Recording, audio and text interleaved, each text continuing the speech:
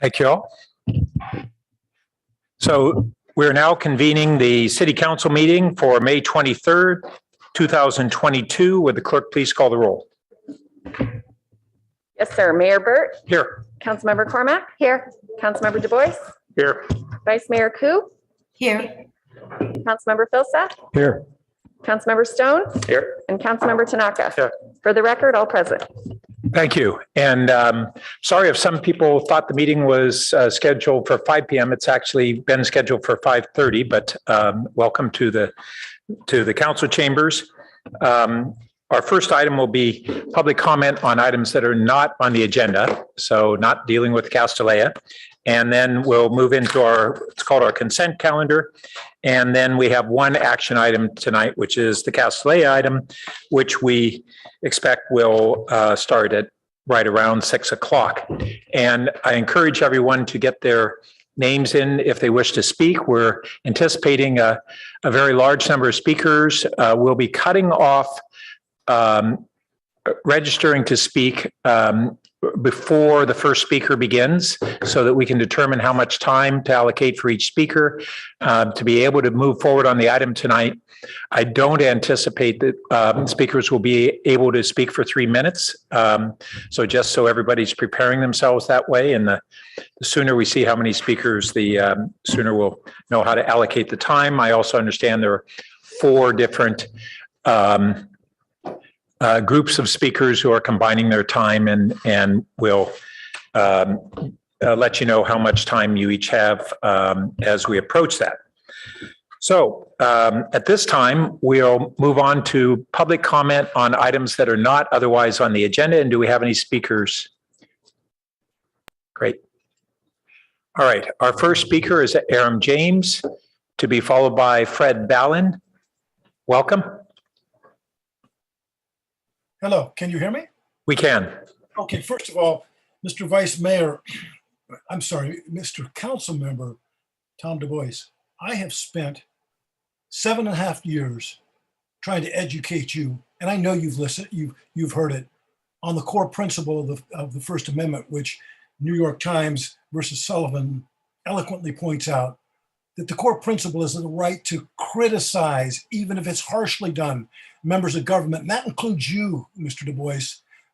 And you've made a mockery out of this. Last week, your attempt to suggest that some folks that criticize the staff of the city of Palo Alto in a very soft manner somehow violated the Constitution. And you, therefore, very self-righteously, were not going to listen to them. Well, look at the October 2020 piece that I sent around and that Rebecca wrote a brilliant piece on. You don't listen to anybody except yourself anyway, Mr. Du Bois, so don't do us any favor to pretend like you listen to anybody but your own voice. Now, I want to go back to Allison Cormack. Allison, statements were attributed to you in the Daily Post of May 14th of 2022, saying that you had watched council members buying tickets, watching sports, and doing other work while people were speaking at the meeting. But you refused to give their names.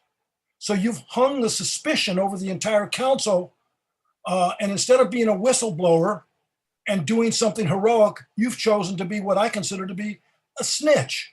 Why don't you change that? Why don't you let us know who it is that is refusing to listen to us and instead playing games on their phone or doing whatever it is they want? That would be really nice. And then, Mr. Shikata, I finally saw the Public Records Act, and you have defied all common sense in transparency.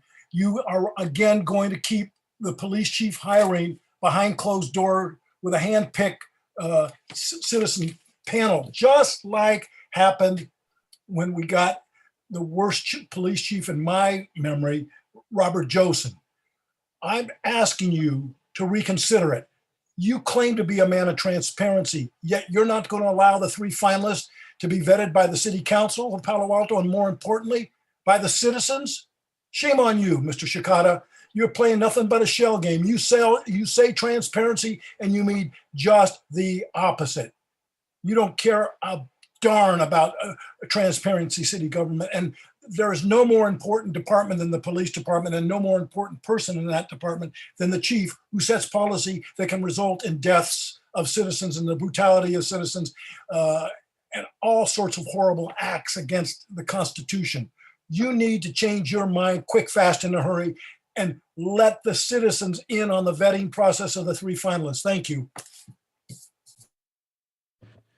Thank you. Our next speaker is Fred Ballin, to be followed by Mark Scholl. Welcome. Good evening. Is Palo Alto ready for campaign finance reform? That's the weekly's page 3 headline above council member responses to the research, recommendations, and advocacy of the League of Women Voters Task Force.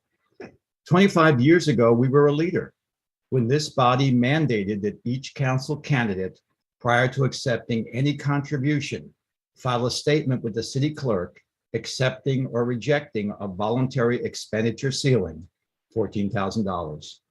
The ordinance held through the 97 council election until suspended due to litigation of state law. And so it remains marked and dormant today within our municipal code. But voter approval of a state proposition in 2000 cleared the way for rewrites and new ordinances. Mountain View, for example, by 2006 passed a voluntary expenditure ceiling of $15,000 with penalties for those who break their pledge. A decade later, they added tightened disclosure requirements for advertisements from outside groups and later in-kind contributions, i.e. goods and services, into their voluntary expenditure limit. And this year they added mandatory per person contribution limits. The task force draws from within this background and that of nearly 3/4 of California's municipalities who post their rules beyond state mandate on the Fair Political Practices Commission website. But Palo Alto has nothing yet to add. There is no Herculean task here for city clerk and city attorney to lay out options and legal parameters. So bring on the colleagues' memo for full disclosure of the concepts in and related to the League's task force. Thank you. Thank you. Our next speaker is Mark Scholl, to be followed by Matt Schlegel. Thank you. California Avenue has been a defined bike route end to end for years, including through the shopping district, which connects the tunnel under Caltrans to a relatively convenient and safe location across El Camino. This route through the shopping district is shown clearly on the city's official bike map. And as was noted, albeit as a negative, it is used by many cyclists. If it was the council's intention to vote on eliminating this section of an existing bike route, I think it should have been made clear on the agenda. Eliminating the middle of this long-standing bike route will force those of us who commute on bikes, including children, to find a way around the shopping district and across El Camino. The side streets are narrower, carry all traffic previously in California, and make crossing the El Camino even less safe. If the bike lane cannot be retained and improved, staff should be directed to create a protected workaround. There was a bike tragedy in this area in 2020, and I was surprised that the discussion on improved bike lanes in California did not include bike safety, particularly at El Camino. There did seem to be a concern that pedestrian crossings on the bike lane would be dangerous for pedestrians, but these would be the same locations that have had pedestrian crosswalks for auto traffic in California for years. There were views that bike commuters could just walk through this area and then resume riding. But would anyone tell car commuters to do something like this? Palo Alto touts that it's bike aware and bike friendly. But for those of us who use bikes over cars, the reality is quite different. Bike protections always seem to stop when they are inconvenient or require compromise. In other words, at the most difficult and dangerous locations. I've been knocked down by aggressive drivers. We need protected bike lanes without interruptions or figure it out yourself detours. I would urge City Council to retain and improve the California Avenue bike path, particularly the El Camino crossing. If this is not possible, staff should define a reasonable detour that links back to California at both ends and ensures a safe and efficient crossing at El Camino. Thank you. Thank you. Our next speaker is Matt Schlegel, to be followed by Rebecca Eisenberg, and our final speaker, Arthur Keller. Thank you. I woke this morning at 5:30 to the roar of a jumbo jet overhead burning gallons of fossil fuel, keeping tons of metal and travelers in the air. As the jet's roar subsided, I could then hear another roar, the roar of hundreds of commuters whizzing by on Highway 101. Then I pinch myself, hoping it was a nightmare. Nope, not a nightmare. And I started feeling my daily dread as humanity burns fossil fuels towards the sixth mass extinction and exacerbating the climate crisis. And that's why I'm so grateful and hopeful that I live in a community that recognizes that burning fossil fuels is an existential threat. And now we need someone who's capable of helping us take the urgent action necessary to reduce Palo Alto's carbon emissions. Last week, I attended Dr. Britt Ray's talk at Stanford. Dr. Ray just released her book, Generation Dread, in which she highlights the mental health crisis we're subjecting our children to because of our behaviors, living our high-energy fossil-fueled lifestyles, which are inconsistent with the climate reality they know. At school, your children are learning about the climate crisis. They're learning about the sixth mass extinction caused by human activity. They're learning about greenhouse gases, carbon dioxide, and methane. They're learning about how burning fossil fuels is the root cause of the problem. They are climate aware, and they understand climate reality. Then they go home. For dinner, you might jump into your fossil-fueled car and go out to eat. Over dinner, you may talk about the Warriors while enjoying some beef. Then the conversation might turn to the fun vacation you're planning in some far-flung place. In the morning, your student wakes up and takes a hot shower, water heated by the very fossil fuels they know are destroying the planet. Holding in their consciousness climate reality while living a high-energy fossil-fueled lifestyle subjects your children to cognitive dissonance, which will drive them mad. As Dr. Ray points out, it's already happening. So what can we do? There's a fossil fuel-free way for Palo Alto residents to heat their water: electric heat pump water heaters. By being proactive in replacing your water heater, you can demonstrate to your children that you're moving into alignment with their values. This will show them that you care and help reduce their cognitive dissonance. That's why we need someone who's capable of helping us pass the SCAP plan and moving forward with urgency to help residents replace their fossil fuel water heaters with clean heat pump water heaters. Thank you. Thank you. Our next speaker is Rebecca Eisenberg, to be followed by our final speaker, Arthur Keller.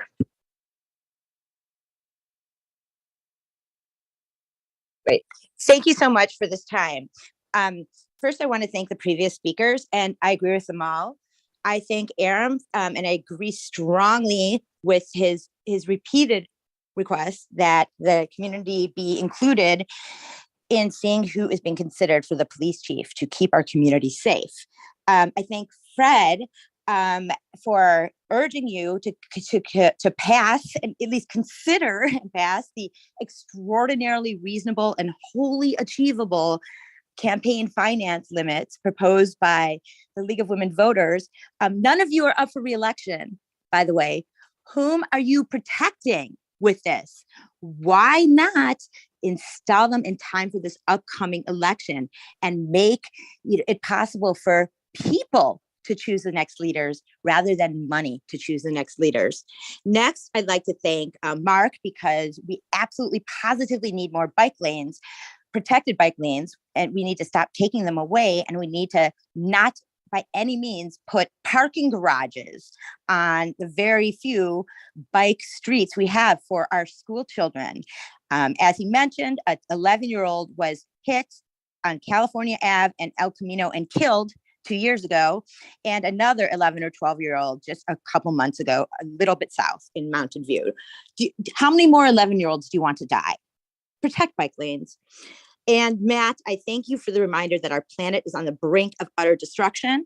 I do want to point out, though, that as we learned at a recent city council meeting, the majority, 60%, 2/3 of all emissions are caused by single occupancy vehicles. You must get single occupancy vehicles off the road, replace them with shuttles like we used to have, but make them better, more convenient. Look at what Mountain View has. Google pays for that through a business tax that actually taxes the biggest companies, not the smallest.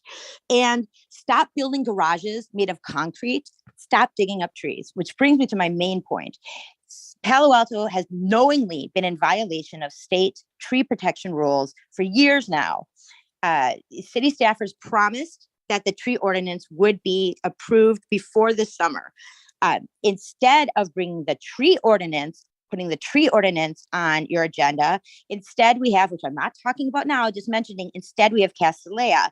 Is that is that and other things that are being discussed instead of the tree ordinance a way to allow wink, wink, nudge, nudge, big commercial organizations like Castellea to tear down the dozens of trees that they wouldn't be allowed to tear down with a legally compliant tree ordinance? As Winter Dellenbach and others have articulately said, trees are mostly torn down during the summer. Do you care about our planet? Do you care about our environment? Protect trees now. Thank you. Thank you. And our final speaker is Arthur Keller. Hi, can you please put up the slide I sent you? The city clerk put out the slide I sent you. We'll restart your clock and try and get that up here. Thank you.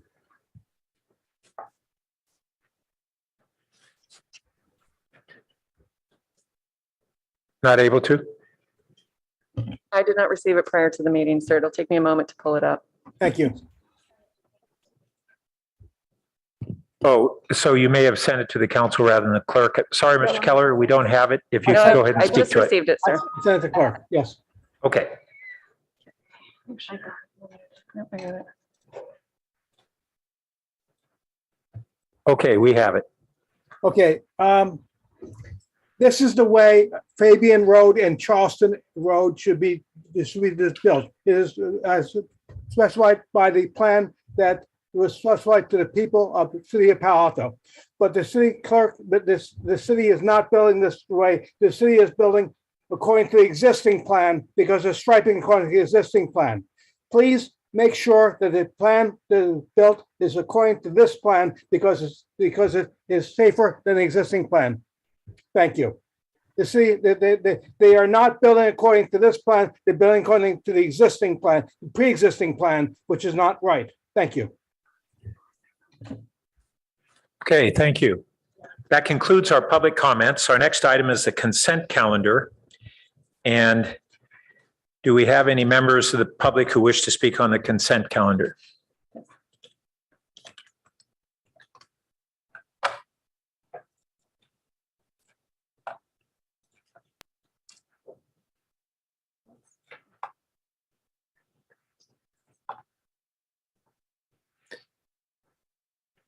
All right, we have County Supervisor Joe Simidian and former mayor. Welcome, Supervisor. Thank you, Mr. Mayor and council members. I just wanted to be here to speak in support of items 8 and 9, which involve the allocation of funds for the Charleston project, 525 Charleston, which, as you know, is 50 units of affordable housing, half of which is dedicated to the needs of folks with either intellectual or developmental disabilities. I also wanted to take the opportunity, frankly, to say thank you for the partnerships and the collaboration that the county and the city have been able to pull together over the last half dozen years, both to your staff and to the council. We have talked about and worked together on the teacher housing project, on Grant, on this project for the developmentally disabled community on Charleston, on what we hope will be a Life Moves project with county funding and support from the state, knock wood, the funding that helps make the Opportunity Center not just a building, but a place that actually provides services, and of course, the safe parking effort. Those are just 5 things that come to mind right off the top of my head as we think about the last 6 years. It's been a busy, but I think productive time. And again, thank you for the collaboration. And I'm here to say I hope you'll vote aye on 8 and 9, consistent with the staff recommendation. Appreciate your support and your collaboration. Thank you again. Thank you. So we'll now entertain a motion to approve we have 2 more speakers. Mary Sylvester to be followed by Aram James, our final speaker on the consent. Welcome. Good evening, Mr. Mayor. I apologize. I jumped ahead and I'm to speak on the next item. So I will refrain now. Thank you. Thank you. And our final speaker, Aram James.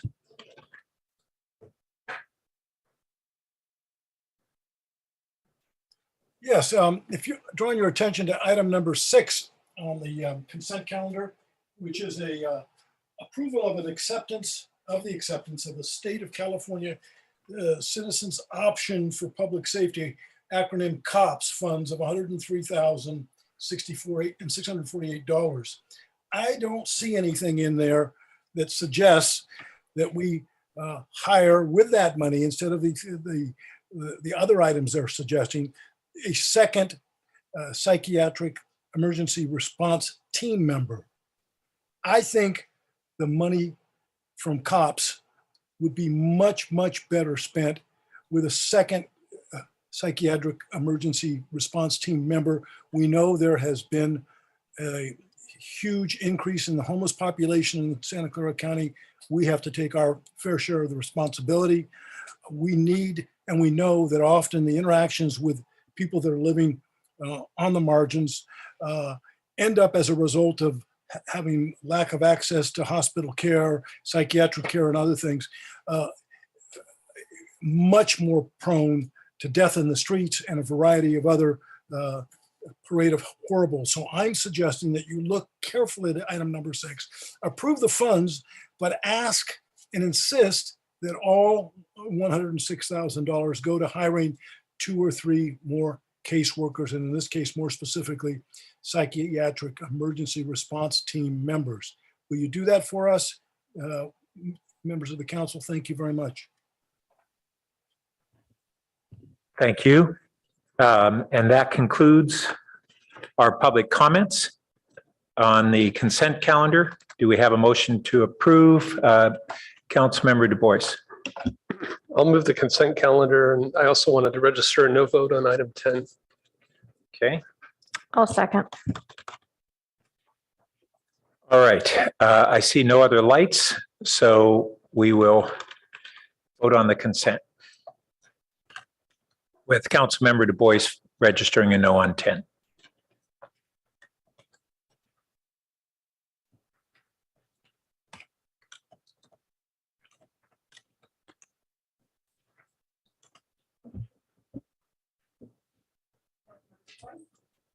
Councilmember Du Bois, Yes. Councilmember Stone, Yes. Councilmember Tanaka, Yes.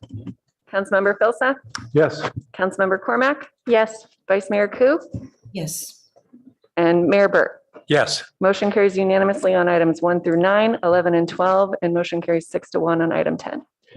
Great. And Councilmember Du Bois, you want to speak to your no vote? Yeah, I realized that 10 would pass tonight, but it's an extension for 1 year. And I just really wanted to underline that I think we should stop using our police department for downtown parking enforcement. And with a contractor processing the citations. So I hope after this year expires, staff would come back and look at just using a contractor like we do everywhere else for all of the parking enforcement. Thanks.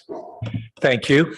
So that concludes our consent calendar, and we now move on to our one item of action tonight, which is 1310 Bryant Street, the Castellea School project involving the certification of the environmental impact report and approval of applications for the conditional use permit and other aspects as delineated on the title of the item. So let me just kind of run through our sequence tonight so that everybody has a sense of that. Our city staff is going to provide a presentation. Then we'll briefly have an opportunity for representatives from our Architectural Review Board and Planning and Transportation Commission that each reviewed and made recommendations on the project for their representatives to provide any additional information. We'll then have disclosures by members of the county, of the council regarding any ex parte meetings they'd had, because this is what's called a quasi judicial item, and we're required to disclose that and disclose any information that is not otherwise in the public record. Then we'll hear, per our rules, from the applicant for 10 minutes. And then we'll have a round of city council questions that are technical questions and not our discussion of the merits of the project, but just framing any open technical questions. And then we'll hear from the public. And as most of you heard a little while ago, the members of the public will need to sign up to speak before we commence public speaking, so that we'll know how many speakers there are and we can figure out how to allocate the time. We certainly would encourage members of the public who wish to speak, who are going to just support prior speakers' comments, to do that. The sooner that we can move forward, sooner we can get into the substance of our debate and actions. And then we'll have 3 minutes that the applicant is authorized to use for a rebuttal after public comment. And then we'll go into city council discussion. And given what we expect will be the length of time of all those other things, it's very possible that we will not complete the item tonight, and we will continue it to an upcoming date in the near weeks. And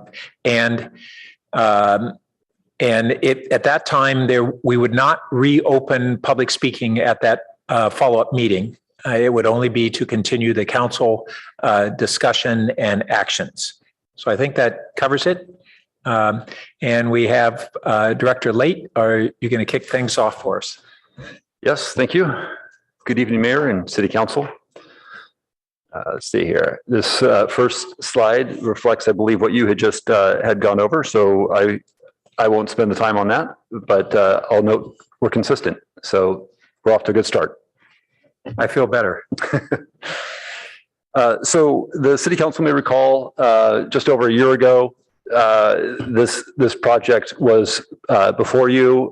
You had opportunities for public input and deliberated on the matter over a couple of meetings. There was a number of items that you had directed staff to follow up on, as well as direction to your Architecture Review Board and Planning and Transportation Commission. The applicant too had heard you and also made some changes based on that feedback. I'll go over some of those items on the slide here before you with these next couple of slides. You'll recall that we had a discussion about the subterranean garage, and which included a staff interpretation that was made. The council had a discussion about that and did not agree with staff and felt that to have the garage go forward and not count toward gross floor area required a text amendment. So the City Council directed that we initiated that text amendment and use that as a way to consider evaluating the project with respect to gross floor area. Staff had presented an option to the Planning and Transportation Commission that was narrowly constructed to capture the Castellea site and at least one other property. The PTC in its review had decided that it was too narrow and sought to broaden the text amendment. When we returned to the Planning Commission with a broader version, the commission in the end was not able to come to majority support for the staff recommended ordinance, and therefore was not able to forward recommendation onto the City Council. During that part of the deliberation, one commissioner had identified another alternative than the staff, an alternative to the staff recommendation.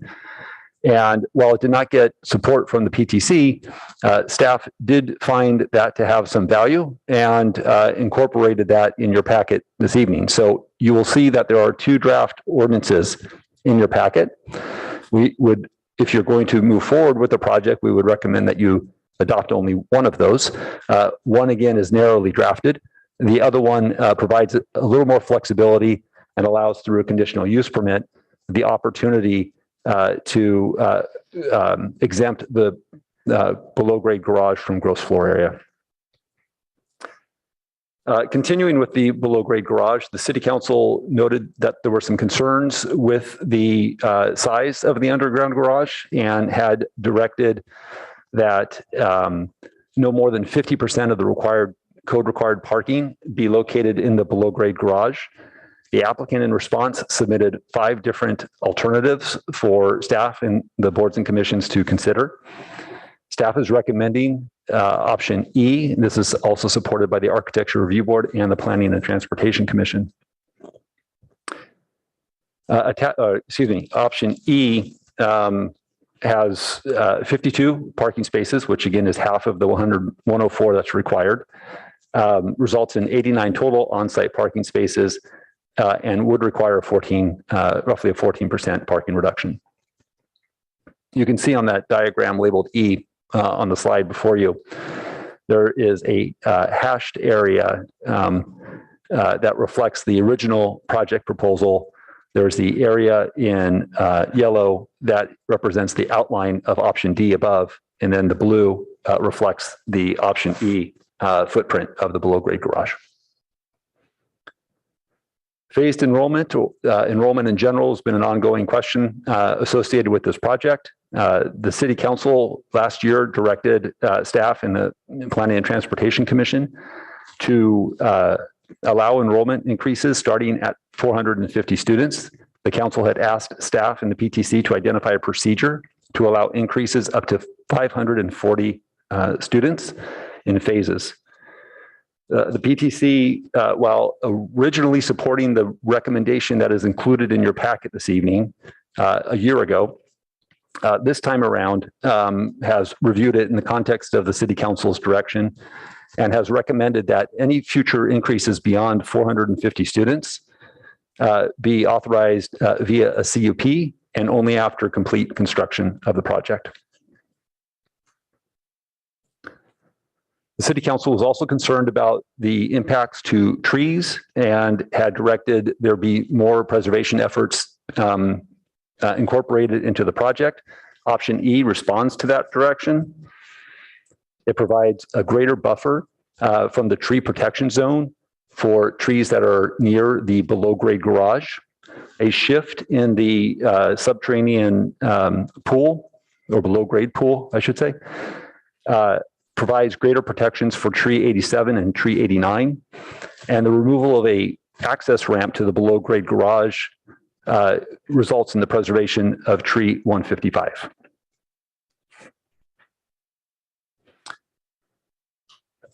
In addition to those topics, there is a number of other items that were included in the City Council's motion. These are identified by number. They correspond to your staff report. I will not get into these in the presentation, but staff from Planning, Public Works, the Office of Transportation, as well as our consultants are available to answer questions that you may have. Staff recommends that the City Council certify the resolution for the environmental impact report, that you adopt one of the 2 ordinances that has been presented in your packet, and approve the record of land use action to approve the conditional use permit, variance, architecture review board applications, including the request for a parking reduction of about 14%. Let's see, in closing, I just wanted to reflect for a moment just on what the council and the public and the applicant already know, that this is a challenging project for the community and for the applicant. I'll note last week we received some comments about some concerns about the transparency that staff has engaged on this project, a concern that we did not follow the PTC recommendation, as well as concerns about the process that has been used throughout this endeavor. Just want to take a moment to provide another perspective as well and share with the council what you probably already know from links in the staff report. We have a very robust website on this project, which has 6 years worth of data, access to reports, materials that have been prepared, submitted by the applicant, reports prepared by consultants. and they're all listed on the city's webpage. We have an email distribution list. Anytime we update this webpage, we send email notification to subscribers. We could always do more in our efforts to be transparent. Certainly welcome feedback from the council if there's more that we could do for this project and for other projects going forward. With respect to the PTC recommendation, there were some comments that we did not follow that direction from your appointed commission. We believe that we actually did follow the PTC in its most recent recommendations, with the exception of one recommendation, and that had to do with the enrollment. And the reason staff did not incorporate that into the packet that's before you is because we did not find it to be consistent with the council's direction from March last year.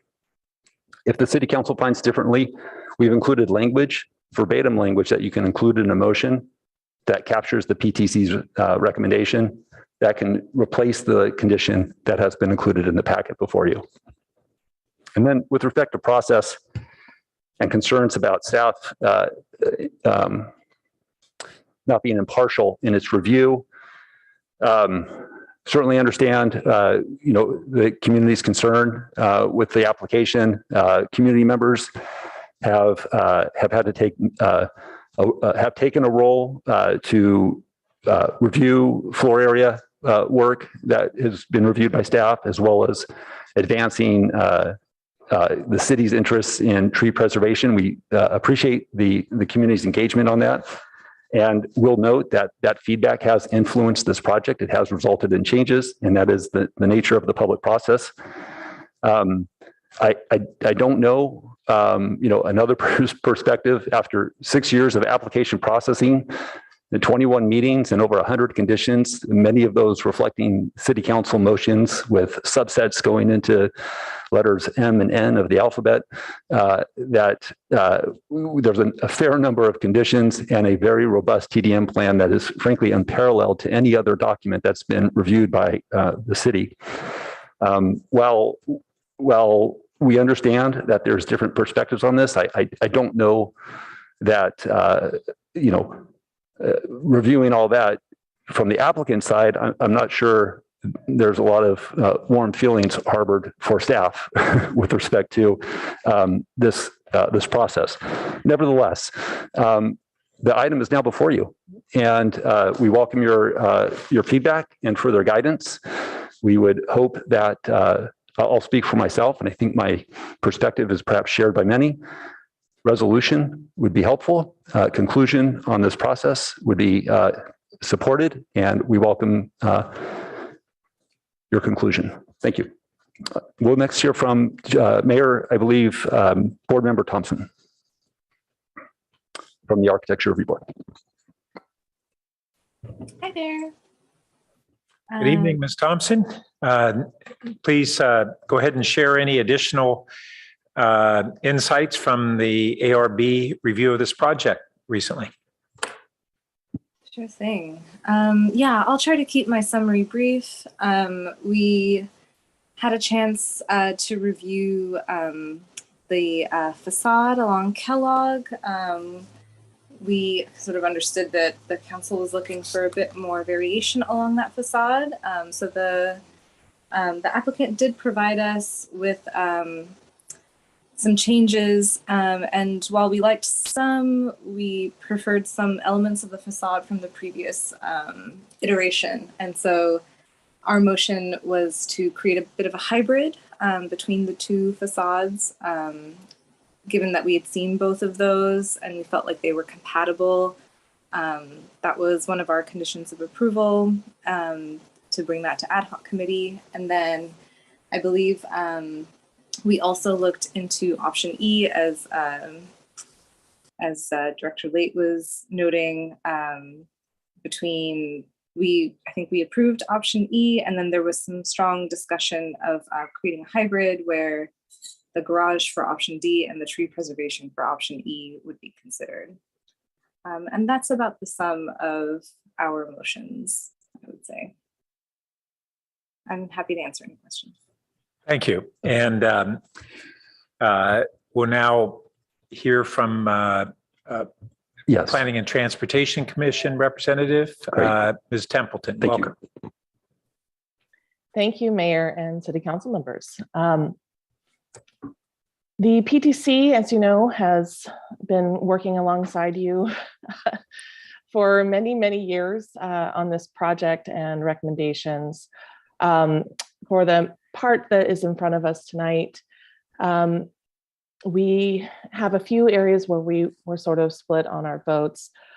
We had done our best to schedule our votes on a meeting where the maximum number of people could attend, but alas, we had one recused and one absent. So hopefully we did a good job of exploring the options and really getting a magnifying lens on these different asks that you've had. The text amendment, I think staff did a good job of explaining the main concern there, and why we didn't move forward with it was sort of this idea of unintended consequences. What if we construct this in such a way that the net is too broad or too narrow? And so we were looking for ways to make this more generally applicable, but where the discretion is applied on a case-by-case basis for what that number would be. What else? The phased enrollment, we did have a significant amount of debate about that, which was really good and healthy.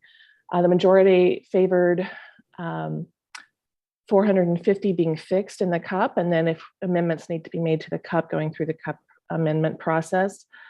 The split votes were mainly concerned with the cost to the city around going through this process again, this one having taken 6 or 7 years. So we wondered if it was possible to determine conditions in advance as part of the current process we're in, just to save the effort and cost for the city going forward. We found the TDM was very good, very robust, had a lot of questions in it, but I read through your report and I think it's all captured there. Special events, this one was, it really comes down to preference. I believe that the PTC voted for the least number of events, 50 plus 5 major events.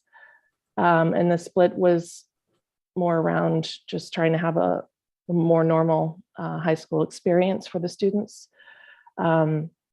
Again, that's really discretion, but we had a good discussion about it, and you'll be able to see that in our commentary. And that is about it. So if you have further questions, I'm happy to answer if I can. Thank you. Thank you. And I don't see any questions at this time from the council. So our next aspect is council members to disclose any ex parte meetings that they have had with either the applicants or members of the public on this. Councilmember Du Bois. Yeah, should we just go down the line? So I met with the applicant on Friday and I met with some residents on Saturday. I think each group underlined their key concerns, but neither told me anything that wasn't already in the record. It was really just a question of emphasizing, I think, their points. Okay, and Councilmember Cormack. Thank you, Mayor Byrd. I'll repeat my disclosures from the prior time we had this in the interest of full disclosure. First was May 14th, 2018, a meeting at Castellea with senior administrators. That is the only time I have been on site. August 11th, 2018, a PNQL meeting at the home of one of the leaders of that organization. October 2nd, 2020, an individual meeting with Matt Glickman, who is opposed to the project in its current form. October 20th, 2020, a Castellea supporter Zoom. October 27th, 2020, an individual meeting with Sarah Sands, who supports the project. And then on January 15th of 2021, a PNQL Zoom. I declined formal meetings with the applicant, and the opposition, member of the opposition did attend my office hours last week, and I have learned nothing in the course of those 7 meetings that is not already in the public record. Thank you. And Councilmember Stone. Thank you, Mr. Mayor. I had a meeting with the applicant on May 13th. I had a meeting with members of PNQL this past Saturday on May 21st. To the best of my knowledge, I did not receive any information outside of the public record. I did have previous meetings prior to the March meetings 2021. I can't recall the specifics at this time, but I made those disclosures last March, so they are in the record. Thank you. And I will share that I had a meeting with the head of school at Castellea approximately 4 months ago. And then in the last week had a meeting with several of the neighborhood opponents who are a part of the PNQL organization. And I did not receive any information that's not in the record. So I see no other, oh, excuse me, Vice Mayor Koo. Thank you, Mayor. I'm out of town, but I did receive a binder from PNQL last week. I believe it was Tuesday or Wednesday. I don't remember right now, but it was left for me. Thank you. Thank you. Oh, and Councilmember Phil Seth. Sorry, I thought we were just going down the line here.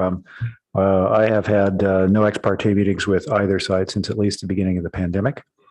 And I've received, as we all have, a large number of electronic communications, but none not in the public domain. And just so everybody knows, we don't have to disclose what we didn't do. Councilmember Tanaka. I've had numerous office hours with both sides. I've live streamed them and recorded them, so anyone that wants to watch could see it. I've also had a few in-person meetings or telephone meetings, which I could not record or live stream. But just keep this short, nothing that was discussed wasn't already in a public record. Okay, so we can now proceed to our next step, which is the applicant has up to 10 minutes to speak on behalf of their proposal. Welcome.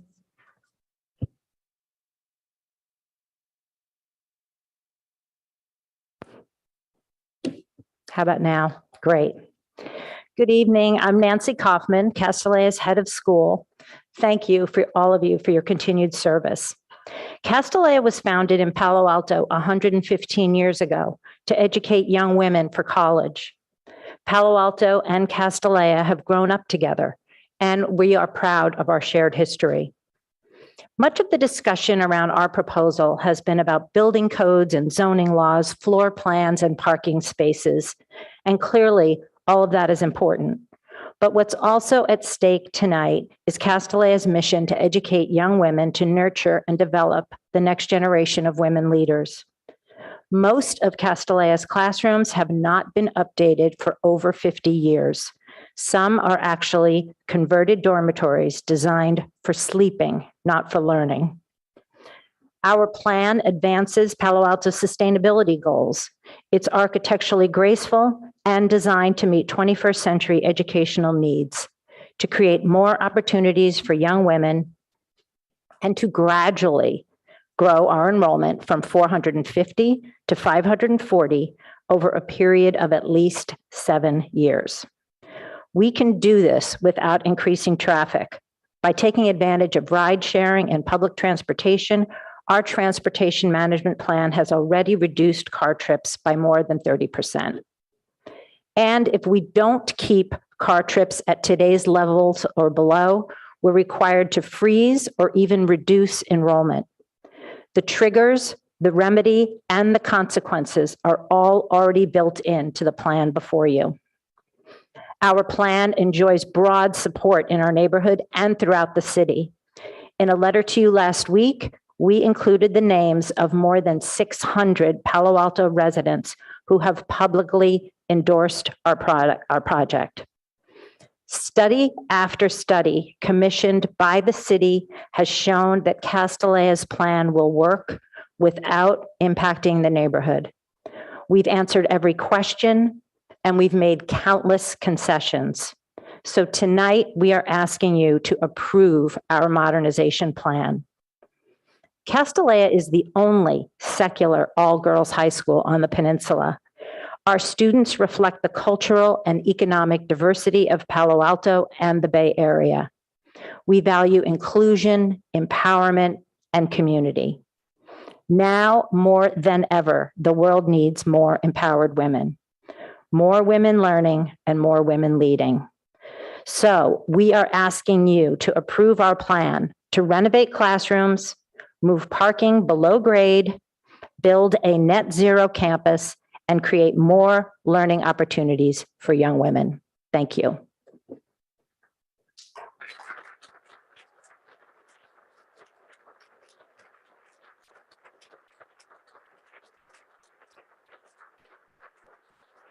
Good evening. Hey, thank you.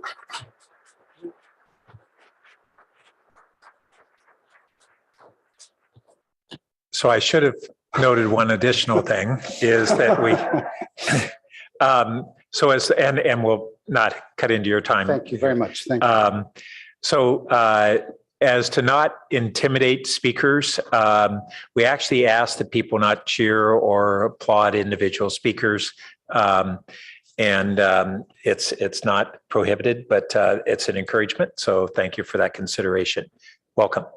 Thank you very much. And thank you for your time and consideration. I'm Adam Woltag, design partner with WRNS Studio. We've got a lot to go through this evening. We'd like to touch on these 6 points, and why don't we go ahead and dive in.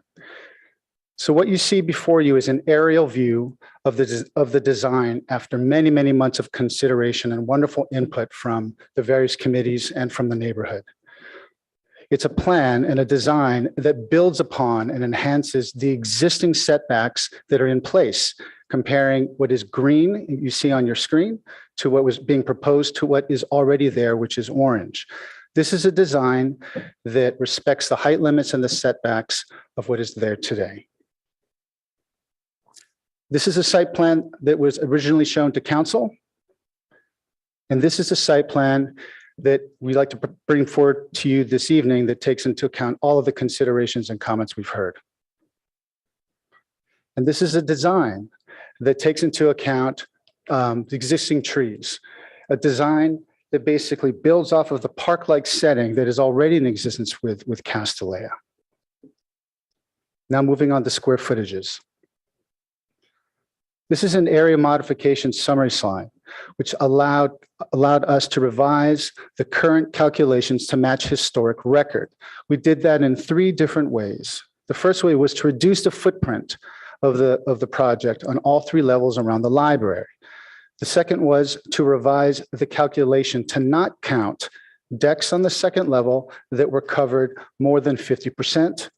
And the third thing we did was to change interior space and convert that to exterior space on the second level above the dining hall. Now moving on to the evolution of the design. So what you see before you was the first design along the Kellogg elevation that was brought to the ARB.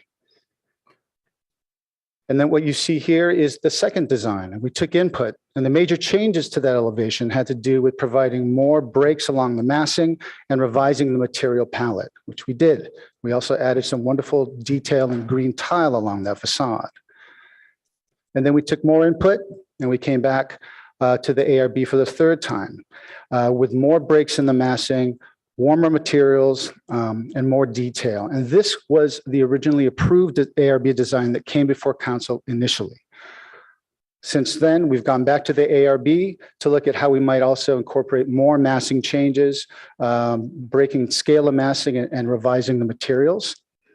And what you see on the screen here is the iteration that went back to the ARB. And I'd like briefly to walk through what some of those changes were since council has seen the design.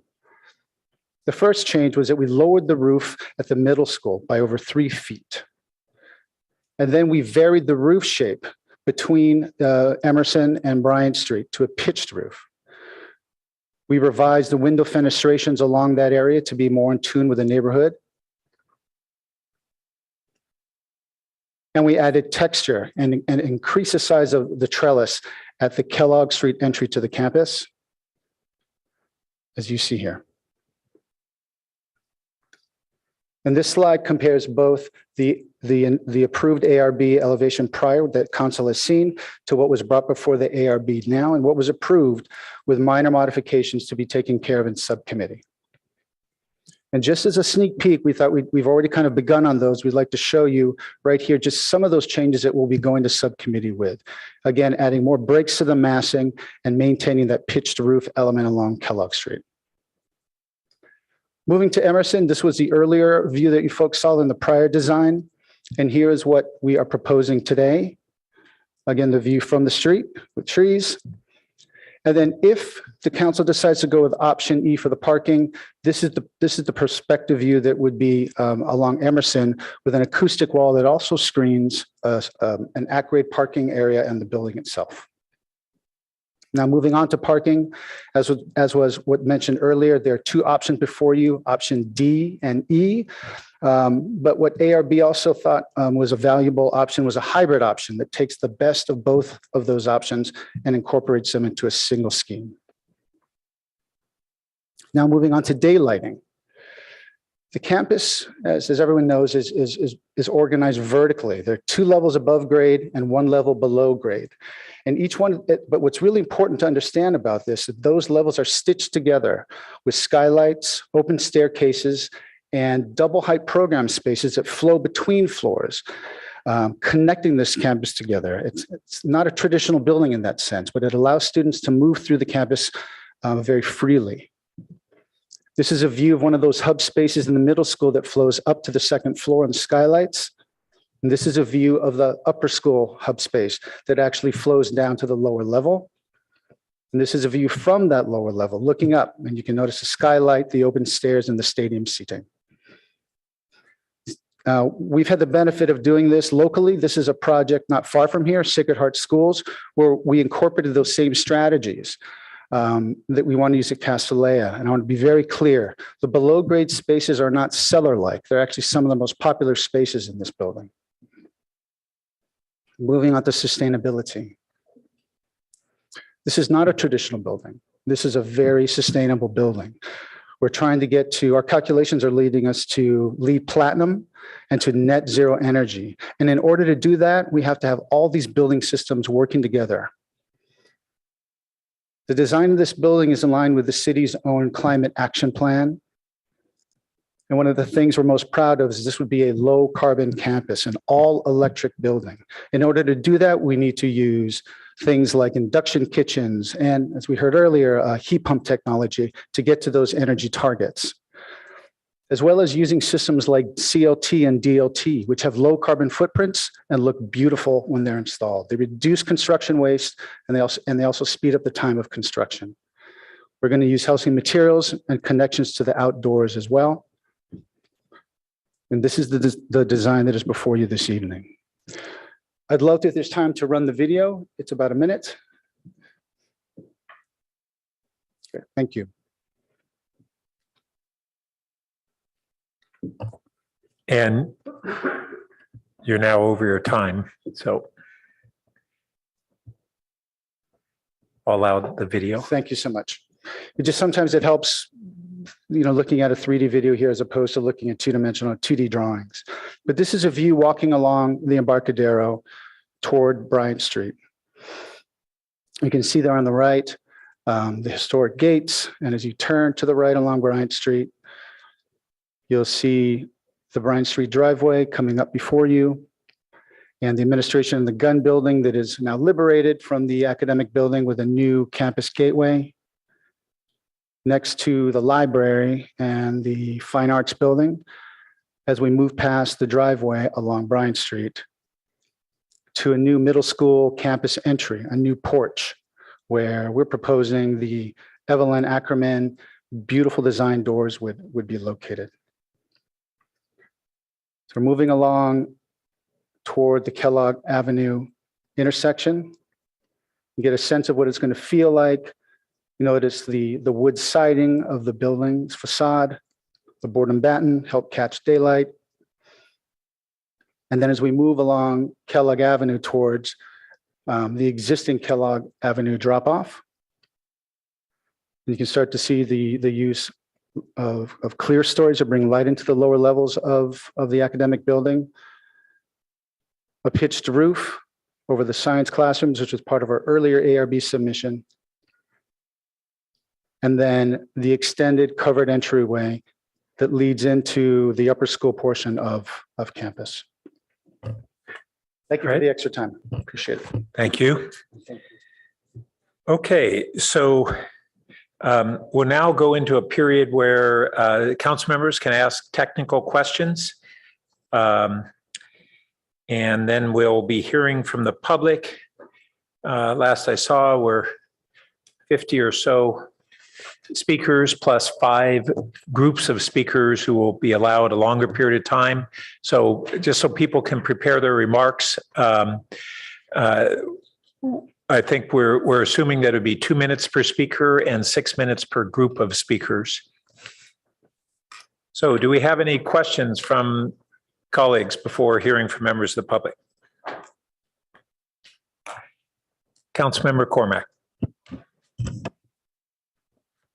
Thank you, Mayor Byrd. I sent this to Director Late earlier. I'm just trying to reconcile the TDM numbers on packet page 251.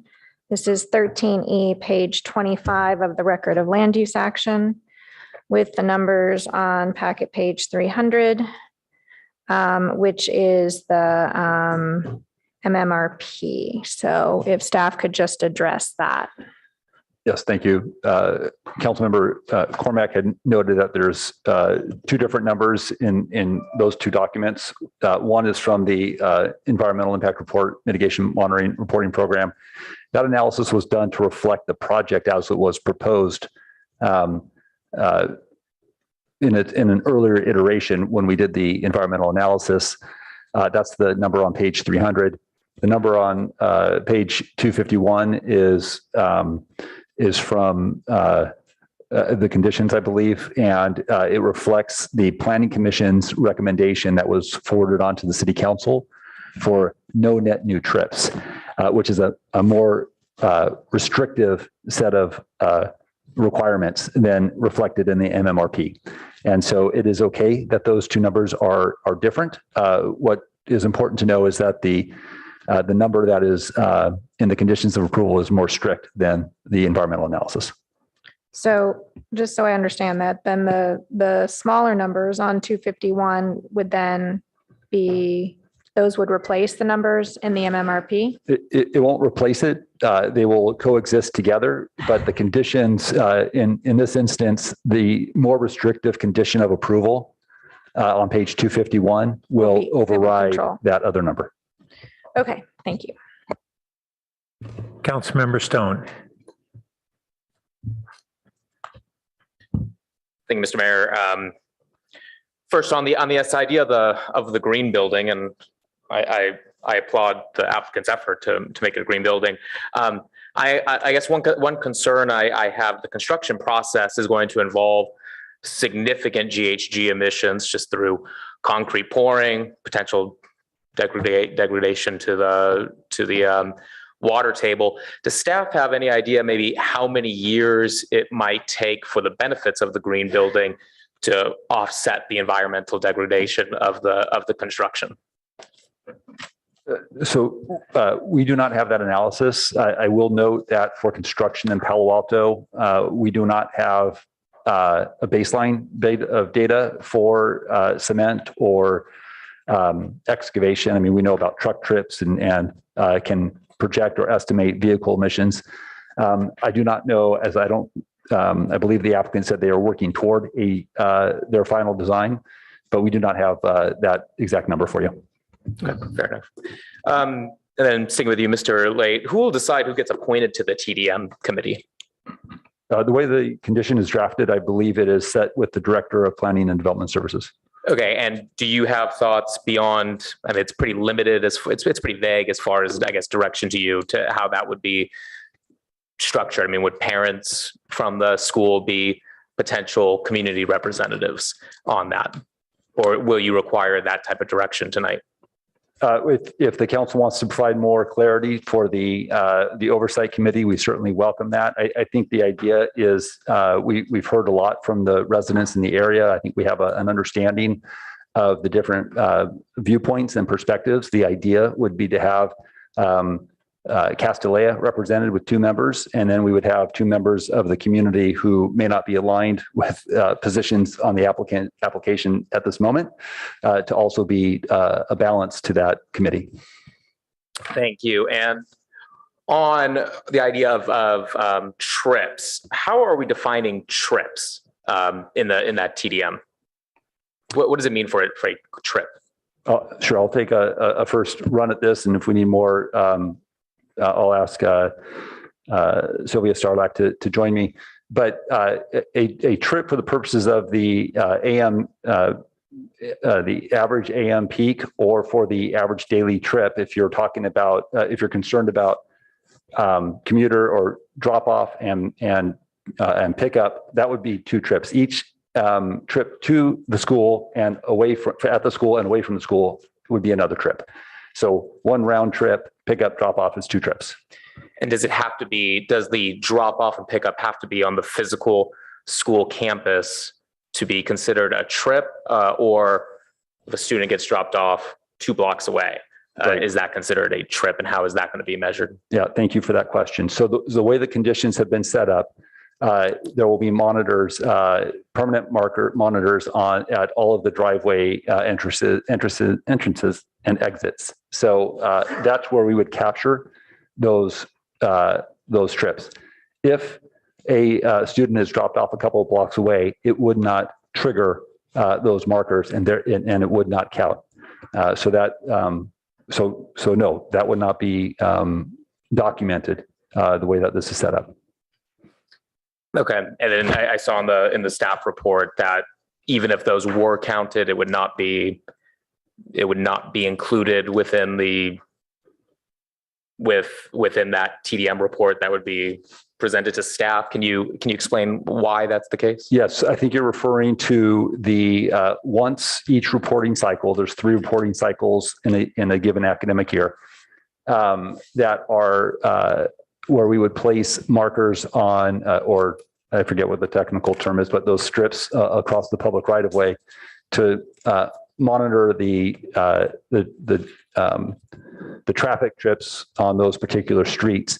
But because we cannot determine whether those trips are specifically related to Castellea or some other residents or some other pass-through traffic, we wouldn't be able to assign that to Castellea. But what our intent with that provision is to be able to monitor background traffic and see if there's an escalation that also corresponds perhaps with enrollment increases. So that would give us some information. It may not make it may not be determinative, but it would be helpful to know how the background trip increase or decrease or static is staying relative to enrollment increases. Okay, so that information could be used in determinations of future enrollment increases. It's just, I think it's informative to the process. I don't know that I'd go so far as to say, I'm sorry, we're getting a bit of an echo, I think, that it would be used to make decisions. But again, it could be informative to that process. Okay, thank you. Same amount of time. I'm interested in coming back to this idea. Okay, I just have a couple of questions on we have a requirement for public art. Under the current proposal, would the public art be publicly accessible? So here, Amy might be able to help further with this. I believe this did go to our Public Art Commission, and there's a concept for placing the art at the corner of Embarcadero and Bryant, is it? And so that would be publicly accessible in terms of visually accessible, but we don't have the final plans on how that would come together. But it would not be interior to the campus is the current plan. That's the full public art, is that project? So still to be determined, but if there's a physical location as opposed to paying the fee, that's where the conversation has been moving toward. Good. And as a follow-up to Councilmember Stone's questions about kind of satellite drop-off zones, which we've heard or have existed for some time, if we monitor a net change as a result of the increase in enrollment, that would take as a baseline, I presume, whatever existing drop-off is already occurring? Are you referring to the marker, the tube counters in the public right of way during the reporting period? No, I'm talking about in these satellite areas that I think you thought you'd be able to capture. So if we would not be able to capture a student being dropped off a couple blocks away and then walking to the campus, that would not get attributed to the tube counters at the driveways. So that's an issue that we've tried to reconcile from the outset of this process. What we do have in response to that, and it's not great, but it's what we have, unless there's a better idea out there. We would get, so we have money that the applicant is going to have to deposit with the city for proactive enforcement of this conditional use permit, which is something that is also different from our other CUPs. In part because we expect that it's going to take a fair amount of resource to monitor this CUP. If we get complaints of students walking at distance, from cars to the school, we'll be able to monitor that. And if we observe that violation as well, I think it's been clear in the administrative record, the council's interest to have the trips arriving and parked either on site or on the perimeter of the public streets adjacent to the school. And so if we're seeing that there's students that are arriving, not because of walking or biking or some of these other modes of transportation, but actual drop off, that's an area where we want to have a conversation with the school to mitigate that issue. Okay. And on the TDM monitor, who would select the monitor? And when we say monitoring, what we're referring to is the applicant is putting the tube counters in, the data is being transmitted to the city on a daily basis. They submit reports to us at a regular schedule, and the city would review that data that the applicant submits. So this is our Office of Transportation in coordination with Planning and Development Services. Oh, so not a third party doing that. It would be essentially city staff along with the committee. Yeah, it'll be, that's correct, with data that's provided through these monitors. But again, the data is transmitted daily to the city. Okay, great. Thank you. And I think that seems to conclude our technical questions from Councilmember Du Bois. Colleagues, if you have lights you intend to hit, please put them up sooner. Go ahead. Yeah, and I think Councilmember Stone said he had more. So on packet page 198, it refers to the final EIR, and it said there was a significant condition that involved, I think, level of service and delays. But then CEQA changed, I think, after that report. But City Council has said we still want to use that as one of our local conditions. And so my question is really, what was the LOS issue? I didn't see it described in any detail. Yes, the LOS, otherwise known as level of service, this is Amy French. Under CEQA, City could not use LOS as a metric to determine an environmental impact caused by the project. Instead, the tire metric was the one used, and the project was revised. The project alternative 4, dispersed circulation reduced garage alternative, to distribute the drop-offs so that the tire impact identified in the draft EIR would not occur.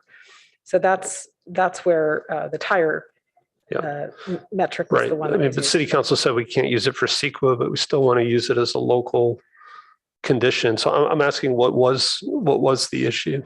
The issue was there was an impacted intersection at Kingsley and Alma, and the volume from Kingsley was too low to warrant a traffic signal for the whole intersection. And the city staff could not definitively determine if a signal would be desired at this intersection.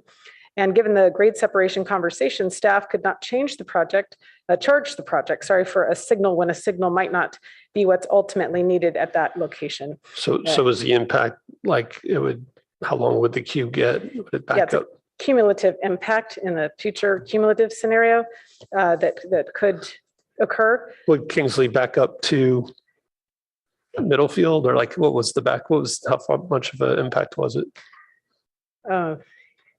Yeah, I'll have to rely on the transportation staff, but it's Kingsley and Alma is the location. Okay. Kingsley's on the other side of Embarcadero, right? It's on the south side of Embarcadero, please. Yeah. At that location. Yeah, okay. It's an odd intersection with Alma, yeah, where there's already an existing bad level of service. Okay. And then I just wanted to get clear on the enrollment numbers. So what is the school currently at? What are they supposed to be at? And how and when would staff propose that they would go to 450? The current it's 422 currently students, and the 450 was what the council had recommended as an initial start, and then the 25 students. Yeah. Right. I guess what I'm asking, but so they're supposed to be less than 422 right now, right? Yeah, 415 is what the I got it. fisheries permit requires. Okay. Mike. So I guess we didn't really talk about when they would go from 415 to 450. Would it be immediately upon approval? Yeah. So as we understand the council's direction from last March, is that the starting place was 450, which was different, incidentally, from the staff recommendation, where I think we were saying start at 426 and then it would gradually go up based on construction phasing. So the council's motion said start at 450 and come back with a strategy to increase it from 450 to 540. Okay. So really what we're saying is we would approve an immediate increase when we approve the project from 415 to 450. As currently drafted. Outside of any TDM or anything. Right? Well, you would the be TDM approving, would be beyond the 450. So you have a draft of the TDM plan in your packet, as well as a bunch of conditions that would get approved along with the enrollment increase as well. All of these things would work together. Right. Okay. And then just have a few seconds left. If we could look at packet page 222, which is the zoning change, I guess. In section 1, there's a change. It says carports and garages, and then it adds and below parking facilities except as excluded in subsection, whatever. So outside of the exceptions, are we now saying that underground garages are allowed in R1 as long as you count the square footage? No, there's another section in the code that addresses below grade garages for single family. And there's no change to that. I don't think it's being changed by this ordinance, and therefore you don't see it on the ordinance, but we can take a look and find out what that code section I mean, is. it almost seems to be implying it, right? But because adding it in there. Well, this is, so just to be clear, this is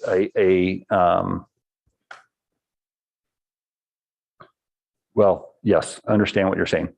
This is dealing with gross floor area with the subset under low density residential. We could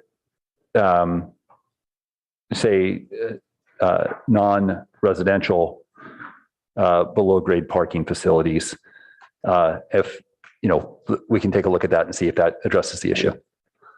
I guess, are there situations, I guess it'd be non-residential use in an R1 where you would include it in gross floor area? I don't, so below grade parking? Yeah, I guess we are talking about other situations where, again, it could be a non-residential use in an R1, but say a 1 acre lot, would they, if they did underground parking, that would So count, you would have to- as GFA, right? Yeah, I think I understand your question. You'd have to follow that subsection A 65D Romanet 8, and that sets forth the criteria in which you would qualify for the exclusion of gross floor area. Right.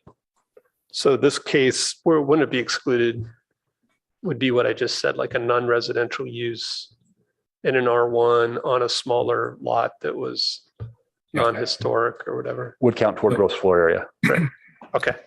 Thanks. I think I went over. Oh, sorry. So before proceeding further, I just want to let the public know that we have a big crowd here. We have an uptick in COVID that's going on. We have opened up the community meeting room, which is right off the side of the lobby or the sliding doors. So it has big open sliding doors as well. And so that's often an overflow area for council meetings. So members of the public who would like to either watch the whole meeting there or stay out there until it starts getting close to your you being called to speak, you're welcome to use that. And it's just a lower occupancy space. So Councilmember Tanaka. I have a few questions for staff. So in terms of noise, I know for traffic, there's remedies in case there's a violation of traffic, but can you talk a bit about what about noise?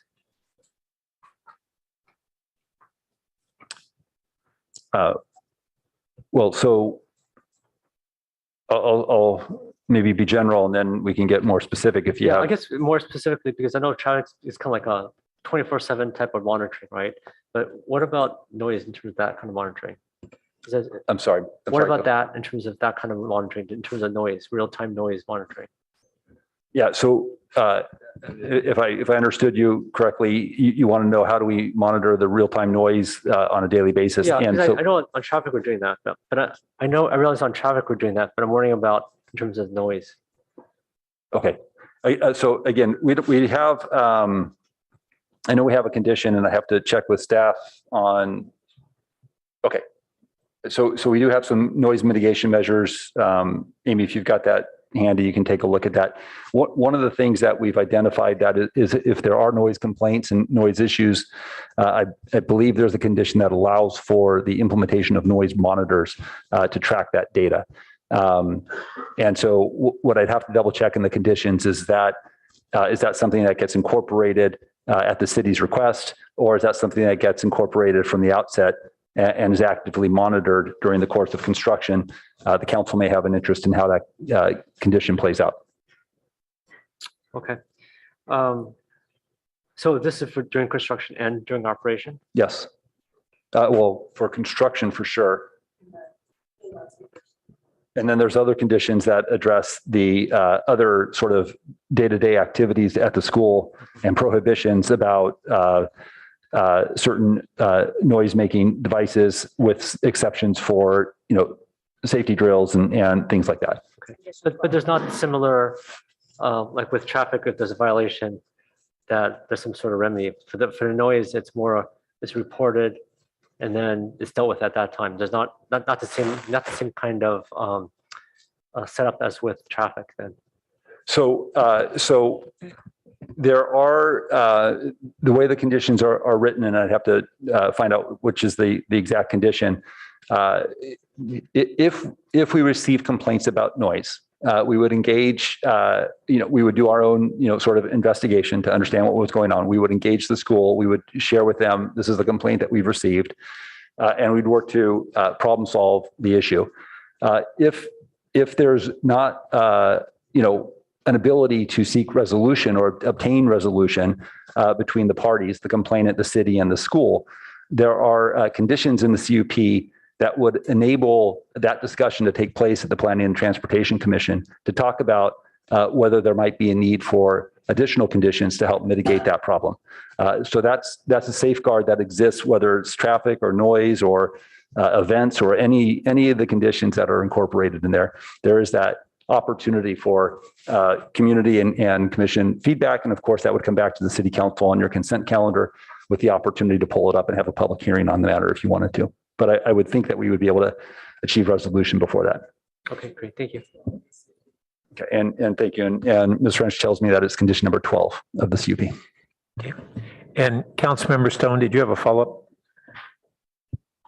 No, I mean, not a direct follow-up. I have more questions, but I can wait until after the public speaks. Thank you. All right. So at this time, we're going to start the public comment period. And we have how many speakers so far signed up? We have 54 speakers and 4 of those are groups. So 50 individuals and 4 groups. And 4 groups. Okay. So each speaker will have up to 2 minutes to speak, and each of the groups will have up to 6 minutes to speak. And we'll see the list of speakers up here momentarily.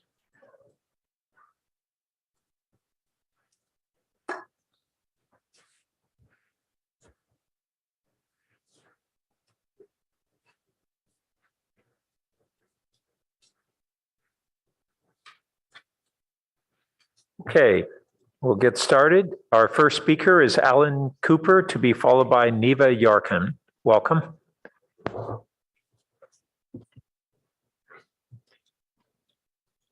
Thank you and good evening. I'm Alan Cooper. I live across the street from Castellea and I support girls' education. Please implement mandates that balance the neighbors' desires for a peaceful R1 historic neighborhood with Castellea's desires to remodel their school and grow. I have 5 requests. First, please help neighbors retain quality of life with less future noise, traffic, and parking activity than currently by implementing stringent enforcement of TDM and CUP mandates with defined penalties. Second, restrict parking. Please require that all Castellea parking is on or touching campus or at off-site parking lots. Please do not allow Castellea parking in the neighborhood. Third, limit all events. Please implement the PTC decision to limit special events to 50. Further, please define a category called regular events as having 5 to 49 people and set a limit on these. Otherwise, we envision continuous school activity 7 days a week by groups of less than 50 people. Fourth, preserve building setback. Please require that the massive 30-foot high education building remain at the current setback of 27 feet 9 inches from Kellogg Avenue.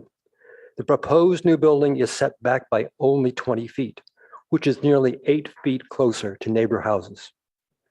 Fifth, restrict student drop-off and pickup.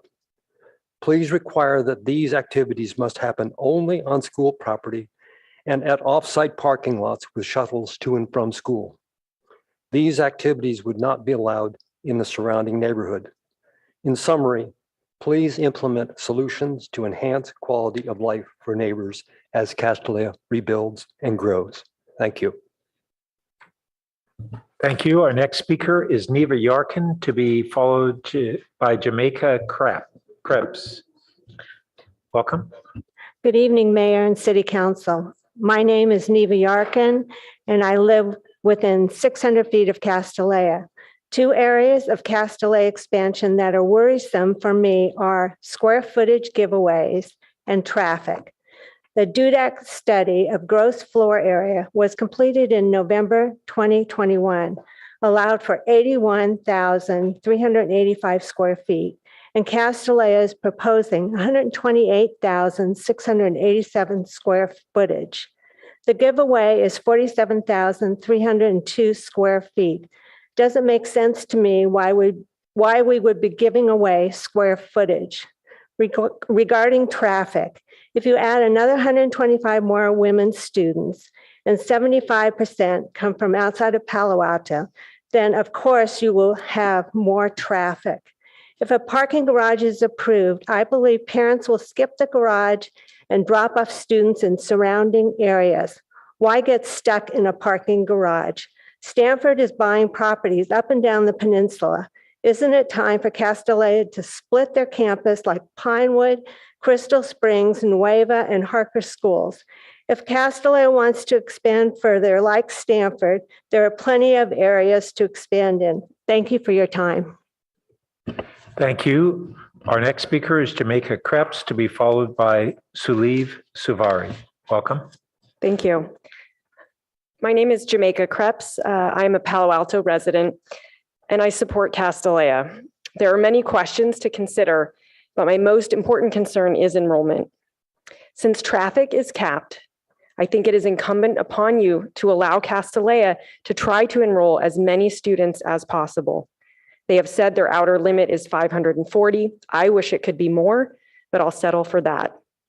As a former teacher, I'm interested in kids, all kinds of kids, the ones who want to do Spanish immersion at Escondido, the ones who want to play football at Palo, and the ones that want to learn in an all-girls environment at Castellano.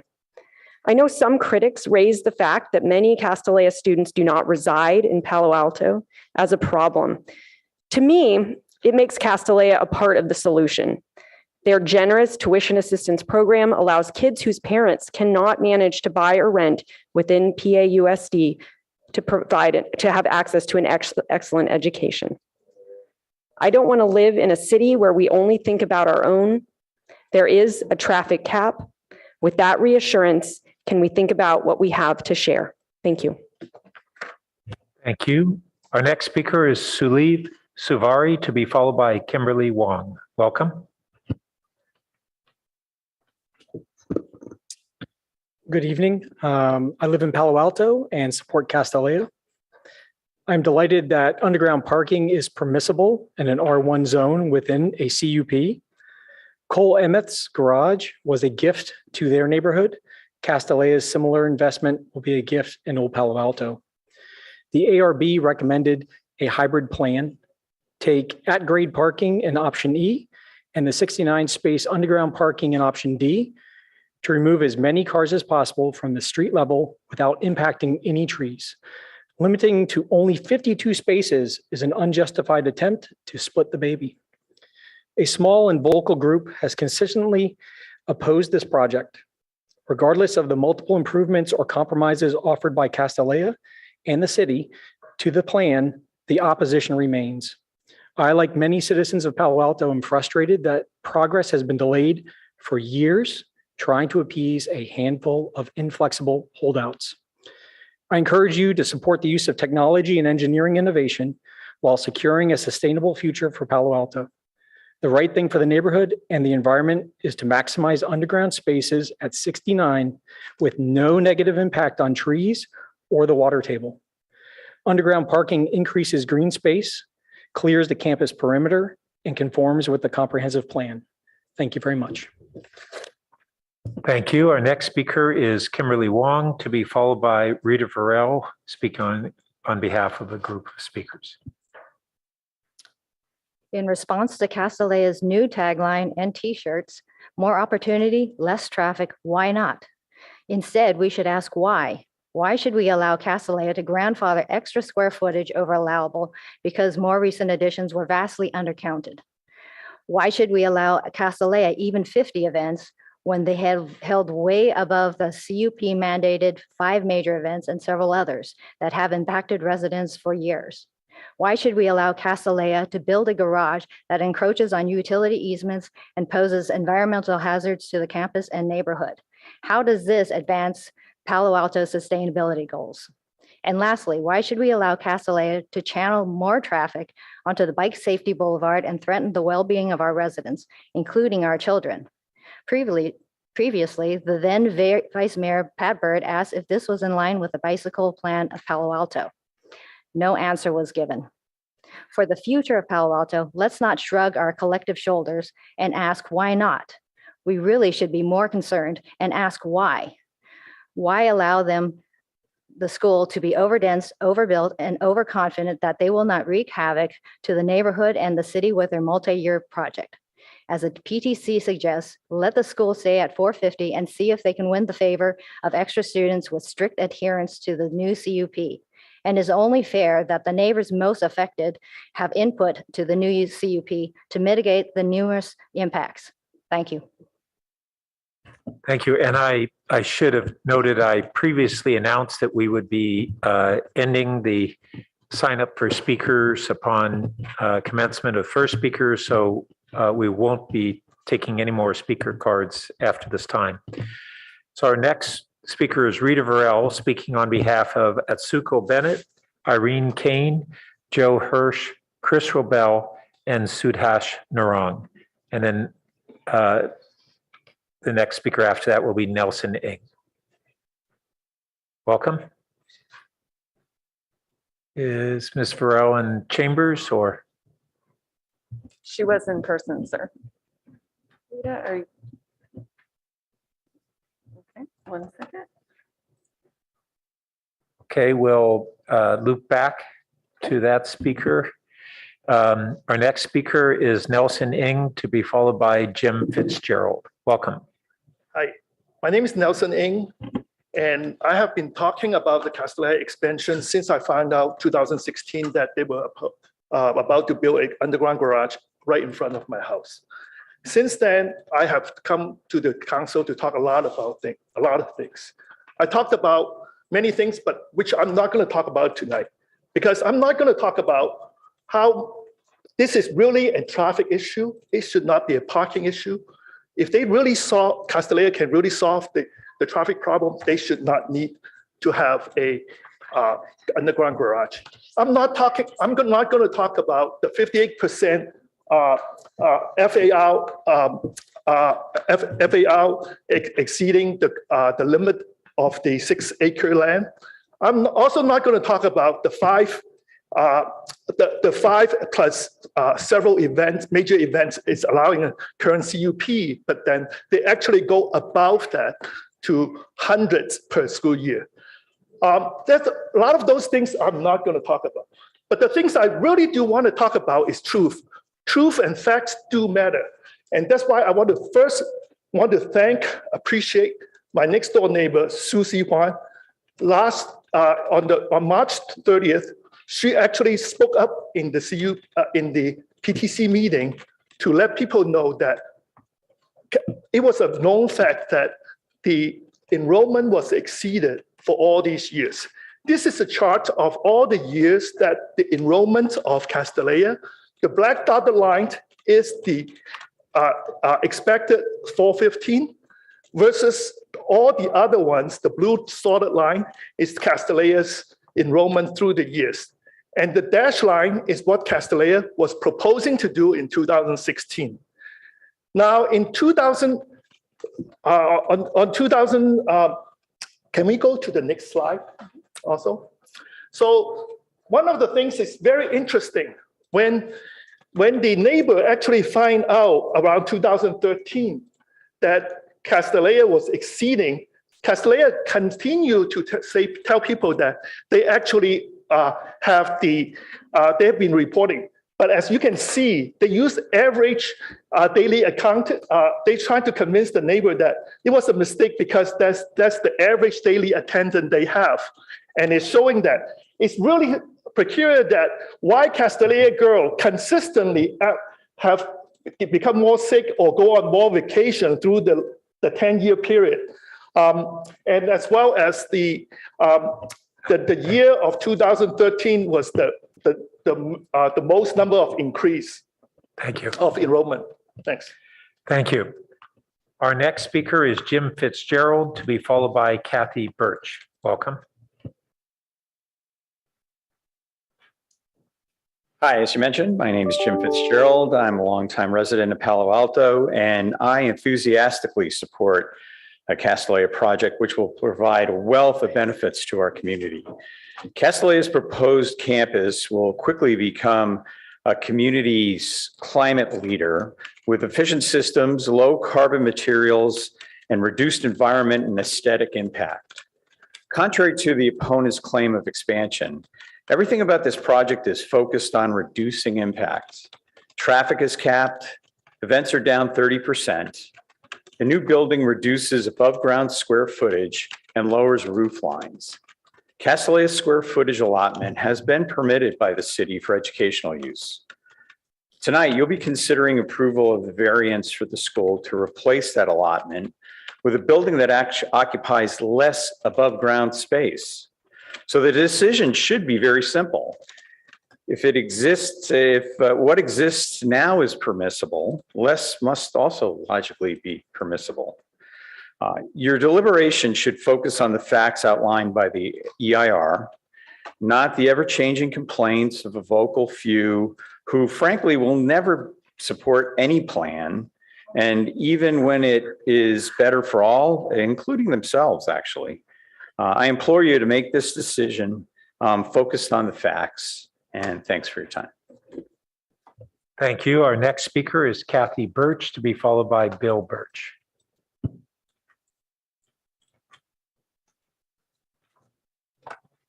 Thank you. I'm a longtime resident of Palo Alto, and I fully support Castellea School's proposal. At the most recent PTC meeting, 2 arbitrary numbers were thrown out that concerned me. The first was 450 regarding an enrollment cap. This was not the enrollment number that you, the council, gave them, nor was it the number studied thoroughly in the EIR. The city staff, the school, and city leaders have worked together for 6 years to develop a detailed and disciplined path toward the number 540. Why not let Castellea try to gradually reach that number? If car trips increase, they can't add more students. I see 0 risk here. Second, the question of 50 events. Castellea has already cut events by 30% to arrive at 70. Schools like Keys and GMS have no event limit in their CUPs. Pinewood CUP, which clearly defines event differently because they're only allowed 12, but their calendar lists dozens of gatherings that would qualify as events using the harsh guidelines suggested for Castellea. There is a mental health crisis among adolescents nationwide, and children in Silicon Valley are among the most stressed in America.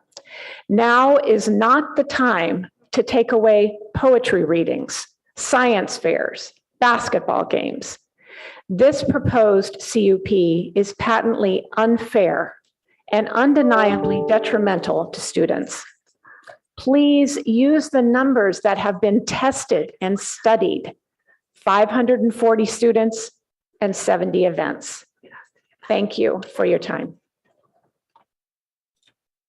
Thank you. Our next speaker is Bill Birch, to be followed by Rita Varel, speaking on behalf of a group of 6.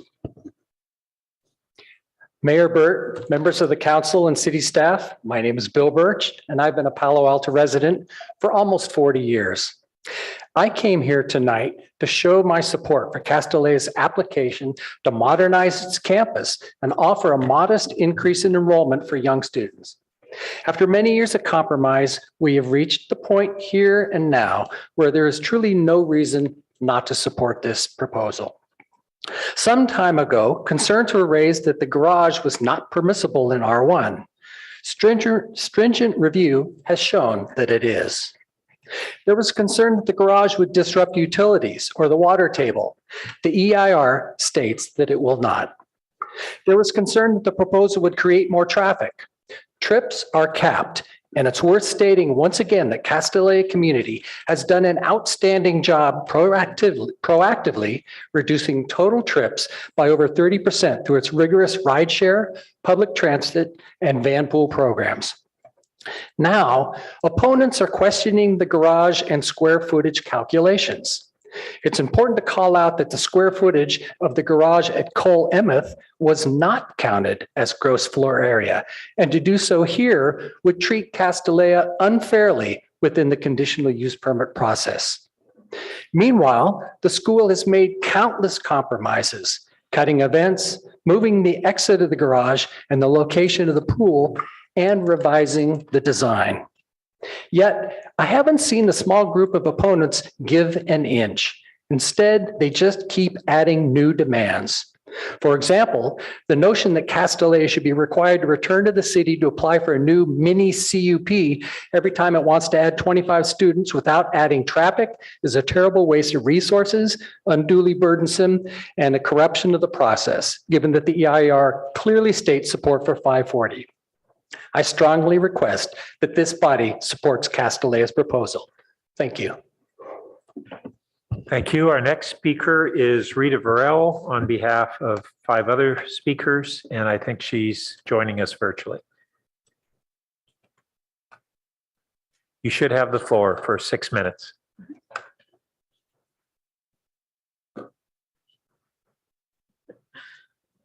Okay. Mr. Mayor, I think Rita's having connection issues. She keeps dropping on and off, so maybe we'll come back to her later. If that's Okay. So our next speaker is Lorraine Brown, to be followed by Hank Sousa. Welcome.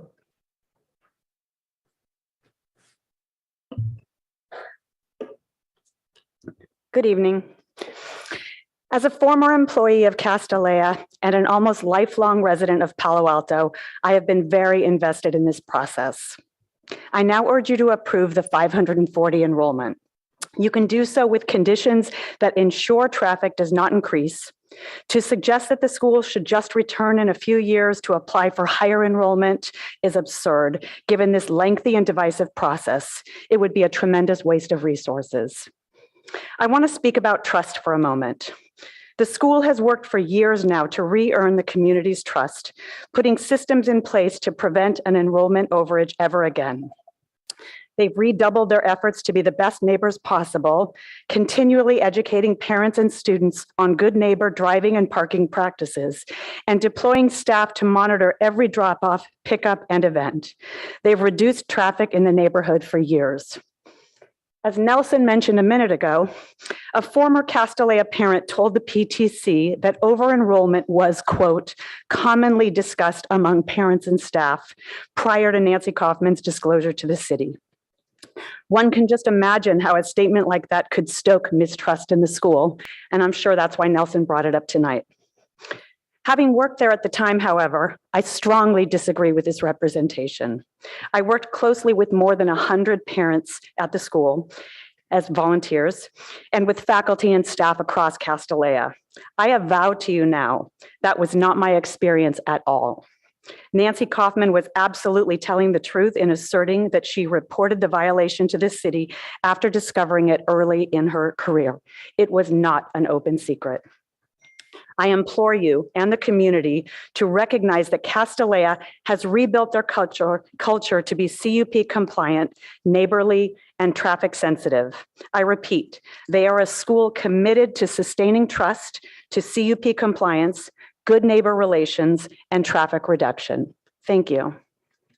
Thank you. Our next speaker is Hank Sousa, to be followed by Daniel Flatt. Welcome.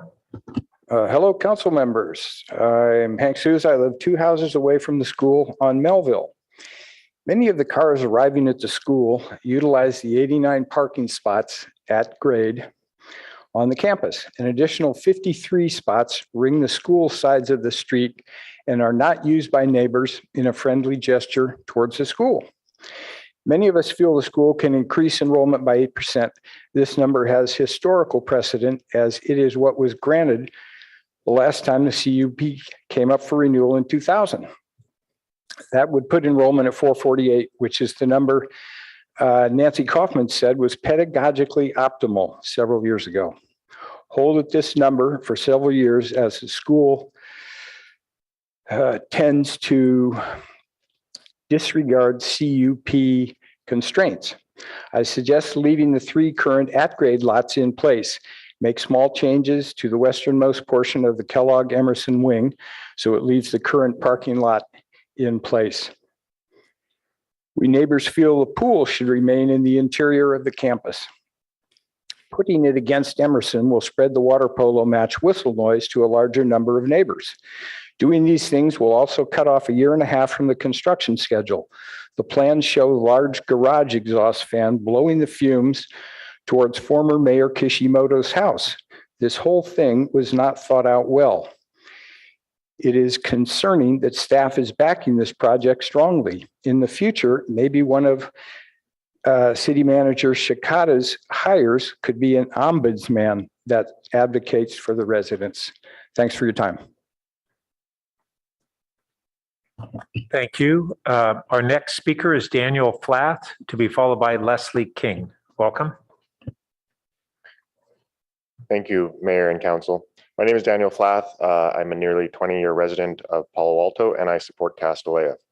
14 months ago, you asked for guidance on how Castellea could reach a 540 student enrollment starting at 450.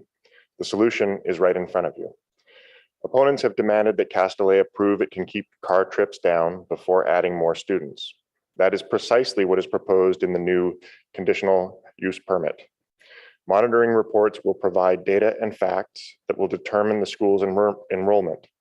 It's already laid out as a condition of approval, so there's absolutely no need for the school to apply for a CUP amendment each time it wishes to add more students. This was pointed out earlier in the discussion between council and staff. That would be a complete waste of resources and is a poorly disguised delay tactic on the part of opponents. As a taxpayer, I do not support that. The conditions of approval for adding 25 students each school year are crystal clear, written in the proposed CUP. If there are more car trips, there will be no more new students. Approve the path to 540, grant more students opportunities while keeping car trips at bay. Thank you. Thank you. Our next speaker is Leslie King, to be followed by Barbara Hazlitt. Welcome. Yes. Hi. I emailed the city clerk last Thursday to request that I'm speaking on behalf of 5 other people. I've got the email here and the names. I could just give you this to write. Yep.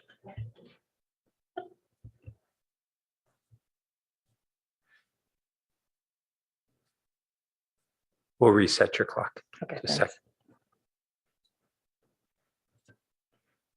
Thanks. Okay. My name is Leslie King and I live 1 block from Castellea on Embarcadero. I'm one of the many near neighbors who wants an underground parking garage.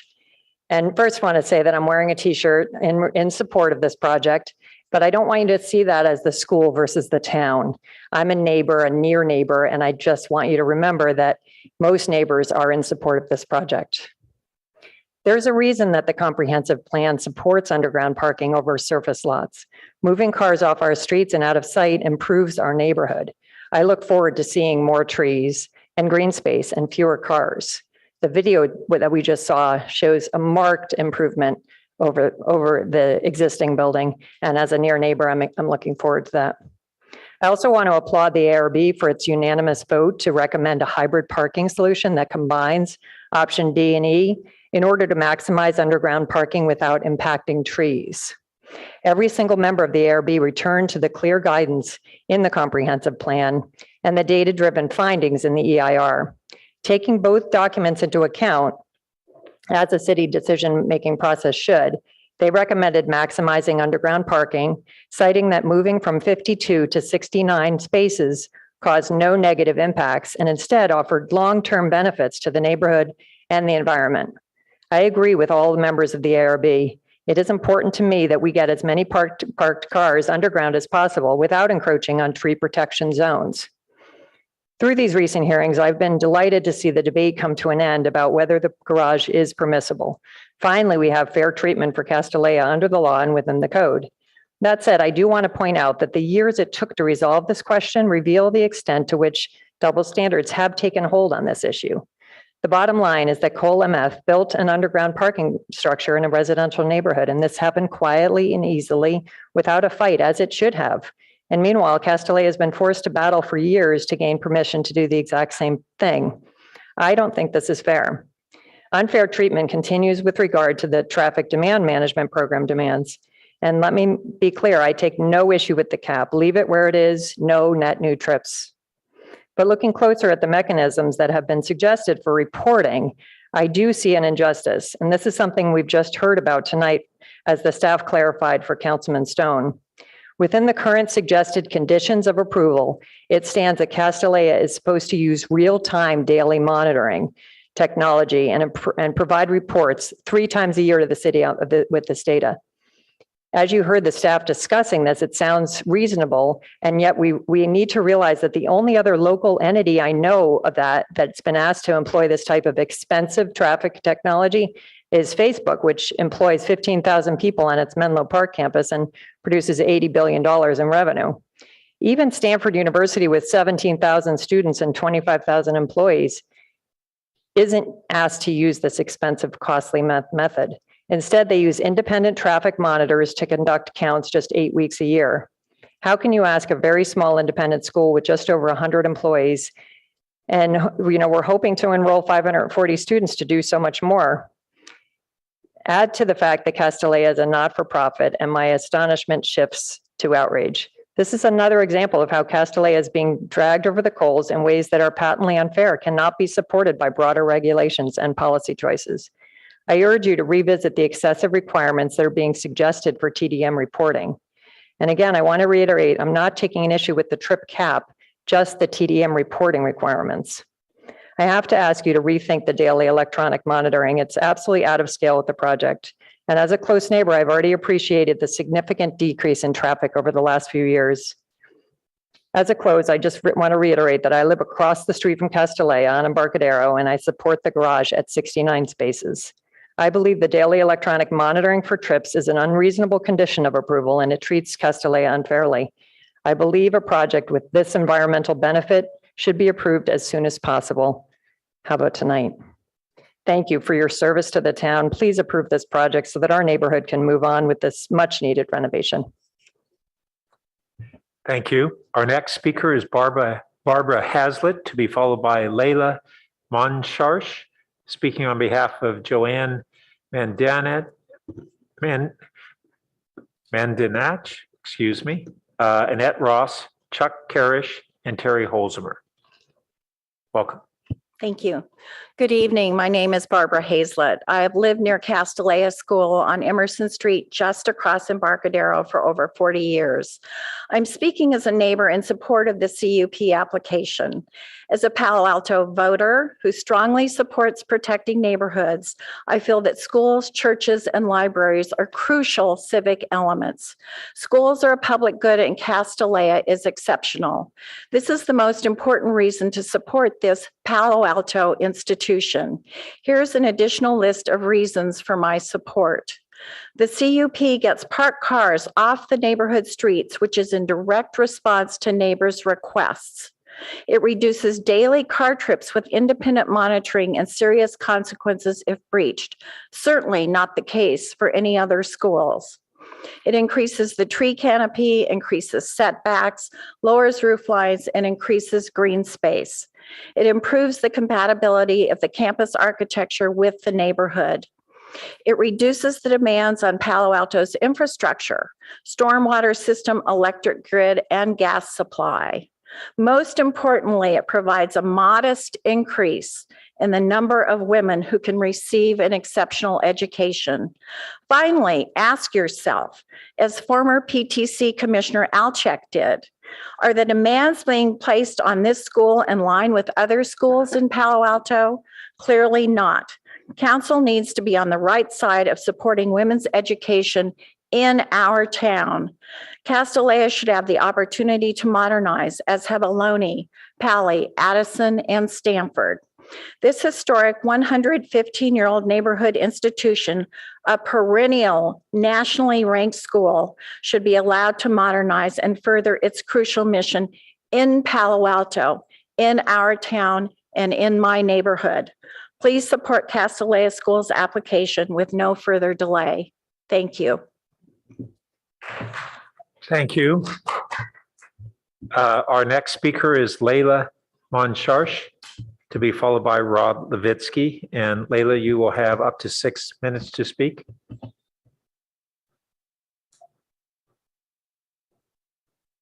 Is she speaking remotely or? Okay. Good evening. I'm Laila Moncharch. Can you hear me? Yes, we can. Okay, thank you very much. So I represent PNQL, as you know, and I wrote a letter on May 22nd indicating response to the conditions of the use permit. And so I want to get into the specifics of that. One of the reasons I think that this project has taken so long is because there's been a real absence of goodwill. It's as simple as that. I mean, I don't usually have to even be involved in things like this. I am because there's just so much ill will that you can't dig through it to get to the real issues of what needs to happen. And that kind of goes to Castellea, not the neighbors. Castellea is in business and it's their job to figure out how they want to proceed with the public in the city. They've chosen to have two big law firms. And so there you go. And a lot of parents and so on, instead of doing what they probably should have in the first place.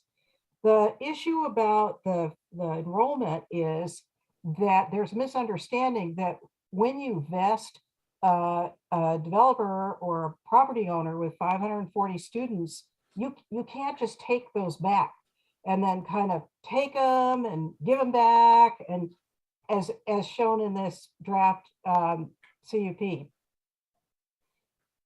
It's more expensive to do it that way because the minute you start taking students away from them, the city's going to get its eyes sued out. It just doesn't work that way. So the real reason behind doing a modest increase and then allowing some time to go by, which is going to happen anyway, it's unlikely that any school would just toss 25 students into their school. You got to make some preparations for those 25 students. So really the better way to handle it is to not vest the 540 students at this point, but to vest a smaller number so that you can then go from there to an amendment to the use permit. And there are different ways to do that amendment. Doesn't necessarily mean it has to start another 6 years of fighting, but you're going to have a good long period of fighting and in court if you start to vest now and then start pulling students away. Yeah, it was okay this time because the school admitted its violation of the enrollment. They may not admit it next time. And that's where it all starts getting very expensive and time consuming. Another thing I noticed is there's been no agreement by the school to these use permits. I thought when Ms. Kaufman stood up, she was going to do the routine of putting on the record that she was in agreement and that her school would abide by these conditions. Now I'm hearing from speakers that nothing could be further from the truth. They're still fighting. One of the biggest problems with the TDM that I see on these conditions is it depends on self-reporting, which is a really bad idea because, you know, they're not necessarily going to come and tell the city, oh yeah, we violated the permit this way and that way. That isn't what happens. So the workaround and how to fix that is to have a traffic engineer retained, picked by the city. Don't want to have self-picking either for the auditor on enrollment or on the traffic management. And then take item number 24, that list of all the things that should be checked upon. And what you do is all those ones that can be observed. You have a traffic engineer come in, take all those items, they go on to a matrix, and the traffic engineer makes unannounced visits periodically, more often in the beginning than later on, and then checks those boxes that where there's compliance, has a place to make comments. One of the things that traffic engineer should be looking for is whether students are dropping off around the area of the campus. That's part of what he does. So, you know, that's a major improvement over what you have in these conditions that are being proposed. These conditions also, so it's a much better set of conditions. I want to congratulate Mr. Late for really doing a much more thorough and professional job with these conditions. I just think that where they need a lot of improvement is on the TDM and on the penalty section, including the enrollment. And I talked to both of those. Couple more points. I listened to the council's questions on community engagement. You know, it's actually Councilmember Greer spotted it. It's a big issue when you're picking representatives. And I don't see any reason why the TDM process for picking a committee can't be the same for all of it. And yeah, I mean, we actually had that left open in a conditional a permit. And what happened was the school got to pick. So what did it do? It picked neighbors who were parents, you know, to be the neighbor representatives. And that turned into a fight. So you just get around that by having the planning director figure out who are the objective people. And those are the ones that get appointed. And you go from there, but you let all the neighbors participate. You can do that with annual or semi-annual meetings. So there are a few suggestions, and there are a lot more clarifications I'm asking for in my letter that's going to make this better for both sides. Thank you so much. Thank you. Our next speaker is Rob Levitsky, to be followed by Maya Blumenfeld. Welcome.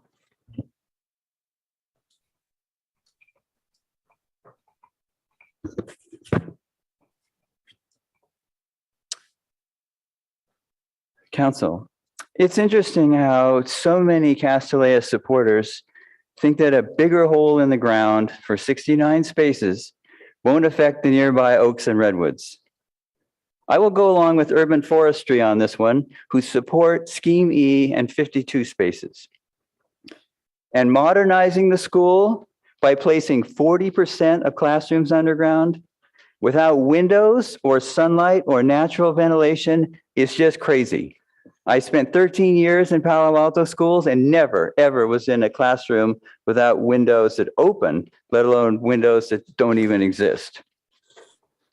This project is just a game of Moneyball. $56,000 per child per year. Every 18 kids is $1 million. Adding 125 kids, the difference between 415 and 540 is $7 million a year extra. Money is why the school has cheated on enrollment for the last 20 years. City Council last March tossed the enrollment question, a very hot potato, to the PTC. The PTC, after studying the issue for a year, came back with 450 as a start for perhaps a couple years, trying to evaluate impacts. The planning department, strongly biased in favor of 540, cooled off the hot potato by recommending that the council completely ignore the advice that the council had sought from the PTC, and instead allow up to 540 students without any further study. How could the neighbors possibly stop this project with so much money on the line? Has it mattered that square footage limits for buildings are exceeded by 50,000 square feet? No. Has it mattered that they propose an underground garage that's not allowed in R1? Has it mattered that the garage encroaches into the Melville public utility easement? It doesn't matter to the city manager. Thank you. Thank you. Our next speaker is Maya Blumenfeld, to be followed by Bill Ross.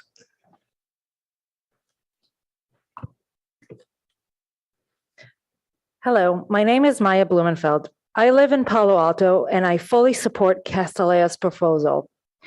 I support the development of our public schools where my girls attended, and I also support the development of Castellea. I live off Embarcadero, so I am very aware of the traffic that passes through Palo Alto each day. I am also aware that Castellea's hopes to enroll 540 students are entirely contingent upon daily trips to campus remaining level. So if traffic increases, the school has to cut enrollment. You can approve opening more opportunities with no risk of increased traffic. The school will have to earn each enrollment increase by making an even bigger commitment to ride sharing, public transportation, shuttles and buses, walking and cycling. Finally, please do not support a plan that requires Castellea to continue to return to the city for new CUPs or mini CUPs or any kind of annual approval process in order to enroll more students. This process has been divisive and costly, and there is no justifiable reason to repeat it on a regular basis. The traffic cap itself and the built-in consequences provide internal limits. Please support Castellea's plan. Thank you. Our next speaker is Bill Ross, to be followed by Cindy Chen. Good evening. I'd like to identify myself with the written comments questioning the staff analysis of the variance code provision of the municipal code. It's associated with attachments C1 and 2.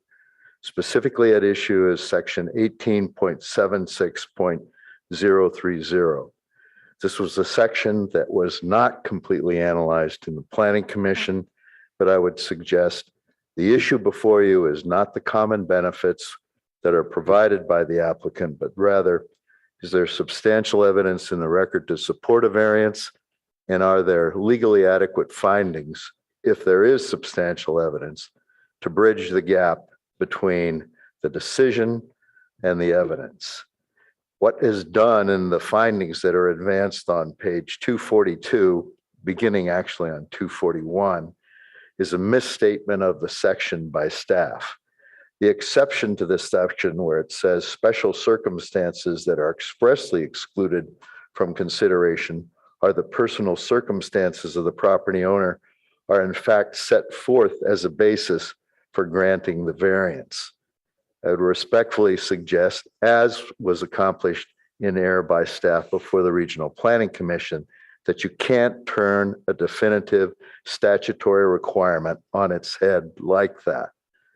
One of the things that's advanced in policy implications in the staff report is the indication that there's no perfect solution or list of conditions of findings of fact that will appease all parties. This is not a question of appeasement. It is a question of whether the applicant is going to be held to comply with the law like you, me, Facebook, or anyone else. I would submit that the recommendations by staff and attachments C1 and C2 do not comply with the law. Thank you. Thank you. Our next speaker is Cindy Chen, to be followed by Eduardo Liach. Welcome. Good evening. I'm one of the many neighbors near Castellea who supports the underground parking. I am happy to see that this process has validated that the garage is indeed permissible. With no additional impact on trees, with an additional 17 spaces are added, the members of the ARB unanimously agreed that the garage should have 69 spaces rather than 52. Both the comprehensive plan and the EIR favor underground parking over surface lot whenever possible. Both are essential resources to guide this process. 3 years of research and analysis went into the EIR. As someone who bikes everywhere, I look forward to the day when the cars now lying Bike Boulevard are moved below ground. There have been many comments about noises from events. I love the sound of a vibrant community. A few weeks ago, I heard an announcer say, "Boys 200 meter" from a Palo track meet. This brought a smile to my face. This is much better than the silence during the COVID shutdown. So I encourage you to think about what it means to live in a vibrant community. Castellea has made countless concessions, moving the garage exit, changing the design again and again, moving the pole, revising the loading area, changing the facade on Bryant and Kellogg. The small number of critics, rather than moving forward in a similar good faith, have continued to move the goalpost along. Who do you trust? I encourage you to think about this process and how we could come to a solution. Thank you very much. Thank you. Our next speaker is Eduardo Lach, to be followed by Carrie Yarkin. City Council, city staff, everybody here in Oh, attendance. can you move in front of your mic?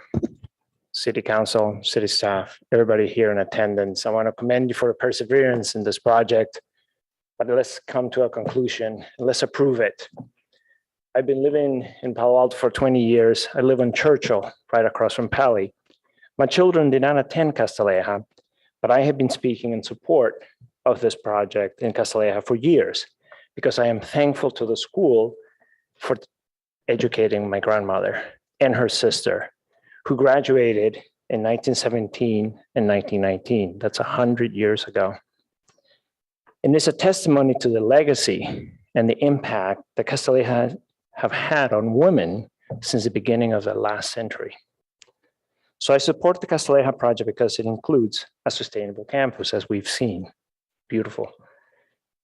Huge aesthetic improvement from the neighborhood, and it's not adding above ground square footage, but it is providing more educational opportunity with no new traffic for the neighborhood. Now I want to focus on this issue, that the school can enroll more girls, like my grandmother, and offer more educational opportunities without increasing traffic. The school is asking for permission to try to gradually grow to 540 students as long as traffic remains the same. There is no risk here for the city or the neighborhood. I support this risk-free condition of approval. But I take issue with the real-time monitoring system, an incredibly costly solution that is not at all justified for the scope of this project. Stanford, a school that has at least 32 times as many kids as Castalia has, doesn't have to go through this. They only get monitored for 8 weeks a year. So why, if something is as good for Stanford, can it be as good for Castalia, which is 1/30 the size? Thank you. Thank you. Our next speaker is Carrie Yarkin, to be followed by Rita Varel, speaking on behalf of 5 others.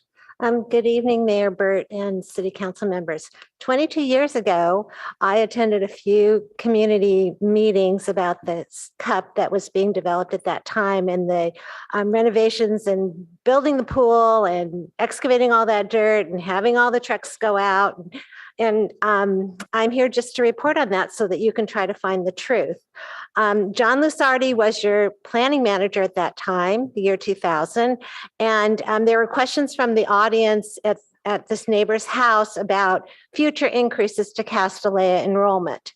And this was a big project that they did. I mean, you may not remember this, but 22 years ago, that pool and moving the buildings and adding more buildings, it was huge.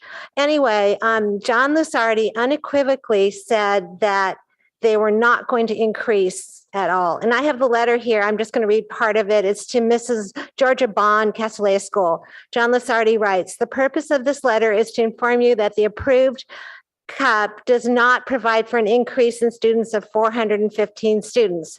Any subsequent requests for additional students will not be favorably looked upon by the city." And then it goes on to say, "The city is not willing to continue to approach increasing school enrollment for Castalia School in an incremental manner." That's in your files. I don't know why the planning department never found that. So I don't think that you should reward Castalia with more students when they have lied and misrepresented their true enrollment numbers for over 15 years. I look to you, the city council, to uphold your planning staff, John Lusardi, with their verbal and written agreements to Palo Alto neighbors. We should not be wasting 6 years of everybody's precious time and energy if you, the city, that means you, had upheld the CUP.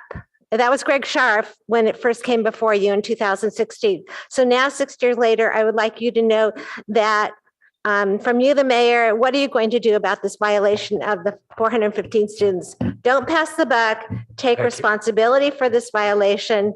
While hearing all the comments for and against, apologize to the neighbors for making them spend 6 years, thousands of dollars, I'm almost done, hundreds of hours rebutting all this erroneous information to stand up for what is right. Thank you.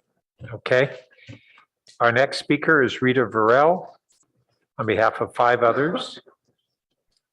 Okay, so that was kind of a good lead in because I've been very concerned about the 2000 cups also. And I would just like to add to Ms. Yarkin's statement that in that letter and in both cups, there was a note that if a violation of any of the terms of either cup were discovered, there was supposed to be a meeting, and I do not believe either meeting ever occurred. But I wanted to start on what I had written. On 5/22, I emailed you each a comprehensive letter analyzing the 2 use permits granted to Castellea in 2000. Sorry, the timer is stuck. There we go. Go right ahead. Oh.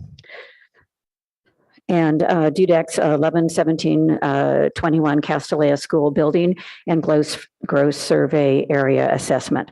The documents that I mentioned above were attached. I spent over 30 hours going through these documents and writing what I hope was an acceptable letter to you. I don't know if you've had time to read it or not, but I do hope that you will review these documents in my letter before you make any final decision. The letter, but not the supporting documents, were also posted in response to the Weekly's 5/17 article on Castellea. The public, if interested, can read my letter there. And I would really encourage all the neighbors here supporting Castellea to go and read that, because it really is comprehensive and explains why we are here today. Over the last 5.5 years, the City Council, ARB, and PTC decisions and recommendations have been based on grossly inaccurate and false gross floor area supplied by Castellea, but never verified by staff. We are not discussing an excess of a few thousand feet, but an excess of 47,000 square feet, or 58% over what is allowed. Not until DUDEX 11/17/21 Castellea School Building Survey and Gross Area Floor Assessment was released by Castellea's accurate existing GFA known. The City Council has at least one attorney, Mr. Stone, and several council members who are experienced in either running their own business or business negotiation and contracts on a very high level. If a private individual, if as a private individual, you were consistently provided vastly incorrect information crucial to negotiations, would you not reevaluate these negotiations once accurate information was received? Elon Musk did with Twitter. It is no different with Castellea. I therefore ask you, the City Council, on an ethical, if not legal basis, to reconsider, if not rescind, your 3/29/21 motion to staff about Castellea's underground garage and associated square footage. It may be politically embarrassing, uncomfortable, or even dangerous to your personal political career. But City Council members were elected to serve residents and not special interests. Do not give Castellea a variance for gross floor area and encroachment into the Melville Public Utility Easement, or a text amendment, which is really spot zoning, for an illegal in R1 neighborhood garage, underground garage. Each variance, text amendment, or encroachment given to Castellea reduces each neighbor's rights, their property values, and quality of life protected by our comprehensive plan and safeguards. I believe the code also has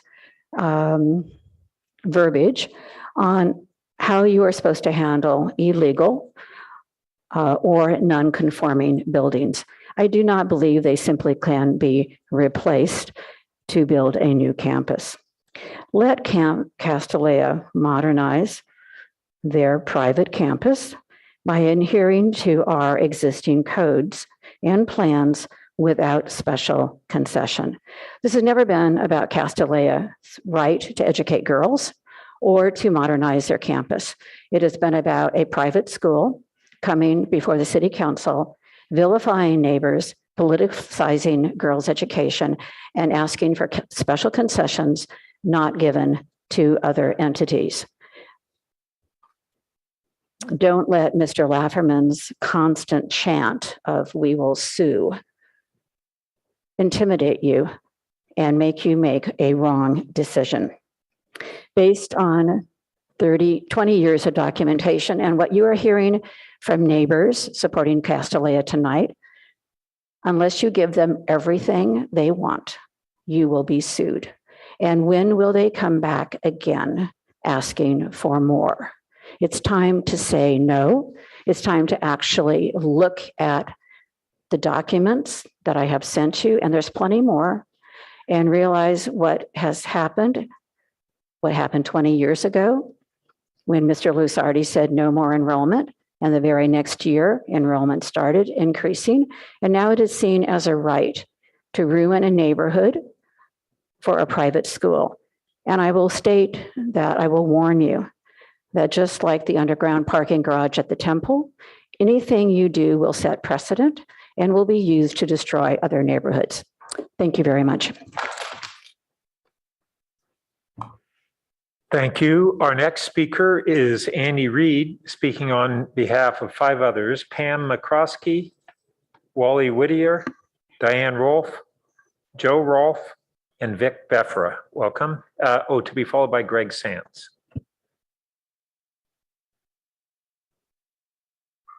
Thanks very much, Mayor Burt and Council, for your consideration of this difficult project.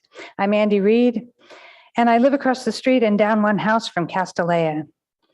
I'm a proud member of the handful of neighbors who actually represents virtually all the surrounding neighbors around Castellea. Those that have lawn signs are all but, I think it's 18 are PNQL lawn signs, because we opposed the scope of the project, not the school. I think there's one Castellea lawn sign supporting women's education.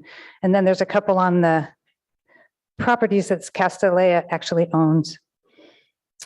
I'm also going to align myself with Mr. Bill Ross, who did a really good job of taking my speech. So I'm thrilled about that, because he does a much better job than I do. I will go on to, although I have neighbors supporting me, I'm going to make it short and respect your time. There's been new information published since you last reviewed the Castellea expansion. 5 years into the process, we learned that the school is much more overbuilt than previously known. The Dudek gross floor area study, published in November 17, 2021, as Rita's referred to, it came after your last meeting. So although it was also published prior to the last 5 planning commission meetings, the commissioners weren't allowed to discuss it. There's a pattern of adding buildings without tracking the square footage, in the early days. And then even after the current code was in effect, the arts building was built in 1998 and the gym in 2006. And both of those were miscounted when they were reported. I hope you are allowed to discuss this. It has been my understanding that you elected officials are the decision makers in charge. I will skip my discussion of my legal issue 1, which is the way the Castellea increased their own site size, but you aren't allowed to see that in the findings that are presented to you about the variance. I'm showing you here this cool chart. And what it represents is more than 14,000 R1 parcels and their related allowed gross floor areas. So the numbers on the left represent gross floor area in square feet, and the numbers along the bottom represent lot size in square feet. And the straight line going up shows the incremental increase in square feet of allowed gross floor area with the increase in lot size, as you would expect. The blue dot at the top right shows where Castellea's proposed project comes in. Variance code section, this is legal issue number 2. The variance code section 18.76.030C2 states that granting of the application shall not constitute a grant of special privileges inconsistent with the limitations upon other properties in the vicinity and in the same zoning district. Yet you are being asked to allow a variance because Castellea complains that they cannot use their parcel like others in the same zone. This is clearly not the case. The proposed project is shockingly outside of what's allowed. And this doesn't even include the underground garage square footage. Thank you. You can put it down now. The school could accommodate their own development and not require these exceptions. There's plenty of room in the interior. By moving a pool from a mostly interior location to a location 20 feet from Emerson Street, 60 parking spots disappear. Once the school has caused this parking shortage, they propose an underground garage that in the end does not increase parking beyond the current 89 on-site spots. Neighbors want the school to modernize. We just don't want increased traffic and other impacts. We don't want an underground garage exiting into Emerson at an already very tricky three-way corner facing Melville. And we want fewer nighttime and weekend events that are being held now.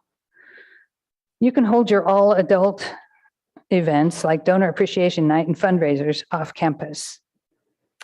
Please require that Castellea stay at 450 students until they can prove their TDM works, not require the residents to fight getting enrollment lowered after the fact. The school is adamant they will not increase impacts. You've heard all these people say trips are kept, so it shouldn't be a problem. If the school balks, then you have to ask if they really think they can avoid increasing impacts. Put the risk on the school. Thank you for your time. Thank you. Our next speaker is Greg Sands, to be followed by Aaron Holsinger.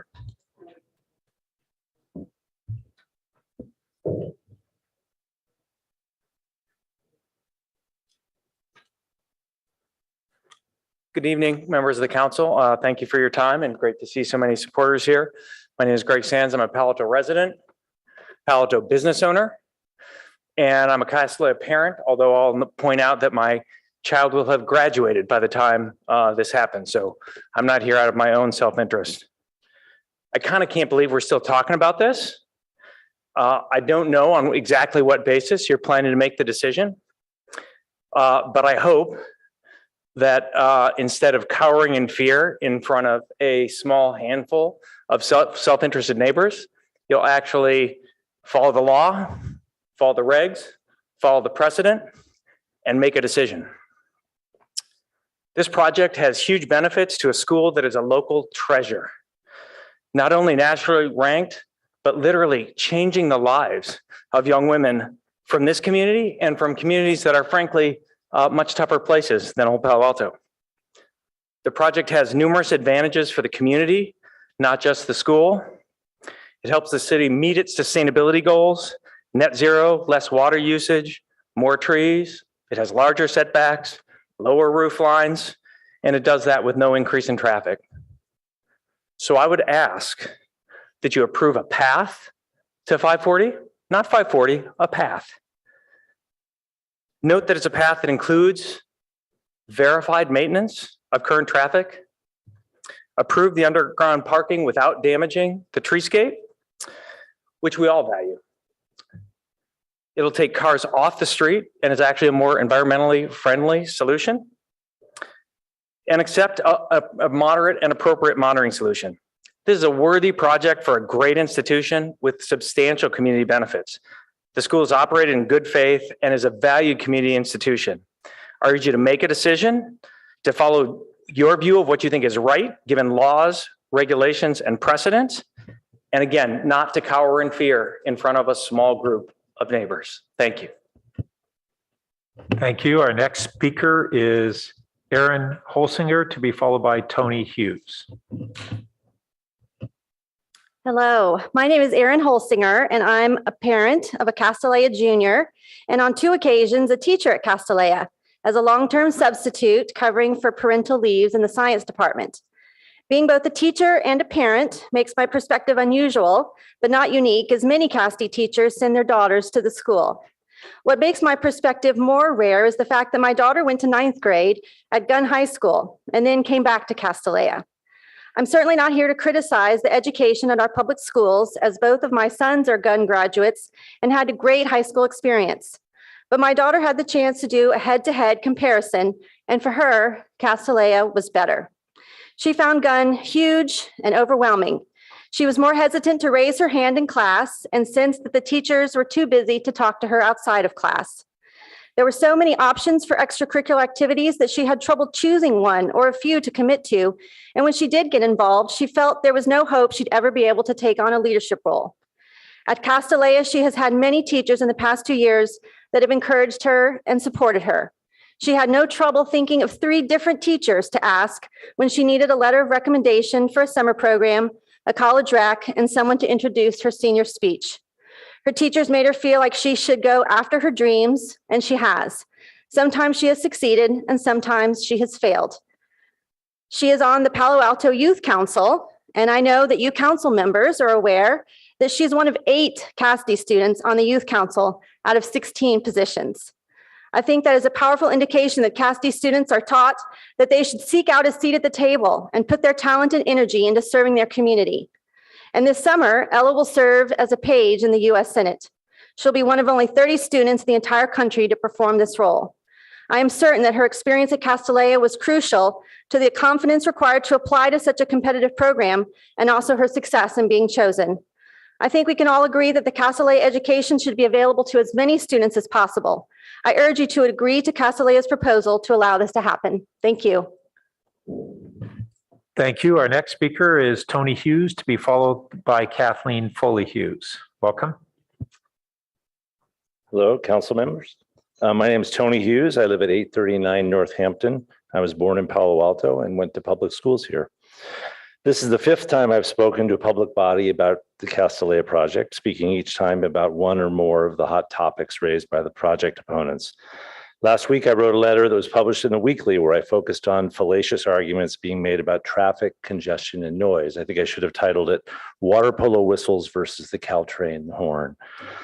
Tonight, in 2 minutes, I can't recap the substance of all those remarks, but what I can say as a lifelong Palo Alton and a father of a daughter who benefited tremendously from an all-girls middle school and high school education is that my support for Castellea and this project is unwavering.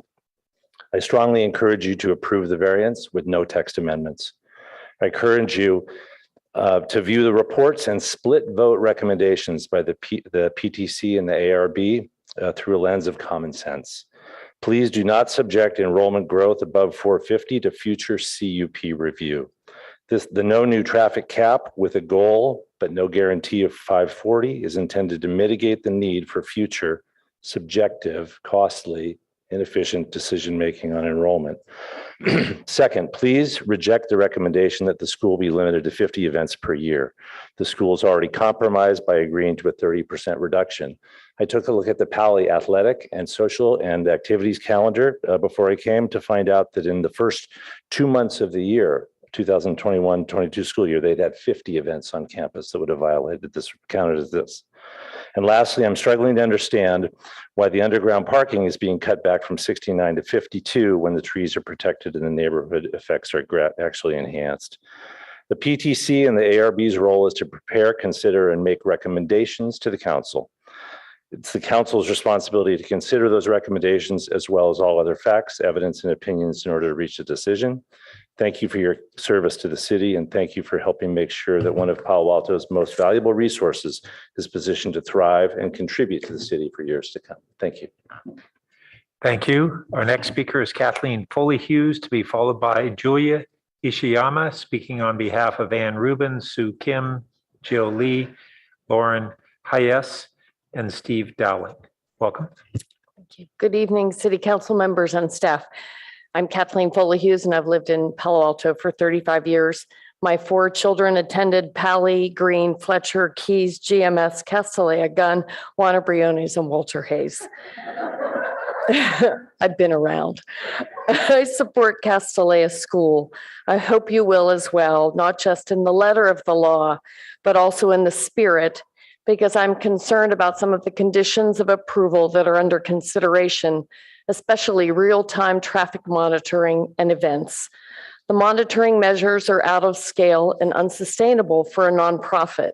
I run a nonprofit, and I know that unnecessary costs can be crushing. Real-time monitoring is used at companies with tens of thousands of employees. Even Stanford uses a less involved, less expensive method. To require this expense would be approving the proposal in letter, but not in spirit. Similarly, if you cut events to 50, I want to point out the injustice of this notion. No other school in Palo Alto, public or private, has such a stringent limit. And cutting this many events out of the school calendar would be hollow support. The school deserves support that will allow its community to remain strong. Tonight, I hope you will remember that Castellea is a very small school that wants to become slightly larger without adding traffic. Thank you for your fair and serious consideration. Thank you. Thank you. Our next speaker is Julie Ishiyama, speaking on behalf of 5 others, to be followed by Leanna Hunt. Welcome. Good evening, and thank you for your time. Tonight's discussion comes down to trust and accountability. Holding Castellea accountable, requiring that the school keep its promises in order to increase enrollment, is an important mechanism for rebuilding trust in our community. And in turn, we as a community put our trust in you, our elected officials, to hold yourselves accountable to best serve the public interest. Tonight, I am placing my trust in you all to engage honestly with Castellea's modernization plan. After 6 years of evaluations, revisions, and multiple approvals by the ARB and the PTC, I have to believe that you continue to consider this project in good faith, seeing a path to an eventual enrollment of up to 540 students built on mechanisms that hold the school accountable. That was the original guidance you gave, and Castellea, for its part, has sought meaningful compromise with both the city and hesitant neighbors in order to find a way forward by reducing the garage footprint, re-examining parking, adhering to stringent traffic restrictions, and going the extra mile on everything from tree preservation to roof lines. As a near neighbor who passes by the school at all times of day, I've personally observed their TDM efforts and the resulting quiet streets. This is what it looks like to demonstrate good faith and build trust with the neighborhood. On the other hand, as you're hearing this evening, some neighbors are clearly unwilling to work towards a positive solution. They relitigate old grievances and make demands that are designed to be onerous rather than to achieve an actual resolution. They look for technical or procedural grounds to delay and insincerely couch objections as concern for student well-being. Now, in raising an easement issue already resolved by the city's public utility department, they're once again asking you to move goalposts in a way that I believe would break public trust, and I urge you to stay the course here. I fully support the proposal for Castellea to grow by only 25 to 27 students per year, 6% annual growth contingent on no increase in daily trips or peak traffic. And I support holding them accountable with no growth and even an enrollment restriction or reduction if traffic increases. Under this proposal, 540 students is not a promise, but an aspiration. It is, however, a worthy and appropriate aspiration. Castellea is part of the fabric of Palo Alto, and you know as well as anyone how quickly our community has grown. Since Castellea's last CUP was approved, Pally's enrollment increased by 584 students. That's more new Pally students than the total student body that Castellea ultimately seeks to reach. And I fully recognize that Pally is a public school whose growth doesn't require approval. But I appreciate that that traffic increase and mild neighborhood disruption was absorbed in our collective growth as part of the cost of educating more young people. And I would really hope that a similar balancing test and consideration of benefits would be applied to Castellea's comparatively minimal increase. I will say from personal experience that those benefits are real. And to me, and hopefully to my community, they have real value. My Castellea education made me an engaged citizen. It's the reason I'm here this evening. It's the foundation for the work that I do on behalf of progressive organizations and issues that I believe in. And it's enabled the achievements and contributions of many of my talented peers who are making a difference in fields from policy to medicine to education, where they're directly paying for the opportunities they received here in Palo Alto, thanks to Castellea. To be clear, other than lasting support from beloved teachers, I don't receive anything from Castellea. I have no children applying to attend. My personal stake in this is through. As an old Palo Alto resident, my rational interest is in the quiet enjoyment of my neighborhood and the overall quality of my town. But I strongly reject the us versus them narrative that paints Castellea alums in opposition to Palo Altans. I am both, and I am one of many. We vote here, we pay taxes here, we own homes here, and we are not biased but knowledgeable, understanding thoroughly the value of both the school and this city.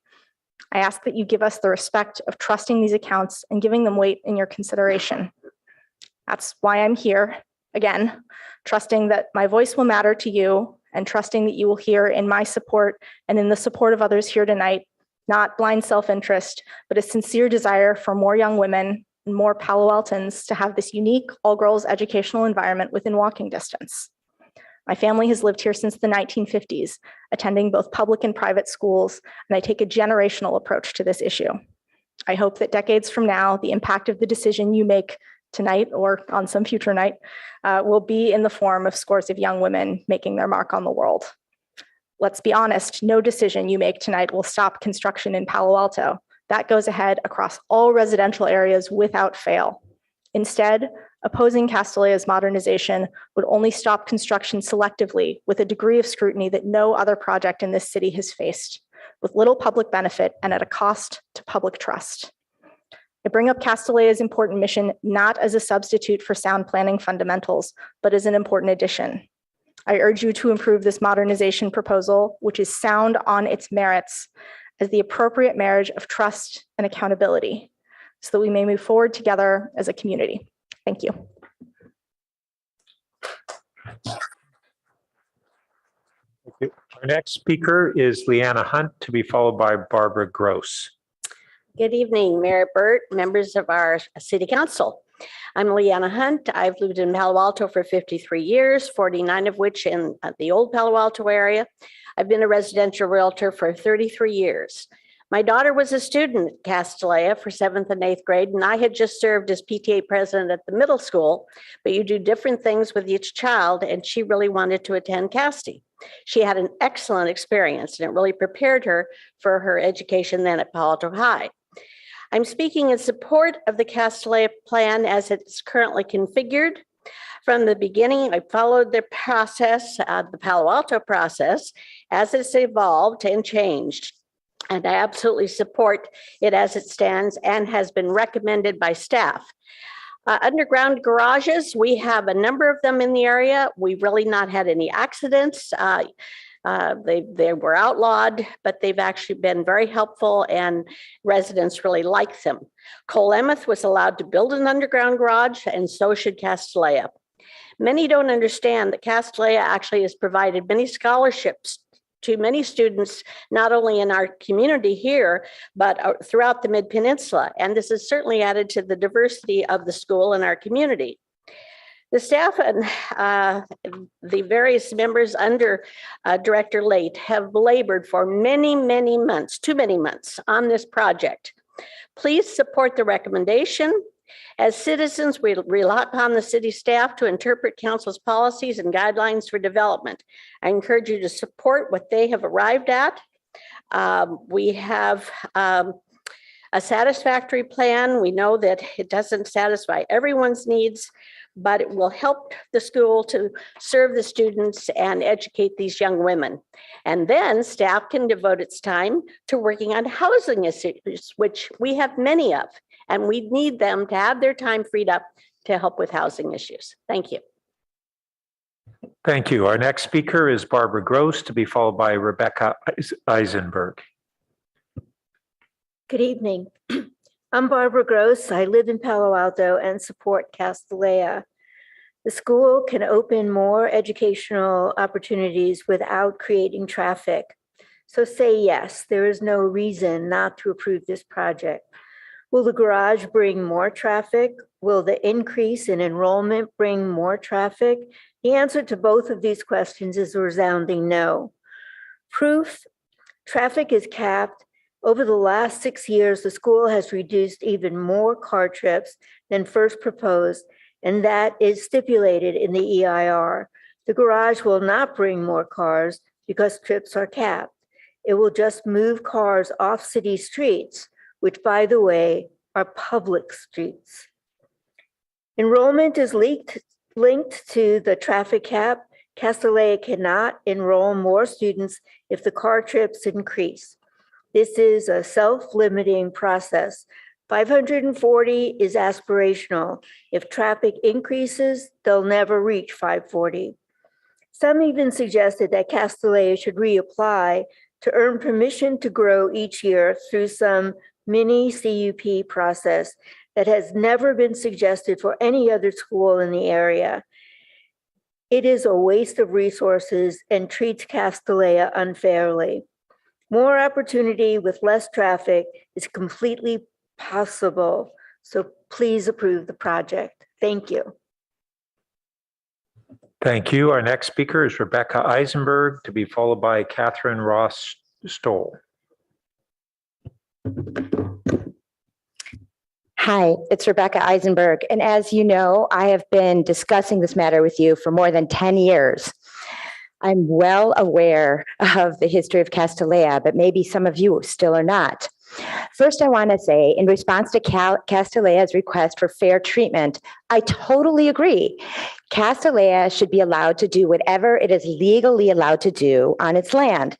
What it's legally allowed to do is operate 55 single-family homes on that land, and it has the right to do that. It has no legal right to operate a school on a R1 zoned area on 55 R1 zoned lands. And I'm super surprised from this council that has promised to protect single-family homes and neighborhoods, that you would forget that as you continue to give away our public streets like Melville, our public utilities, and services of every single public department, including most egregiously the millions of dollars in time and effort spent by our planning department and this city council in even discussing and analyzing a conditional use permit that you were not legally allowed to process. Because in year 2012, as others have pointed out, when Castellea was undergoing permit revocation hearings, when the neighbors finally discovered and shared the information that Castellea had been lying and willfully violating its own conditional use permit for 20 years, the Jim Keene, the then city manager, began revocation hearings, but Nancy Kaufman got him to stop by threatening litigation. And only after Jim Keene left and after the lawyers on the letters written by the city then went to work for the law firm that now represents Castellea, did this Castellea then agree not to file again. The laws should apply to Castellea like they do to the rest of us. Enforce them or we will sue. Thank you. Our next speaker is Catherine Ross Stoll, to be followed by Joshin Prophet. Hi, my name is Catherine Ross Stoll. I'm a Palo Alto native, and I moved back to Palo Alto 14 years ago. I was a student at Castellea in the late 1980s. There used to be a dorm at Castellea, and I, at one point, lived at the school for a while. Even back then, the classrooms, dorm, and other buildings could have used upgrades. A few years ago, I took a tour of the building that used to be the dorm. It is still the same old, very old dorm building. It's part of the building along Kellogg. But with the same old building, but with the interior walls shifted around a little to form classrooms instead of dorm rooms. It was pretty sad to see it that way. I mean, sad in that they deserve better classrooms. 35 years after I was a student there, there's still a question of whether or not the school should be allowed to renovate or replace their buildings. The answer is yes, they should be allowed to do it, and soon. Please support Castellea's plan to modernize their campus so they, in turn, can support the next generation of women. Thank you. Thank you. Our next speaker is Jochen Prophet.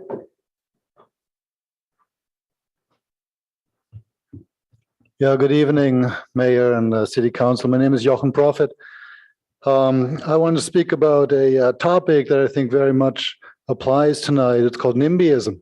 And if you don't know what that is, I assume you're familiar with the term "not in my backyard." It often represents cases in which residents support a cause, but just not in their own immediate neighborhood. The New York Times has actually called out Palo Alto as a bastion of rich lefty exclusion, a place where people march for equality but don't seek in their communities, usually because even the slightest inconvenience is considered to be too burdensome. In the debate over Castelia, this NIMBYism has been showcased. Many of the opposing neighbors would likely support women's education. I truly believe they do, particularly for under-resourced young women. But in their own neighborhood, when a school wants to create such educational opportunities, these neighbors say, not in my backyard.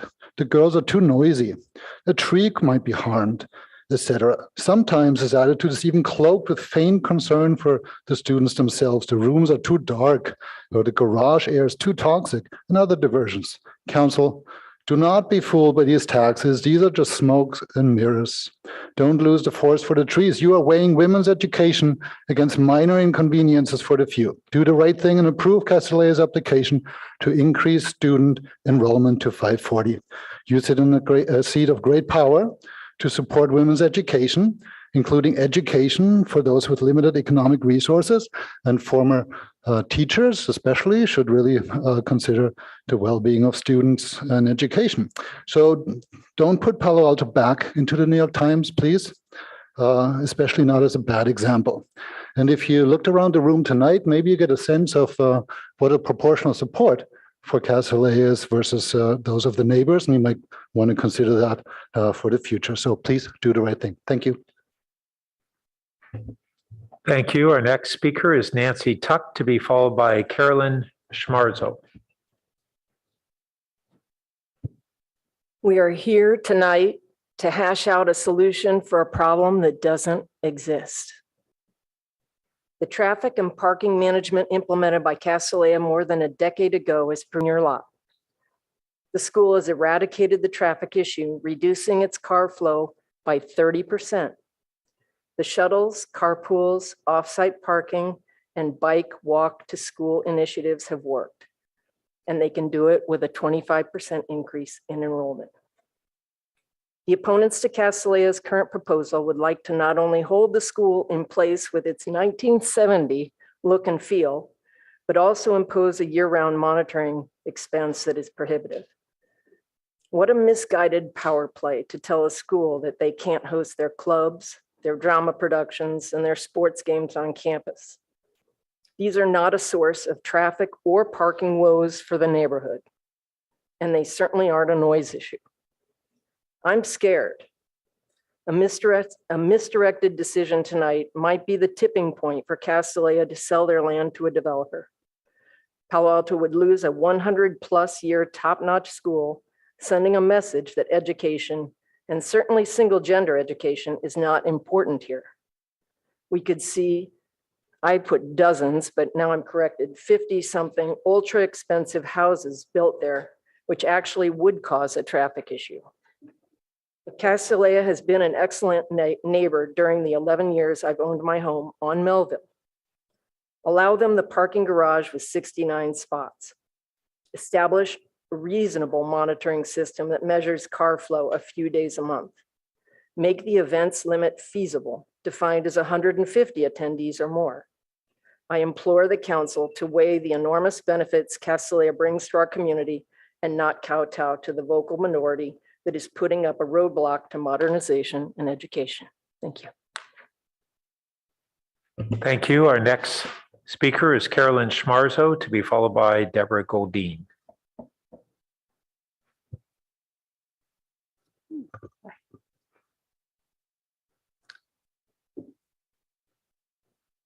Honorable City Council, I live 3 blocks away from Castelia. This proposal offers 0 benefits to the citizens of Palo Alto. There are 0 facilities available for music, art, sports, not even a walk through the campus. There are 0 tax revenues. Neither business nor property taxes are collected. There are 0 enhancements to the neighborhood. It turns the neighborhood into a construction war zone. Unhealthy air filled with particulate, lack of trees, and gross sound pollution, and it will turn it into a war zone construction zone. 0 traffic improvements. I'm sorry, am I the only person here who says 450 more people plus people? Are you not hiring more teachers? And you're going to tell me that there's less traffic? I think this is called magical thinking. There are also 0 offers of any financial mitigation to repair the destroyed infrastructure that results of the industrial construction, even the loss of value in neighboring properties. Those streets are going to need to be rebuilt. They're going to need new streetlights. Who's paying for that? The tax-paying property owners in Palo Alto are. In 2013, Crystal Springs School possessed the integrity to acknowledge that the damage their proposed expansion would cause to the city. They offered $1 million to the city as mitigation. Dear City Council, if you are unable to represent the interest of Palo Alto by voting no on this proposal, then please protect the city by requiring a minimum of at least $1 million to help mitigate the damage to the city and its neighbors. Thank you. Thank you. Our next speaker is Deborah Goldine, to be followed by Jeff Levinsky. Good evening, Council. I have been listening to the comments and I have a few thoughts. Comments made by the Council and by members of the public, and I have a couple of thoughts. I don't know why Council is asking about noise from the city, from the building and the people, the traffic, because they can't enforce their own gas leaf blower ordinance. I don't know why they're worried about traffic around Palo Alto, around Castellea, because Palo Alto is now swarming with Amazon trucks and Uber Eats drivers. I kind of wonder if we live in the same city sometimes. The focus on minutia is astounding to me. Initially it's like, oh yes, well, this is the Palo Alto process. And then it was like, this is a little bit much. And now I'm like, this is crazy. It's obstruction, and that's all I can think of that it is. And this obstruction, as far as I know, is coming out of people like Palo Alto area neighborhoods, which is PAN, which, in case you don't know, it doesn't represent the majority of us. That's just obstructionist. And I know being obstructionist is easy. It gives people a sense of power. It's easy for you. But being obstructionist and making an obstructionist decision is cowardly. And it's trashed the city. Now, I've lived here longer than probably any single person on the council has. And I've watched the city go down the tubes, really, truly. And everything that has diminished the quality of life in the city has been from obstructionist decisions on the council. And this one right here, the way it's been treating Castellea is no different. Frankly, as a resident, a longtime resident, I am embarrassed and ashamed by the way my city has treated Castellea. Thank you. Thank you. Our next speaker is Jeff Levinsky, to be followed by Diane Morin. Good evening, everyone. You know that over the years, compliance has challenged Palo Alto. Sometimes that's because of inadequate enforcement, but often it's because the requirements weren't clearly written. So the city finds itself unable to achieve compliance. My letter to you yesterday detailed 7 problems with the proposed Castellea compliance plan. 1, you've been told that traffic will go down, but the details reveal that even dropping a student off on a street or parking nearby will not count as a trip. So total traffic could go up significantly, and yet the project could claim compliance. That absolutely needs to be fixed. 2, Castellea will be in charge of monitoring its traffic and parking. It should instead be an independent, neutral expert. 3, in addition to 5 major events, it appears Castellea can have 37 other events with up to 499 people each. That doesn't make sense. 4, you were told that everything has been studied, but there's actually no evaluation of how the underground garage exit buzzer and warning lights going off perhaps hundreds of times a day will impact neighbors on Emerson. 5, there's no plan to evaluate the outdoor water polo's pool's crowd noise, only its loudspeaker, even though the pool will be right across the street from residences. 6, As you have heard, noise monitoring for the pool will be only complaint-based. It should instead be continuous and automatic. And 7, all the penalties listed are waivable. They're all negotiable. They might not have any impact. So we might get 0 enforcement after all. Please use your powers to fix these problems. That will help assure a better outcome for all parties. Thank you. Thank you. Our next speaker is Diane Marin, to be followed by Roger Churchill, speaking on behalf of Kelly Gilbuena, Megan Gilbuena, Emily McElhinney, and Elka Teichman and Jody Lee. Good evening, council members. I'm used to saying Your Honor. I'm an attorney, as you know, and thank you for your service to the city. I was not expecting to speak tonight. I'm speaking ad lib. I'm speaking, therefore, anecdotally, and I realize that the word I'd like to use is confirmatory bias, which is what we have to be careful of, is that we don't make decisions based on our experience of life where we use evidence to support that. So basically, what I'm hoping is that I, who am a resident of Palo Alto of about 40 years, a business owner of about 30 years, I think, and also the parent of a child who was raised in the city. My child went to the local child care providers, but then went to the international school and then finally went to Castellea. I gave her the right as a independent thinker, a very hardworking child, a gifted to some extent child, to choose where she would go for high school. She chose Castellea after looking at 6 different schools, including Palo, and they all gave her scholarships. Castellea gave her a full scholarship for 4 years, a ride, as we say. She would not have afforded, I could not have afforded to send her to Castellea otherwise. She was thrilled because she wanted to be able to walk and bike to school. So based on that, I just want to reiterate what others have said, which is Castellea provides an enormous a treasure, a gift to the city to have an all-girls school with such attention given to their growth right here in the middle of our neighborhood. And I would ask, also let me point out that I lived when she was born within half a block because I rented from one of the leaders of the opponents to Castellea. So she was within a half a block there, and there were no problems with traffic then. And that was approximately 25 years ago, 30 years ago. And now I've been living in Southgate.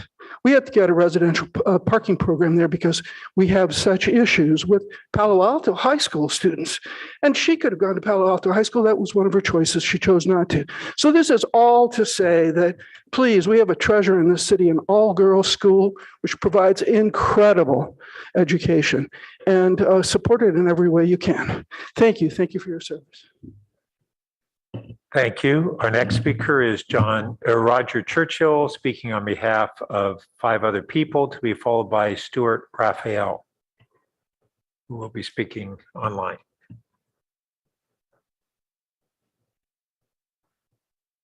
Is Roger Churchill either present in person or online?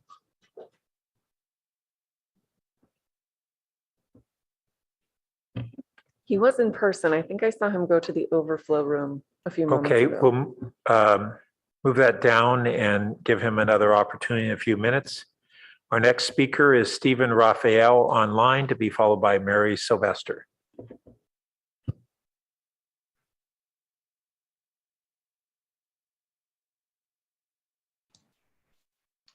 My name is Stuart Raphael. I live in Palo Alto and I support Castellea. I'd like to take this opportunity to address 3 issues: the variance, the facts, and the sustainability measures. Firstly, this variance is just another example of excessive hurdles. The school has permits that allow a certain amount of square footage for the purposes of operating as a school in the R1 zone. The school is now being asked to apply for a variance to construct less square footage than is currently permitted. Since when have applicants needed to ask for permission to get smaller? Secondly, relying on the facts, In the environmental impact report, traffic consultants found no impacts. But even if the consultants were wrong, car trips are capped, so traffic will not increase. These are the facts. Lastly, with sustainability as a priority in the State of the City address, please approve this campus. You have net zero energy, fossil fuel free, responsibly sourced building materials, high efficiency water systems, and new trees and native plantings. I have asked you before, and I ask you now, please recommend approval of this project so that opportunities for women can be expanded. Thank you. Thank you.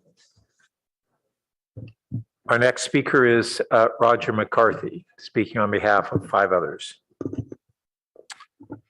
My name is Roger, excuse me. My name is Roger McCarthy, not Roger Churchill, so I sat there like a lump when my name was called. I have lived for more than 20 years about a mile from Castellea. I have no affiliation with Castellea School, past or present. In fact, I've never even been to the campus. For reasons of national importance, which I will explain, I have been coming to these cities' hearings for years to speak in support of Castellea's proposal. I guess what I'm struck with is deja vu all over again, or this is Groundhog Day. Every day the alarm sounds and we go over the same issues again and again and again. And we don't even appear to be able to agree on the facts, which is even more incomprehensible to an engineer. While we have argued over the relatively insignificant details of Castellea's plans, hundreds of young women, have missed the opportunity to study in an all-woman environment of an exceptional educational institution that every indicator predicts would have made them more successful in the STEM fields. And that's why I'm here as a representative of the STEM fields. I'm an officer and treasurer of the National Academy of Engineering and governing board member of the National Research Council and a director of the National Academies Corporation. I am painfully aware of that we need to increase the representation of women in STEM fields. While I realize that some girls gravitate towards STEM in the co-ed environment, my own daughter is an excellent example. I can't imagine why, given her home environment. Studies prove that graduates from girls' schools are 6 times more likely to consider majoring in STEM and 3 times more likely to go into engineering. We cannot expect the gender inequality in our country and our nation's institutions to change by doing nothing or doing the same thing over and over again. In Silicon Valley and around the world, we need more leaders, more women leaders in tech. Nothing unusual is being sought by Castellea. Conditional use permits are granted by municipalities to organizations like museums and libraries and schools and houses of worship every day to strengthen communities and provide valuable resources to nearby residents. But in Castellea's case, which has been around long before R1 zoning, and I'll briefly discuss why R1 zoning was invented in Berkeley in 1916, an exact year, to do one thing, to preserve an all-white neighborhood. Conditional use of permits are not intended to drive away educational and cultural assets. For NIMBY reasons alone, and NIMBY's already been adequately discussed, and we certainly are the capital of that. This conditional use process in Palo Alto is being manipulated in relation to this project, especially since so many conditions are being suggested would apply only to Castellea and not to other schools, museums, libraries, or even houses of worship. The question of events is an excellent example.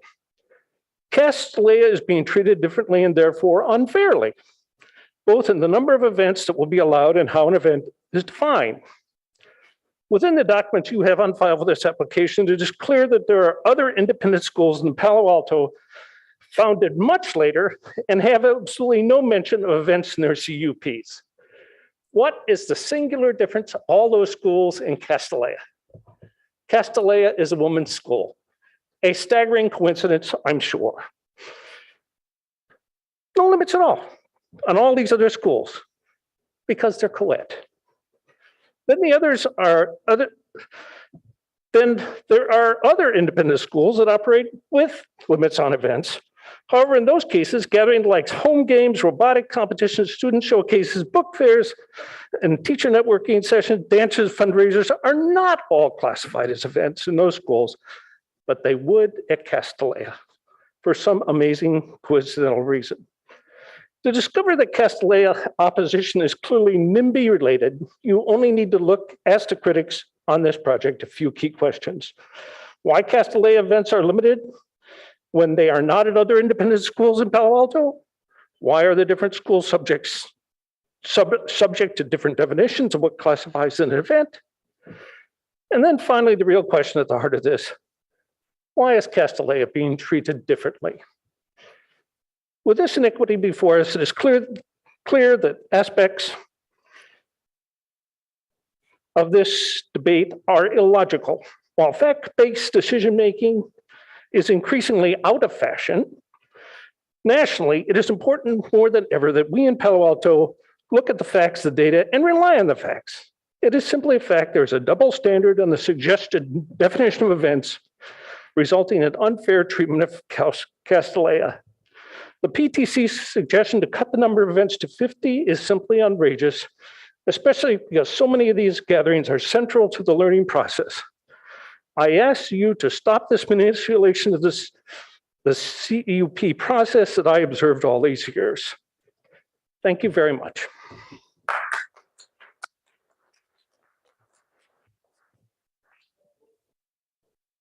The next speaker is Mary Sylvester, to be followed by Roy Maidan.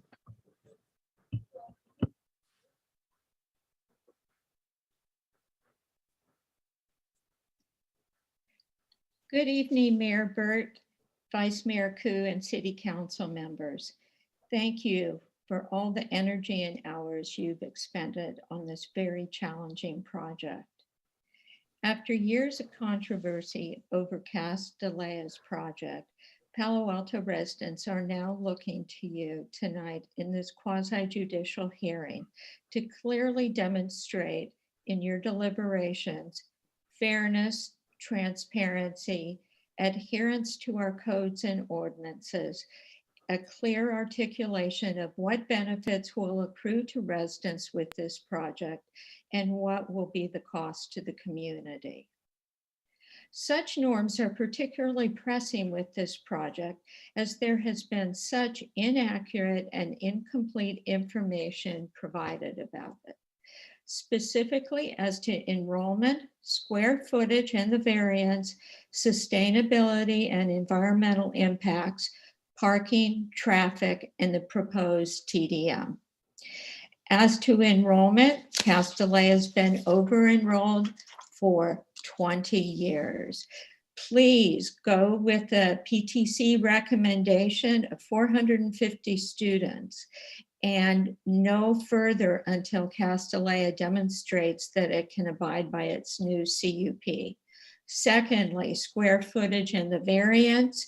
When City Council last reviewed this project in 2021, the school square footage was registered at 109,000 square feet.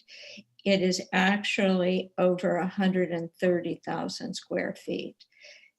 Please do not approve the variance based on inaccurate square footage and don't allow Castellea to benefit from its choices of merging lots and being granted the 200 block of Melville.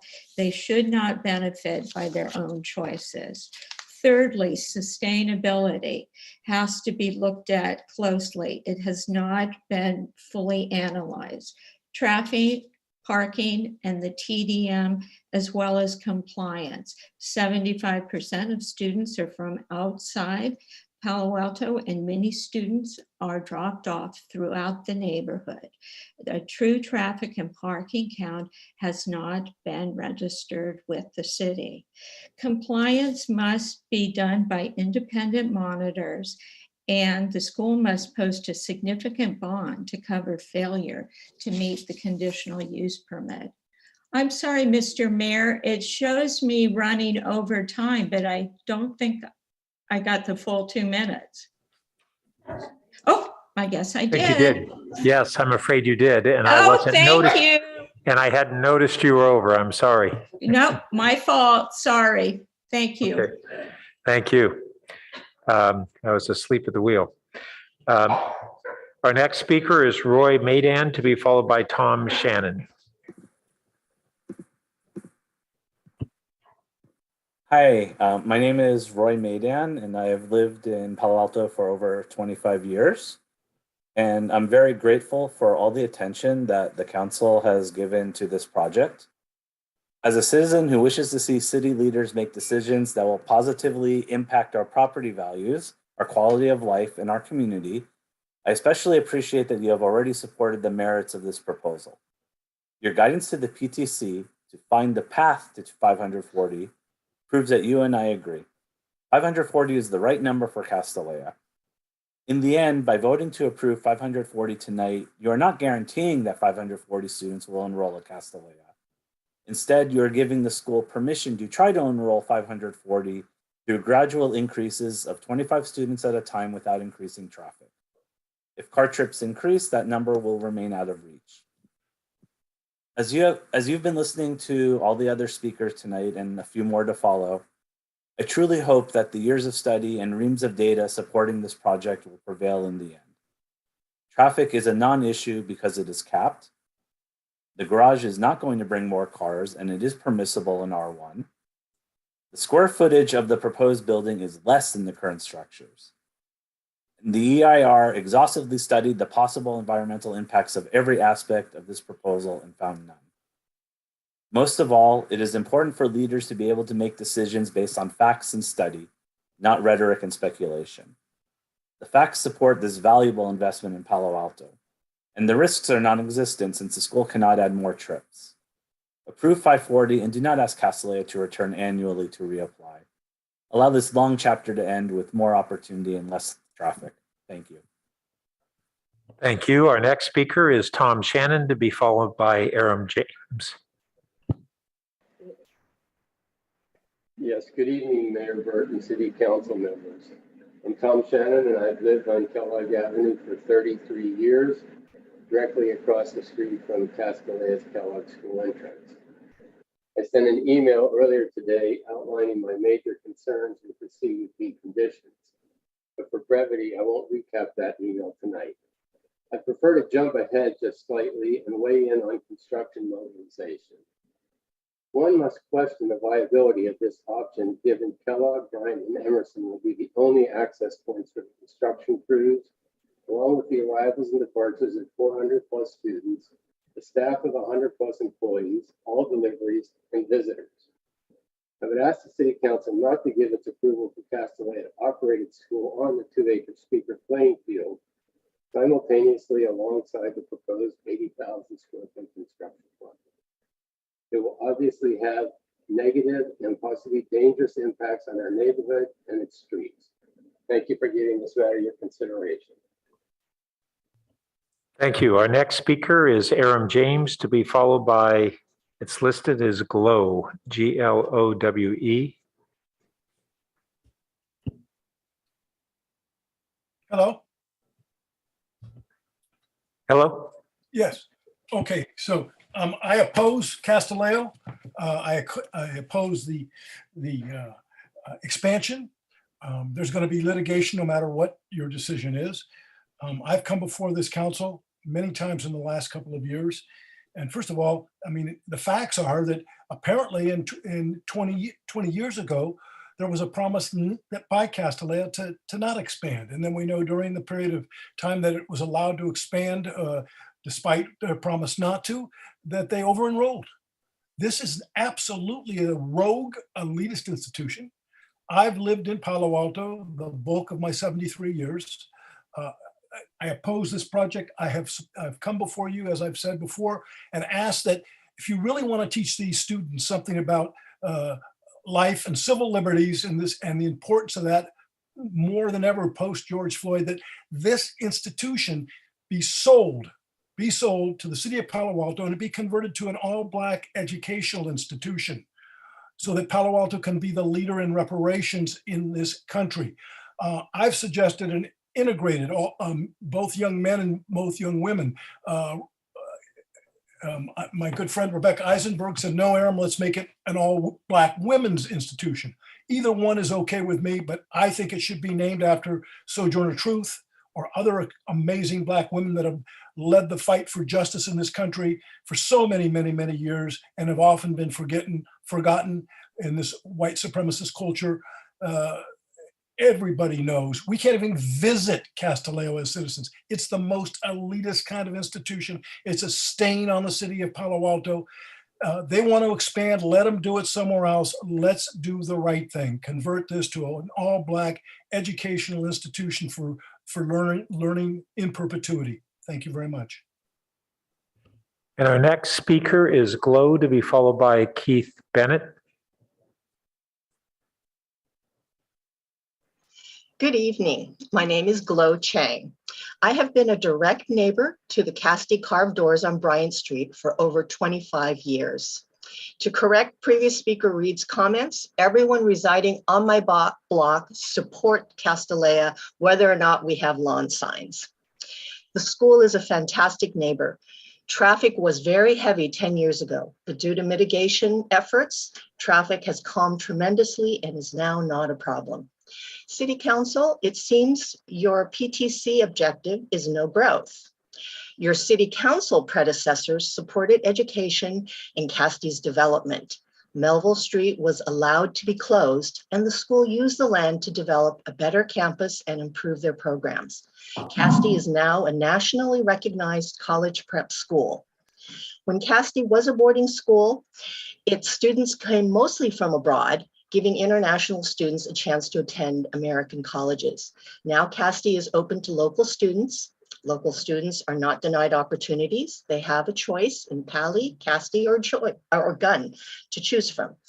Reducing programs, after school events, Casti community development, reducing student numbers, this all chips away at the school's ability to continue top-tier educational opportunities. Do your civic duty to promote education and teach more students in a modern environment. It's not a difficult decision. Don't be afraid to support Casti's growth in student numbers and modernization of buildings and all their after-school events and activities so they can continue to educate more young women at the highest level possible. Thank you very much. Thank you. Our next speaker is Keith Bennett, to be followed by Jim Poppy.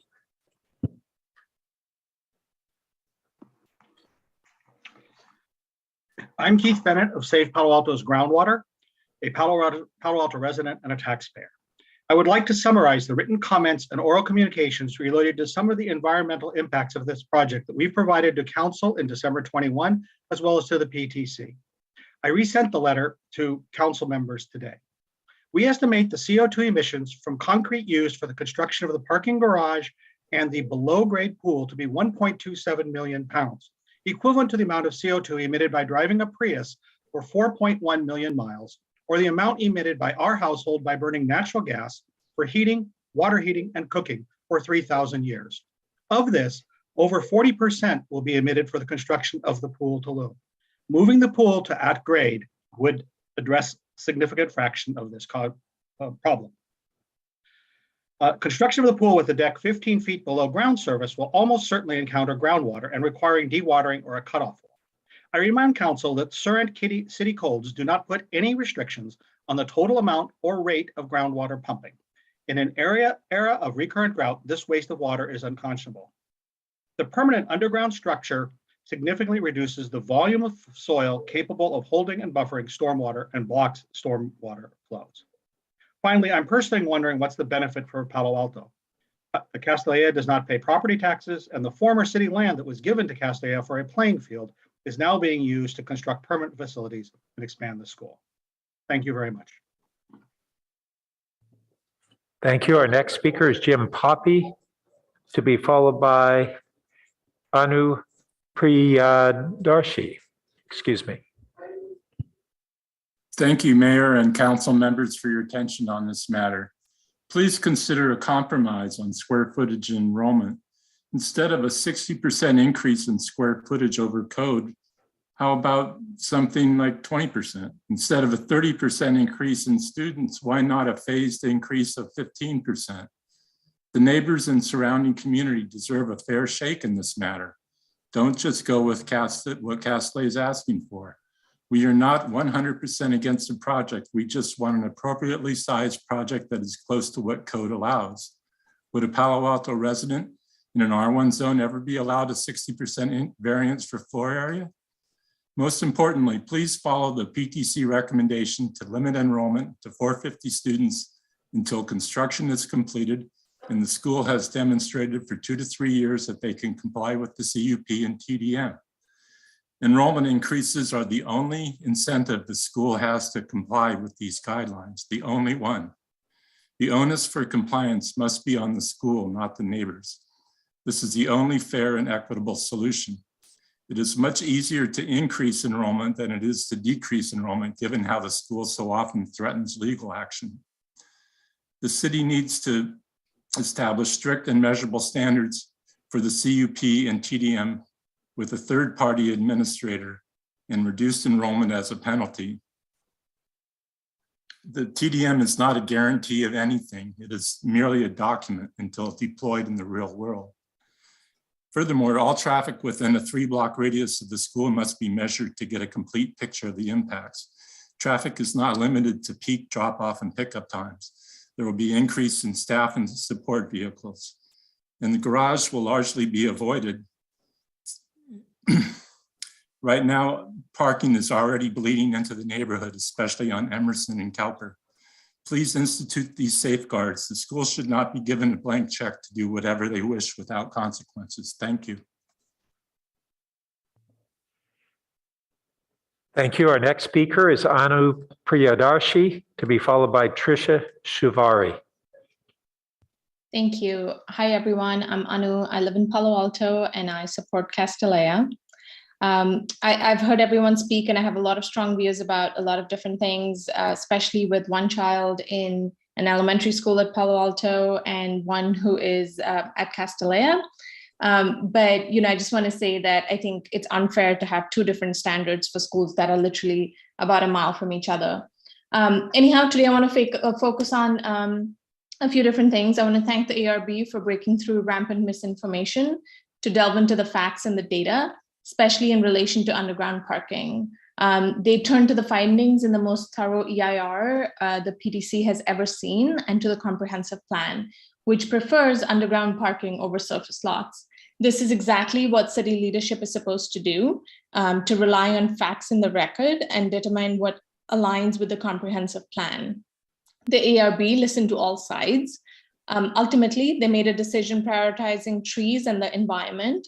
The hybrid plan they suggested preserves every tree possible while returning to the wisdom of the comprehensive plan. They recommend putting as many cars as possible below grade without additional negative impact to trees and the environment.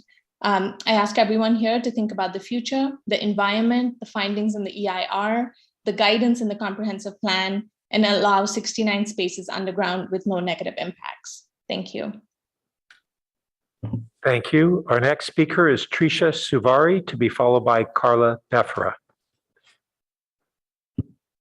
Yes, hello. My name is Trisha Suvari. I live in Palo Alto and I wholeheartedly support Castellea. During these hearings, we hear the same few voices take issue with Castellea, claiming to speak for all neighbors. They do not speak for me. As the school compromises, I have seen their numbers dwindling.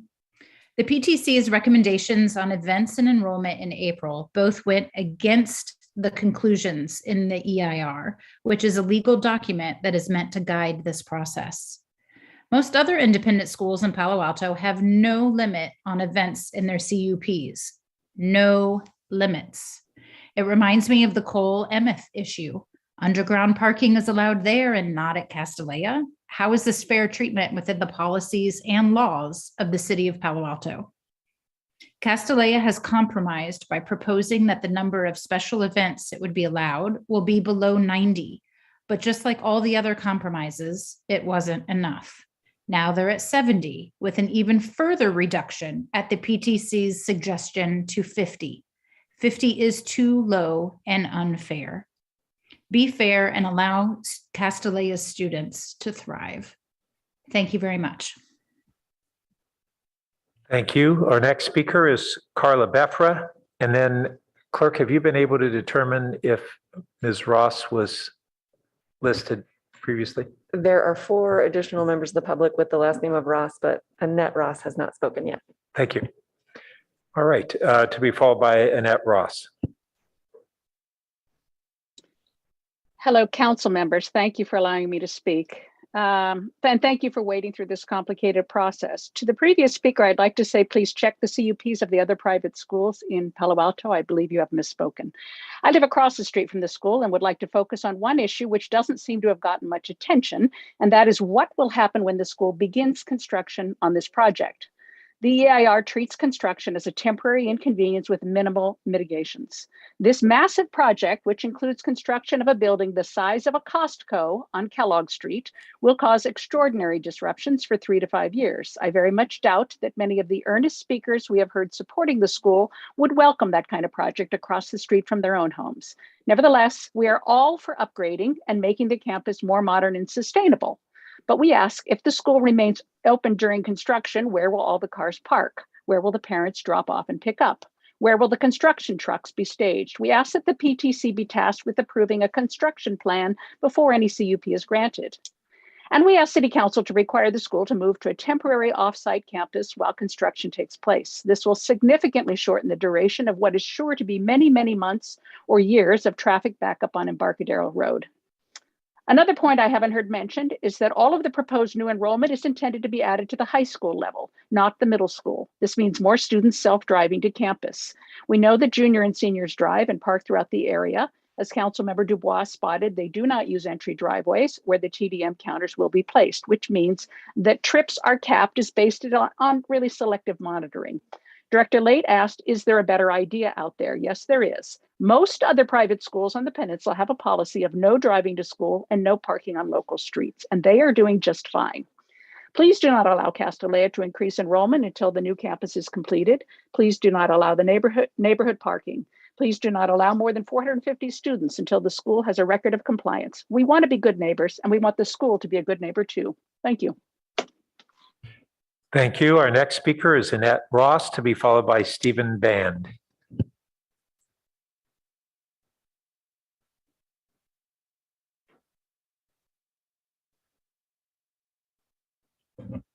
Mr. Mayor, it appears Ms. Ross has lowered her hand. Thank you. Our next speaker is Stephen Band, to be followed by Arthur Keller.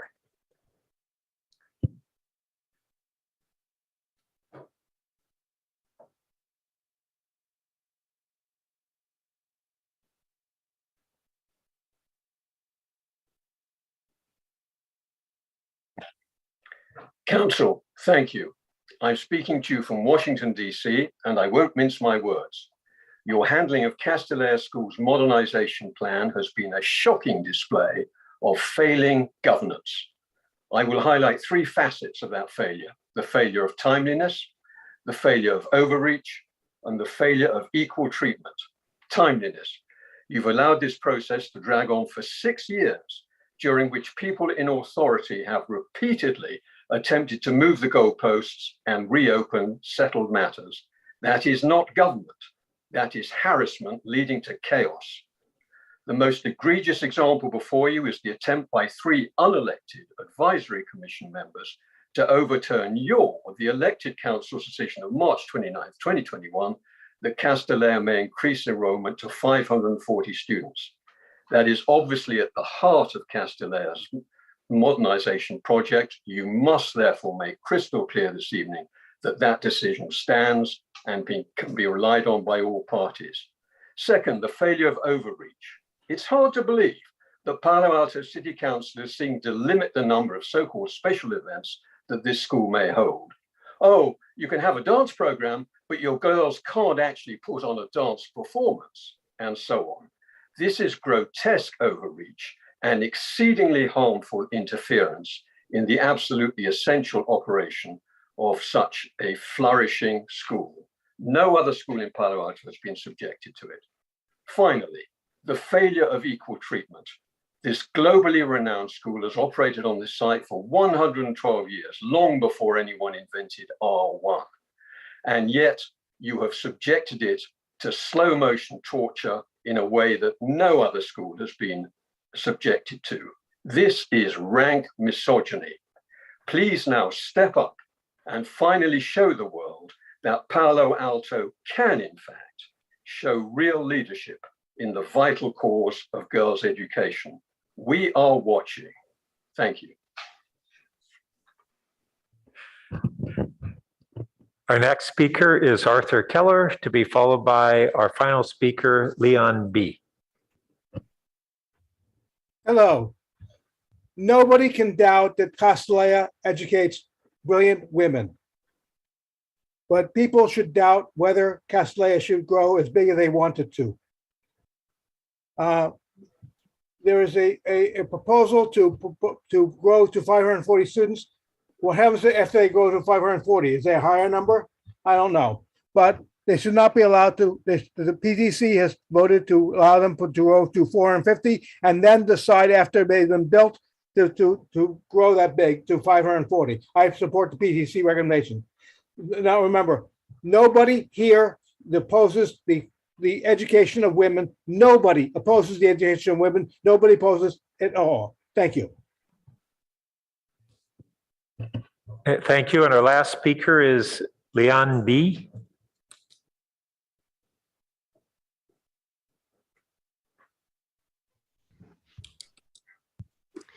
Hi, good evening, City Council members. My name is Liam B. and I'm a near neighbor of Castellea School. And I support the project because I want as many cars as possible here below ground, a more beautiful and appealing building, and net zero sustainable campus.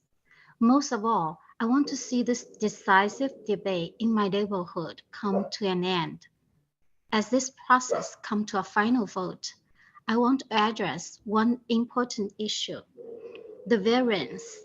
The school is currently permitted a certain amount of square footage under its current CUP.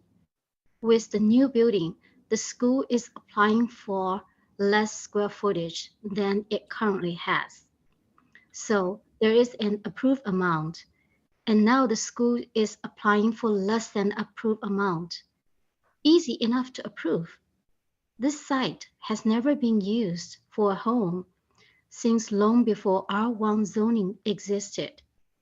So R1 FAR calculations should not apply to this site. This site already has established best practices in place, and the school will come in under that number. Absolutely approve the variance. It complies with the current practice in the city of Palo Alto. Thank you. Thank you. That concludes our public comments. Our next step is the applicant has 3 minutes to speak on rebuttal. And please bear in mind that we allowed the applicant extra time at the outset. So go right ahead.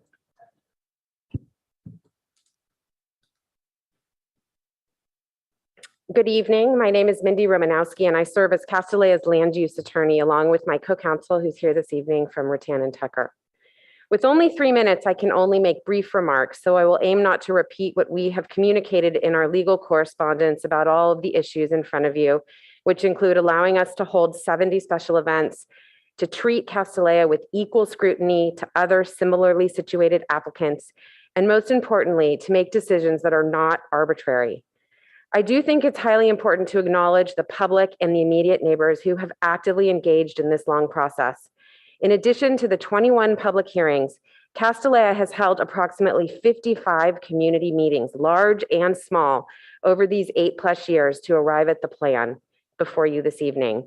It is in part through the feedback of the Palo Alto community that we've arrived at a compromise in an environmentally sustainable way compatible with Palo Alto's plan, a project that would allow us to grow our enrollment without increasing traffic. And tonight, you have heard real widespread support for this project from the neighborhood and from beyond. The voices have been loud. If we adhere to our trip caps, the soonest we can grow to 540 would be 7 years. So now I will set the record straight on a few specific inaccuracies or questions we heard tonight so that you can base your decision on the facts rather than speculation. First of all, the overall campus square footage was verified by laser counters by independent consultants hired by the city, and the legal findings can be made in support of the variance. We can answer any question about that if you're interested. Next, we heard questions and claims that despite the TDM measures, somehow there will be an ability for us to drop off in the neighborhood and not be monitored. I would invite you to look at conditions 22G and 24B that talk about data collection in the public rights of way as a way to inform future TDM plans and to further minimize neighborhood impacts. In conclusion, I often hear the repeated question, how can we trust that Castellea can educate more girls without increasing traffic or bringing impacts? To answer the question of trust, one must look no further than the record. For 9 years, we have submitted traffic monitoring reports that show us reducing trips by 30%. Every independent expert that has looked at Castellea's plan, from the EIR to the arborist assessments, to the noise studies, to the geotechnical reports, to the independent traffic and analyses, all done by the city's independent consultants, all have deemed this project as being approvable without impacts. And so tonight, we respectfully ask the council to rise to the occasion, to make a fact-based decision on the objective reports in the evidence. The conditions of approval are highly stringent, but the school is committed to compliance. I want to repeat that.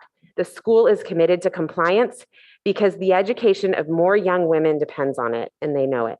Thank you. Thank you.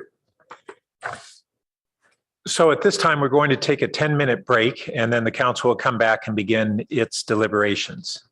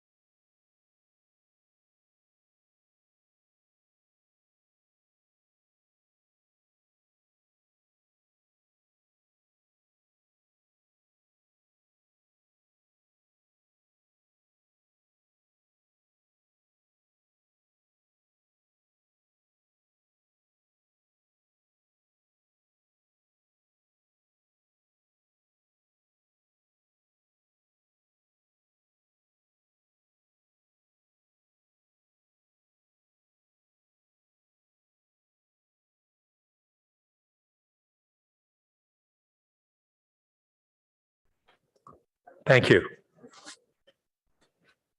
All right, as we return to our discussion, we're faced with how to organize this complicated discussion. And I think one of the first things we can do is have one go round of questions and then begin to have discussion based upon some of the major categories. And I think we'll want to try to figure out how to group them. I'll just rattle off some of the different aspects. The garage, the enrollment, public benefits, the TDM program, events, the construction impacts, and then some legal questions as well. And that may not be a comprehensive list, but just for folks to start thinking about maybe how we say any suggestions on how we should frame the discussion. I think going through a round of questions on each of those is going to be the best way. That seems a bit tedious. But as we go through one round of questions, maybe think about how we should organize the balance of our discussion. Mr. Shikata. Mr. Mayor, if it is helpful, staff would be prepared to organize your discussion around your prior motion from March of last year, since I believe it addresses most, if not all, of the issues you mentioned. Well, and you framed it really that way in the staff report on pages, what was it, 7 through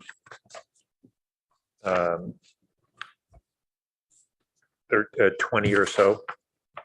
So yeah, maybe that's the best way to do it. But before we go into those discussions, let's have one go round of questions. And Councilmember Cormack. Thank you, Mayor Burt.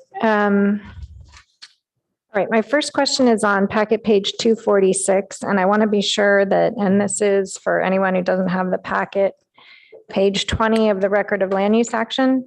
I want to be sure I understand the interaction between B and D because it's not super clear to me. So B says, upon approval of the CUP, the school may begin the process to enroll 450 students. D says no enrollment increase may occur unless the school has achieved 3 consecutive reporting periods, which is an entire calendar year. Is that right? Yes. So how do B and D interact? What, like, do we assume that it's going to take them a year to enroll the additional 28 students? And also then during that year, they'll have to do the 3 reports?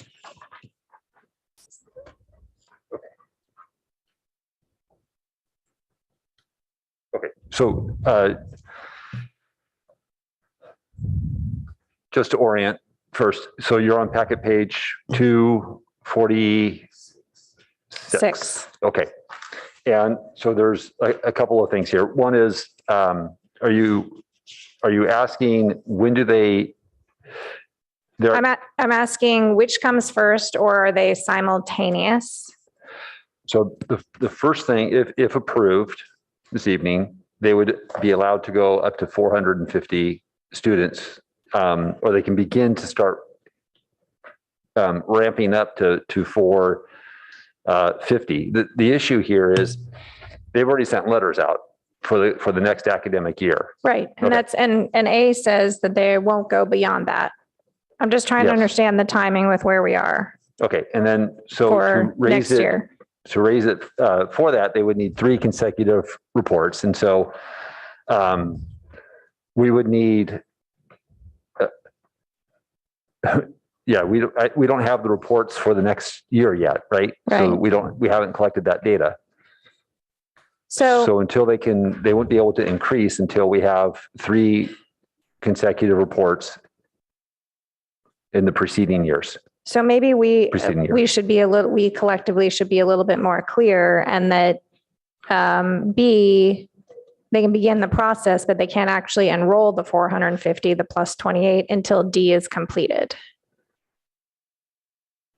Yeah, I think that's what we're saying, is that beyond 450, you cannot increase until you have the 3 reports. So I think the applicant had indicated that this was an area where they thought there was an opportunity for some improvement in the language. There was a letter, I think on Friday, from the applicant making that assertion. I think it's true. We could be clear in D that enrollment beyond 450 would commence after the 3 consecutive reports. Okay, so B is not contingent on D.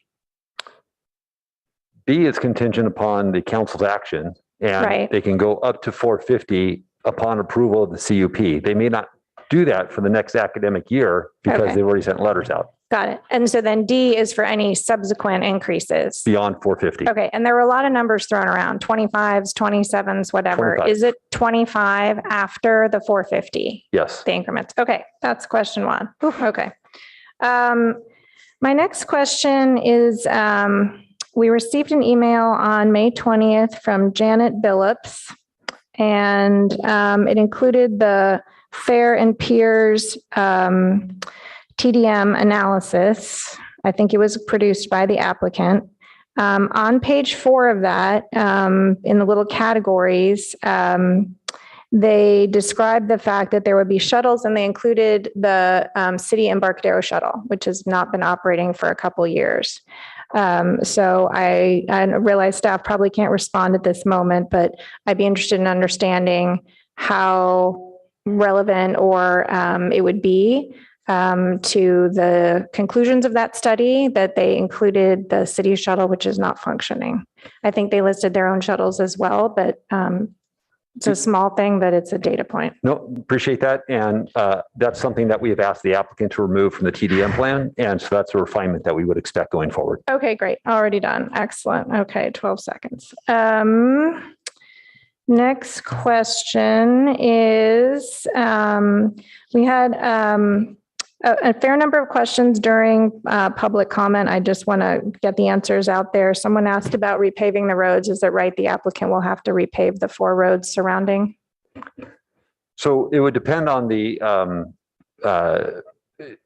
condition of the streets and the damage caused during the course of construction, just for the construction piece of Okay. it. And Public Works has a formula for how they determine when repaving may be required. But as a part of the environmental impact report or conditions of approval, no, it's not a requirement for repaving the streets, except as needed by, actually, as I say that, I'm not sure, because when I read this, I thought we were actually already requiring the applicant to repave all 4 streets. As I'm saying that, I'm thinking maybe we do have that condition in there. Okay, so we'll take a I look didn't at that. write that down, but that's what I recall. So let's just double check that. Yes. And then, 26. What page? Oh, packet page 269. Okay, so Amy's telling me packet page 269, condition number 26 requires the repaving. yeah, all 4 of the perimeter roads have to be repaved. And then the one last thing on that, there was a question from a member of the public about the additional increase in staff, and I believe it's listed as an additional 10 staff on packet page 220. An additional what in staff? 10 staff. Yeah.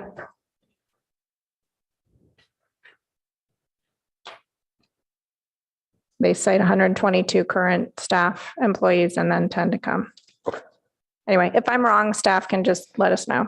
And I realize I'm over time. In the next, if other council members don't ask this, next questions would be around understanding the construction plan.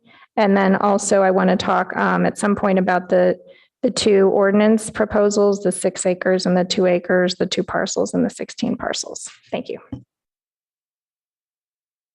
Councilmember Stone. Thank you, Mr. Mayor. For the city attorney's office, a kind of question around the idea of vested rights, and maybe you can talk about any complexities or unintended consequences that may arise if, let's say, if we approve the path to 540, and then the city needs to roll that number back because of violations of the TDM or any other condition. Are there just legal complexities with our ability to then do that without, I mean, does that then mean that the applicant's going to have particular guaranteed due process rights of appeals and hearings that might complicate things? Right. So there was some, I think, a little bit confused dialogue in some of the pre-submission materials that you got from various parties. What vests is what you provide for in your CUP with all of the conditions and exceptions and processes that you lay out there. So no, we don't foresee a problem enforcing what's in the CUP. Perfect. Thank you. I think for our planning director, with demolition and replacement of above ground GFA, will development fees be collected on all the replaced GFA? It's based on net new square footage. Okay, so what? No. Sorry? So no. Yeah, and then so, okay, so given that the GFA was formerly erroneously calculated to be much lower than it actually is, how will the net GFA increase be calculated? Or will it be? Well, so I think it's just using similar comparisons. Before, when portions, the volumetric space is something that added to the total gross floor area when we did the laser counting of the building. That provision didn't always exist at the time that other portions of the building were constructed, and it may not have been counted because it may not have been applicable at that time. But if whatever we do, I think we just need to be consistent in looking at what's existing. Do we count the volumetric space as it exists today, but maybe wasn't counted before? And are we counting it, today to determine if there's net new square footage? The one area where we did talk about a possibility of net increase was in the, and it was flagged in the staff report about the garage itself. And so that's an area where impact fees are not counted as a part of the proposal that's before you, but the council could have that conversation to decide otherwise. Okay, thank you. And then our motion last year, last year, directed staff in part A, double little I, said to review increases in the number of students as a percentage of the student population within bicycle distance and to further restrict student driving and parking on campus, including consideration of prohibiting driving by juniors. I couldn't find anything really on point in the packet. Did staff or the PTC explore that idea, and why is it not included? Yeah, thank you. It's partially there, I guess, in the context of remedies that could be imposed if the applicant were not able to meet its average ADT, its average AM peak and average daily trips. We cite that as an example in the staff report that should there be repeated violations of the TDM, that the city could impose a requirement for, say, no juniors driving to campus, no seniors. I mean, these are things that are available in our toolbox for enforcement if they're not meeting those standards. The motion was presented to the commission, and I think there was a lot of debate about how to address this. In the end, you see that there were some refinements, some harmonizing of the conditions. The most significant change was really shifting that perspective of who gets to determine what the remedies are to improve the TDM, violations that should they occur. And that shifted from the applicant to the staff in this most recent version. Okay, so if we get down the road, let's say hypothetically council was to go with alternative E on the garage, it's fewer spaces. We heard some concerns about that from public speakers tonight. That would be a potential. And 10 years down the road, we find there is a need for increased parking. You're saying that provides then staff the ability to go back and say, all right, well, juniors can't park on campus or students can't park on campus, to be able to free up that maybe, I guess, dearth in parking. Yeah, I would frame it as a violation of the average AM peak and violations of ADT. If we observe that, we have that documented. That's the instance in which we could impose, and if there are consecutive violations, then we could impose these standards. If there are problems, observed in the neighborhood or issues regarding the school and how it's compatible with the neighborhood, nothing precludes the opportunity for the city to have a conversation with the school, potentially have a hearing before the Planning and Transportation Commission, and identify what remedies might exist for any observable violation or clear challenge that we're having to address. Okay, and one final question, since I'm running out of time, kind of related. I think one of the areas where Council McCormack was interested, I did share some of the concerns of unintended consequences by the PTC regarding the proposed ordinance. Staff's initial proposed draft ordinance found that it would only apply to 2 properties within the city. Does staff know how many properties the revised ordinance would likely apply to citywide? When you say revised, the alternative one ordinance. From the commission, I think we looked at that. I want to say off the top of my head, and we'll get you a finer number, around 15 is what I would say. Okay, great, thank you. Because that one's based off of 6 acres, I believe, or 2 acres. Okay, I don't see other lights. I'll go ahead and ask a couple questions. Oh, I'm sorry, Mayor. I see that Vice Mayor Koo has her hand up. Oh, great. Vice Mayor Koo. Sorry, I wasn't looking at the screen there. Thank you, Mr. Lade, and thank you, Mayor. I wanted to ask, so is Castilleja's enrollment in compliance at this time? It exceeds the enrollment cap for the current CUP for the site. Current CUP allows up to 415, and the current is 422. Current is 422. And in the years when it had exceeded, how has the city required them to roll it back? Yes, there was an agreement with the former city manager to have the enrollment scale back 4 to 6 students per academic year. And since that agreement, Castilleja has been proceeding on that schedule, I think on average of 4 students per year. How long ago was that? Do you know the date? 2013, I think. Okay, Ms. French is saying There was a pause though. right around 2013. Oh, but yes, give or take a year. Thank you. So ever since 2013, and we're at 2022, and they haven't reached their CUP allowance yet. So it's not as easy as we would want to think that it is as to enforce in the CUP, as earlier mentioned, right?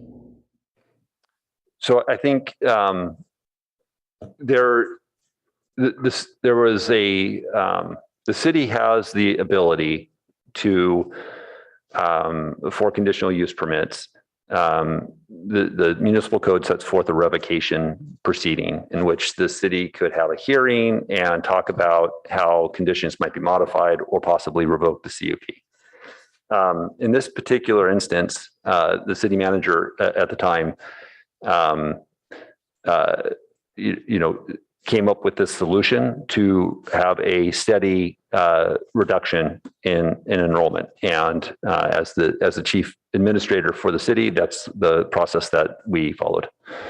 What this conditional use permit sets forth very clearly is a process by which expectations are clear. The penalties for violation of certain metrics related in particular to traffic have immediate consequences in terms of adjusting TDM measures So that's all in place. And then the ability to, again, schedule hearings before the commission. Those are remedies that exist. I will acknowledge scaling back students requires, I believe it's 3 consecutive violations of the TDM plan. And alternatively, if there was some other mechanism that the planning commission or were needed to go through the planning commission, it does take some time to go through a hearing process. So just want to acknowledge that that's not an immediate effort, but it also doesn't have to be, 4 students per year for 10 years. Right. So it's not as easy to scale back as I guess it's the point that I'm getting to. So I wanted to ask, with the DUDEC appraisal report that came out with the correct square footages that we found that has exceeded what is allowable, did the EIR consider and analyze those square footages? Was that part of the analysis for the EIR? So a couple of quick points on that. A lot of the change in the floor area had to do with volumetric space and the way that we calculate it today. It is true that there were some other square footages that were more than were reported on the plans, but the biggest change had to do with the volumetric square footage, which isn't occupiable space in the sense of more people being in that square footage. It's volume space, tall ceilings and things like that. So from a intensity standpoint, it really doesn't have a bearing on how that space is used. That said, we do have, as a part of the environmental documents, we have an errata sheet that talks about the changes in square footage. Right, I understand that but it is space that is part of our code in order how to calculate it. And so I think that does have a bearing. And I'm not quite sure that we all kind of got the chance to look at the correct numbers because there were so many numbers that were thrown at us as well as the board and commission. It's hard to, it was really hard to kind of determine, but with this correct square footage that is shown, we now know what the actual number is. I'm sorry, I don't see the time, so let me know if I'm getting there and I should wait for the second round. Yeah, you're around 5, but if you have another question, feel free. Yeah, I have a few. Thank you. I'll just wait. Thank you. Councilmember Du Bois. So I've been looking at ARB finding 2E, which that it enhances living conditions in adjacent residential areas. And one thing that struck me is the current plan has the garage exit on Emerson, and it moved the swimming pool now closer as well. And I believe when we council last saw this, one of the questions that was asked was, if we use the dispersed traffic plan, was there a possibility of exiting onto Embarcadero rather than onto Emerson? Was there any investigation of that option? So thank you for that question. My recollection is that there were a lot of comments and questions that were raised a year ago. And as far as the actionable pieces that staff went forward with, it was the council motion. And the Embarcadero exit was not one of the items that was enumerated by the council. And it was not something that we had studied based on that. Okay. Excuse me, it was not something that the staff picked up and continued to evaluate after. Right. I think we looked at entry and exit from Embarcadero, but not just the exit. So again, we didn't take on any additional work that was not explicitly provided by the council in this motion. And on the blueprints, it looks like the ramp doesn't really align with Melville. So has there been any thought to, when you come out of that garage, should it be like a right turn only, or are there any concerns the staff have with that flow? The draft EAR had the right turns out of that driveway, and that became a tire index problem. And so this is when the dispersed circulation reduced garage alternative came in to address, dispersed drop-offs throughout 3 different places, not just through the garage and not just turning right towards Embarcadero. So we still have the 3 drop-offs, but you're saying Yes. that even with the 3 drop-offs, the right turn out of the garage is still a problem? Yes, it's not a right turn only. It's always. Right. So we're going to disperse out of the garage. Yes. Okay. And then a little bit on construction impacts. So how much anticipated space is needed for construction parking? And has that been identified? The logistics plan is a condition of approval from Public Works, and that's part of what's looked at when the logistics plan comes in. Where is the construction parking? It's specifically cited in that condition. I can tell you what condition it is in a moment. So it kind of raises another question. So typically when a project's come to us, we've seen the conditions of approval. Today we have the conditions of approval for the CUP, but we don't actually have the actual project conditions of approval, right? Yes, the record of land use action, the draft record of land use action has conditions of approval for the conditional use permit, as well as for the architectural review component, which is the physical application. That is the condition I'm referring to, the logistics plan from the Public Works Department. I'll But find these that. additional, are you saying that there already is a condition for the parking for construction? It's a logistics plan requirement that is typically submitted with a building permit. That's the time where those come in. So we haven't seen it yet. Yeah, and that's typical that we would see it with the building permit that exactly lays out where the construction parking is. Okay. Yeah. I just, I guess if we're talking about, when would we start measuring the TDM? Would that be after phase 4 is completed? The monitoring reports on TDM would begin immediately. We would expect to see monitoring reports. So that of we're the going to be TDM. in construction, the garage won't exist, and we're going to put in the counters immediately? So there will be counters that are installed to at the location where the driveways are. We also are interested in separating out the construction traffic from the AM peak and our ADT, average daily trips. And so we're going to want to know where that driveway entrance is. And that will be separated from the calculation of ADT and AM peak. But during construction, this construction traffic is traffic, right? So would we include it in the counts? Well, so this net new trips is based on the school's performance. And Amy, you're going to have to help me with, a little bit of this, but it's based on conditions that exist today. And now we're talking about expanding, enrollment and still capping that threshold of, AM peak and ADT. Yes, construction trips will increase and create more temporary, traffic in this area, not to the level of a significant environmental impact. There will be some increase in truck traffic though, for sure. But it's not what the AM peak and ADT is intended to regulate, which is strictly related to the academic piece. I'm out of time here. I appreciate all the effort staff put into the TDM. I mean, it's pages and pages. And I think it's going to be probably a big topic for discussion here.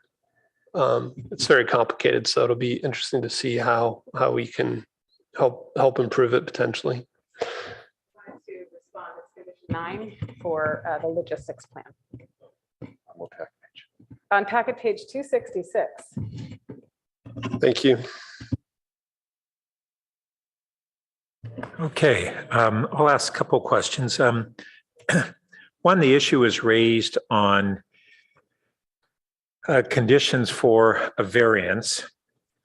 And the staff report, I think, had cited point number 1, but the actual language in the variance code adds 1A and 1B. And that's that the personal circumstances, let's see, special circumstances that are expressly excluded from consideration.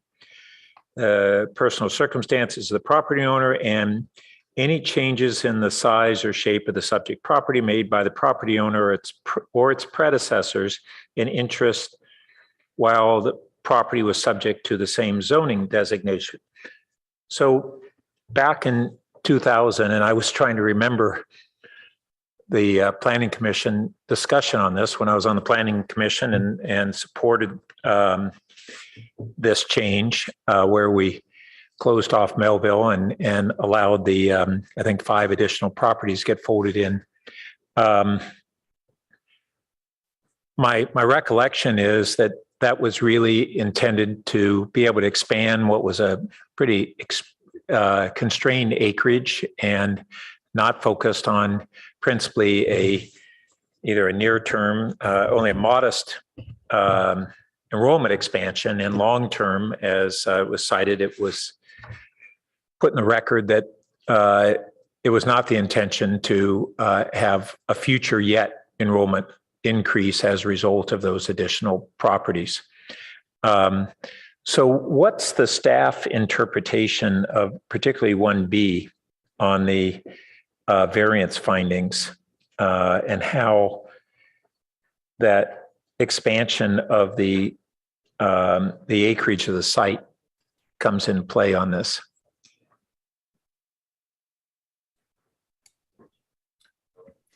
So very good. I can. Mr. Yang, thank you. Albert Yang, Assistant City Attorney. So changes in the shape or size of the project, the property by the property owner are excluded from consideration as reasons for granting a variance. And we're not, staff believe it's possible to see the proposed variance findings for approval as not relying on any changes to the shape or size of the property.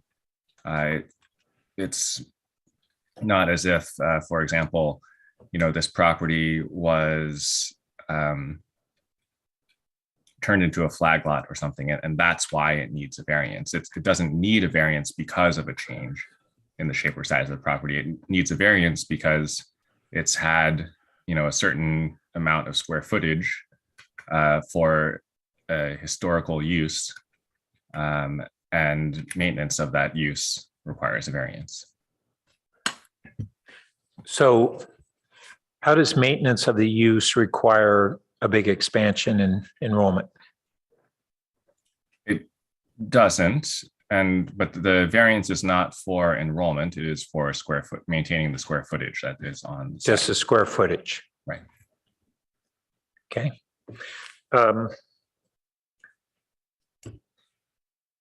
And then one of the other things that was kind of getting discussed on this, the timing of the enrollment increase.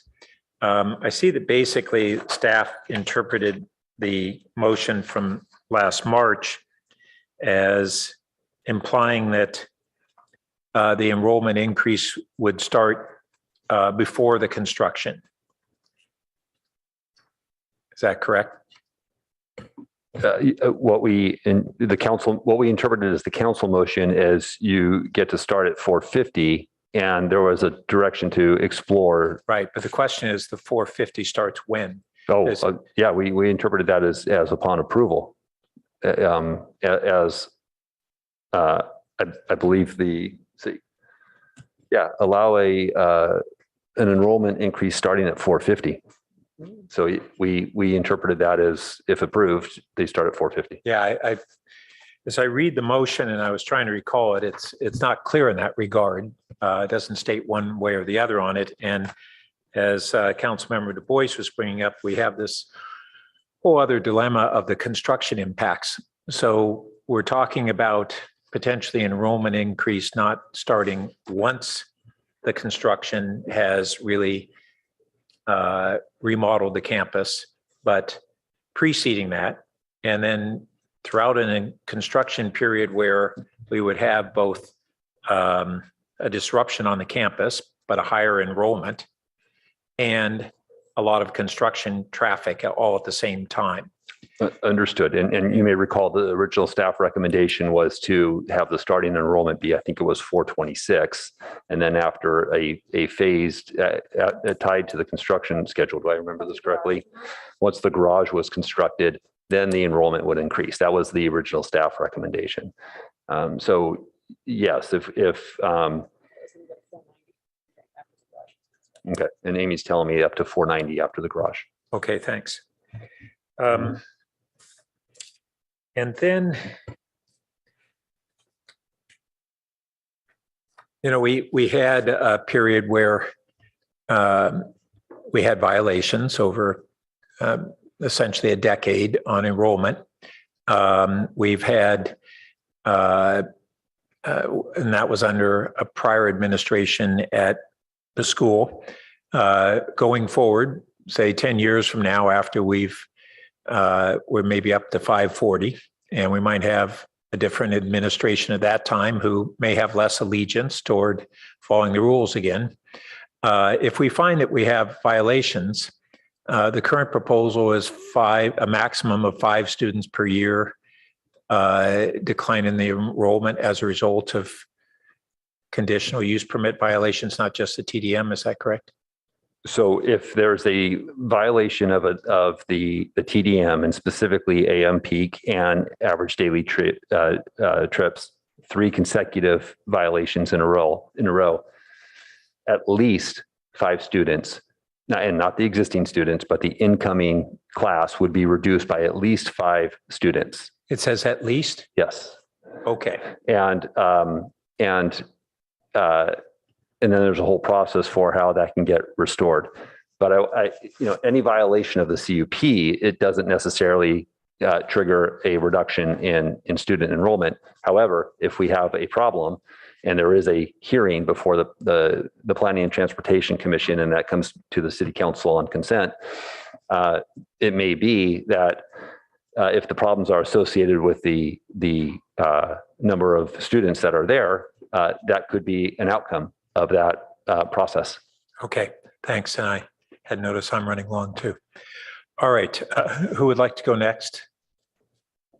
I know Vice Mayor Koo had, I think, some follow-ups. Yes, thank you. I wanted to go back to, may I? Sorry, Yes. Sorry, Vice Mayor, I had my mic on and please continue. Thank you. I wanted to ask, so, with the GDEC appraisal numbers that came out and brought forward, I was wondering, why was Planning and Transportation Commission, why could they not revisit the variance with the new numbers? Thank you, Vice Mayor. I believe you're referring to the gross floor area analysis that we had our environmental consultant prepare, and I would say that's not consistent with my recollection. I believe when we went back after we did some data, we went before we had gone back to the Planning and Transportation Commission, we had gone to the Architectural Review Board, and in that staff report, we had a pretty extensive analysis of the council, what happened leading up to the council meeting, the action staff took since then, the results of the study. We laid it all out in the staff report. And for the Planning and Transportation Commission, we flagged that as one of the issues that the City Council was interested in. We explained that it was presented to the Architecture Review Board. We provided a link. I believe that the Planning and Transportation Commission focused on other areas. They weren't precluded from having that conversation, but I also think that we had addressed that issue when we had presented it to the Architecture Review Board. Okay, I would have thought this would also be important for the PTC to know about, since they were looking into the text language as well as the variance and the CUP, etc. But I wanted to also find out, in terms of their Castellea's allowable gross floor area, if calculated based on what code says, it would be 81,000, and they've already exceeded it based on this report, on this analysis. So and they're proposing to demolish but rebuild, and them saying it's smaller, but it's exceeding what is allowable. And according to code 18.70.100, if it's a non-conforming building, then once demolished, it should be rebuilt conforming. Why is it that there's nothing in this report, staff report, to propose that? Well, thank you, Vice Mayor. That is the reason for the variance. Okay. So we identified that for the City Council last year, and that if you and previously, through the process, that your reading of that code section is consistent with staff's reading, and if you remove existing non-conforming floor area, it cannot be replaced unless it's receives approval from with a variance. And so that's why the variance application is a part of the application. Okay, so good to know that the variance is in place and that we would be using the variance and its findings to determine this. How am I doing on time? Go ahead and ask another. Yeah. Then I wanted to find out how many entrance and exit points around the school. Right, sorry, can I ask, are you asking about driveway entrances and exits? All of it, into the garage, into the driveway on Kellogg, Bryant, Emerson. How many are there? Well, driveway curb cuts they're reduced from existing to the new plan. I don't have the number handy. I'm sure I can call on help for that. There are currently 2 on Bryant. That's staying that way. There are currently 2 on a circular drive on Kellogg, and they are reducing the curb cuts over there on Emerson. I believe 1 curb cut is being reduced. And so what about the garage? Well, the garage is, the entrance is from an existing, somebody is. Would that make it 3 on Bryant? Sorry, I thought somebody was, I'm looking for a slide to show this graphically. So Vice Mayor, we'll pull that information together. We just need to pull the site plan on the plans, so we can get back to you on that. Okay. Then there was also, so does Castellea have extra entrance exams and interviews before accepting students? That's going to be a question you need to ask the applicant. Right. Okay. May I ask the applicant? Yes, you may. Thank you. You'll need to come to the mic.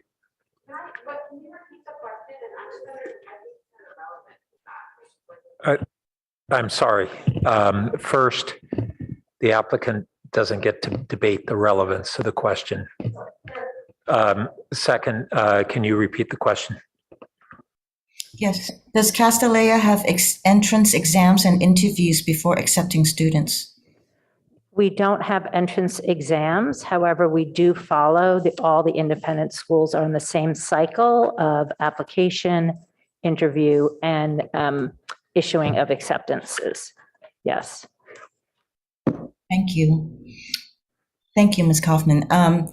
Right. So I think there was a lot of comparisons to our public schools, and I think our public schools, I know our public schools have to accept all students and it's not based on interviews. So I would want to make sure that we distinguish that. And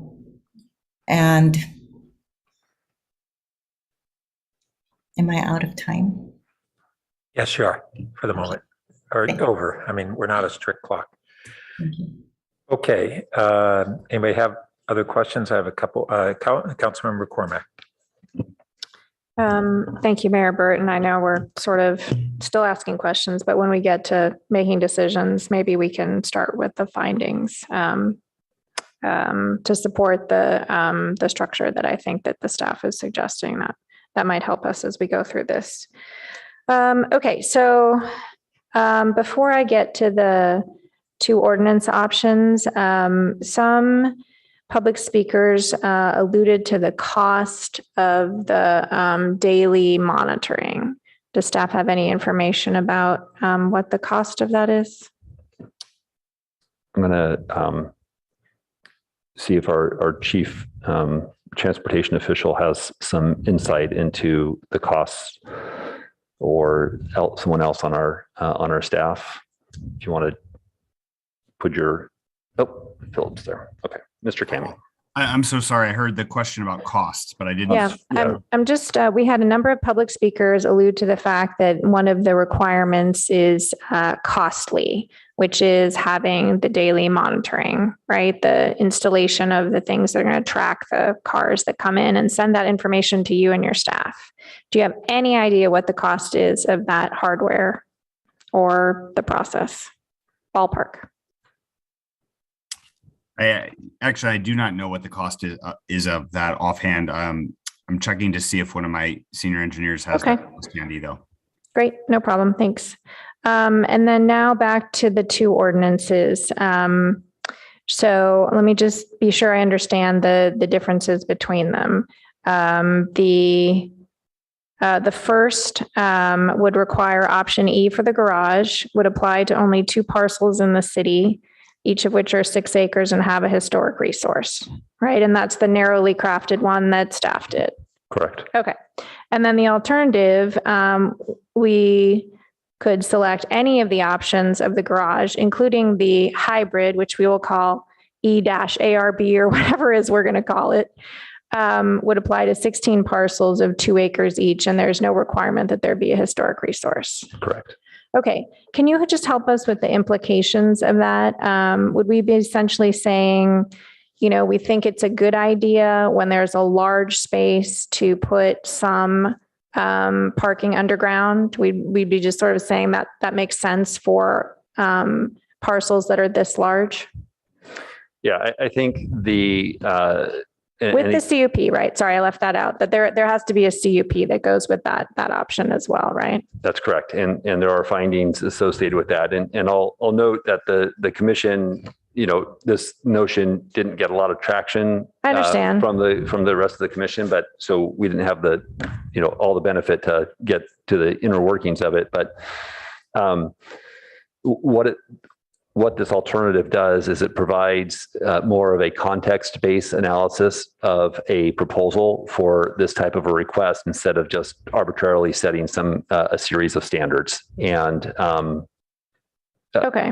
So if I summarize it in non-planner terms, if there are large parcels in the residential area, we're willing to consider in context underground parking for non-residential uses. Okay. All right.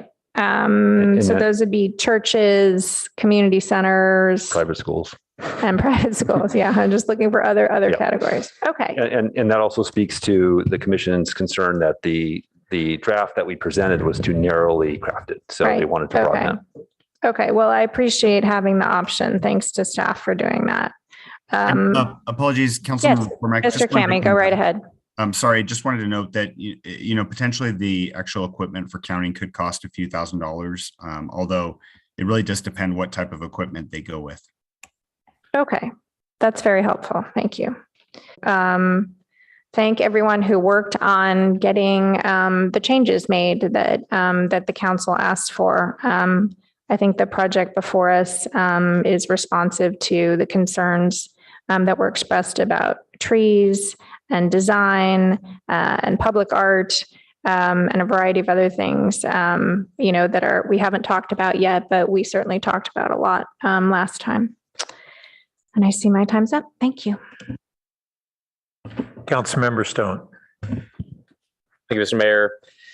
A little bit on the PTC's recommendation of 450 and then having to come back for the amended CUP. I mean, can staff talk a little bit about what you would anticipate that the timeline would be on something like that? I mean, I heard a lot of reasonable concerns by supporters of the school tonight regarding not wanting to go through this hell again. And I completely understand that. But I would imagine that this would be a much shortened process. Do you have any thought on what that would look like in reality? I hope it'd be less than 6 years. This is a brand new CUP. I mean, this is covering all kinds of components, that the previous CUP doesn't adequately address, certainly with respect to events and so forth. So I do think it would be a quicker process. I think part of the concern is that when you're amending a CUP, I would think that, what's the expectation in the community about what all is being amended? And if it's every time the school's interested in an enrollment increase, are they going to have to defend the totality of the CUP and relitigate all of these different conditions? Because if you're opening up the CUP, in theory, all of that stuff is open for renegotiation. And that I'm speaking as if that's, I'll let the applicant speak to what their concerns are. From a staff perspective, it certainly we would anticipate it generating additional work and more process, and it probably won't be as clean as we think it might be just to look at enrollment. Is there a way to structure this current CUP where we would give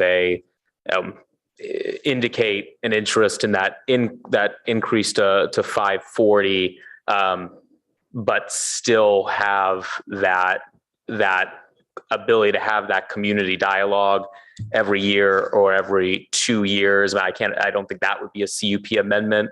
Have we done anything like that before? Are you aware of any other examples like that? Well, I don't think there's a lot of data locally on private schools and that kind of a system. We can certainly spend some time thinking about that. I'm a little hesitant off the cuff to come up with a solution, but I can certainly think on that further. It doesn't strike me as impossible, but I just want to spend some time thinking about that. I appreciate that. And then a kind of follow up on an exchange you had with the mayor.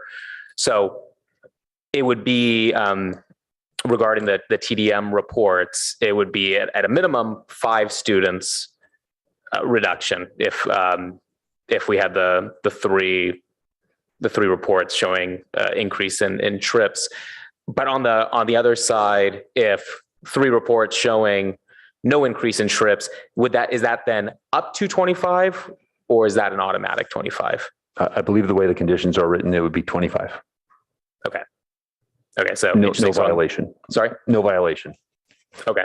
Yeah. So maybe that's an area. I mean, if we're doing minimum of 5, maybe on the other end it would be up to 25 rather than the automatic. Trying to find a way to make that as fair as possible. And Mr. Mayor, I've just a couple questions for the applicant. Is that okay? Great. Ms. Kaufman, if I have just a few questions, if you don't mind. I'm curious, how frequently does the school believe the pool loudspeaker is? How often is that used today? How frequently do you anticipate that being used in the future? The loudspeaker of the pool. Yeah. I think that tends to be the biggest use is a few times we host swim meets that have multiple schools.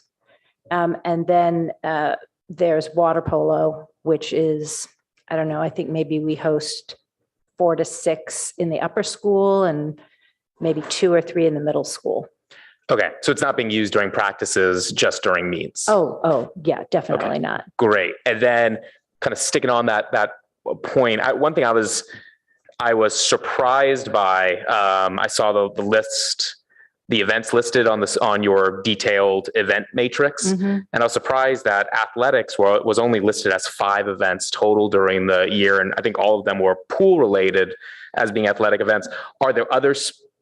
I mean, are all the other athletic events under 50 participants? Is that's why they're not listed there? Yes, exactly, because those swim meets are multiple schools. So they bring more visitors than a typical competition between Castellea and any other school. Okay, great. So the limit on events is not impacting those other sports. Not the smaller ones. Okay. And then one final question on the school. Why does the school want to have the pool lowered rather than at grade? What's the reasoning behind that? That was a part of that was a noise reduction. Okay. Lowering it does improve the noise transmission, as well as having it adjacent to the fitness and athletics center was also part of that plan. Okay, that makes sense. And I don't know if this is for you or maybe the back to the planning director, as far as have we studied that to ensure that the lowering the pool by 15 feet what the impacts on noise in the surrounding neighborhoods are going to be? The environmental review process included a noise report from a consultant, and that was factored in and written about in the draft EIR. Okay, I must have missed it. So then less than significant. It's an appendices. Great. Less than significant. And again, just in reference to an earlier question, we do have the ability to require active noise monitors should we have a problem with noise in the neighborhood. Okay, thank you. Thank you, Ms. Kaufman. Councilmember Du Bois. Yeah, I want to go back to, again, thinking about the construction period. So I guess the proposal is a 34-month construction period. Can the city, if we can't make the findings for the 34-month construction period, can the city require the 21-month period?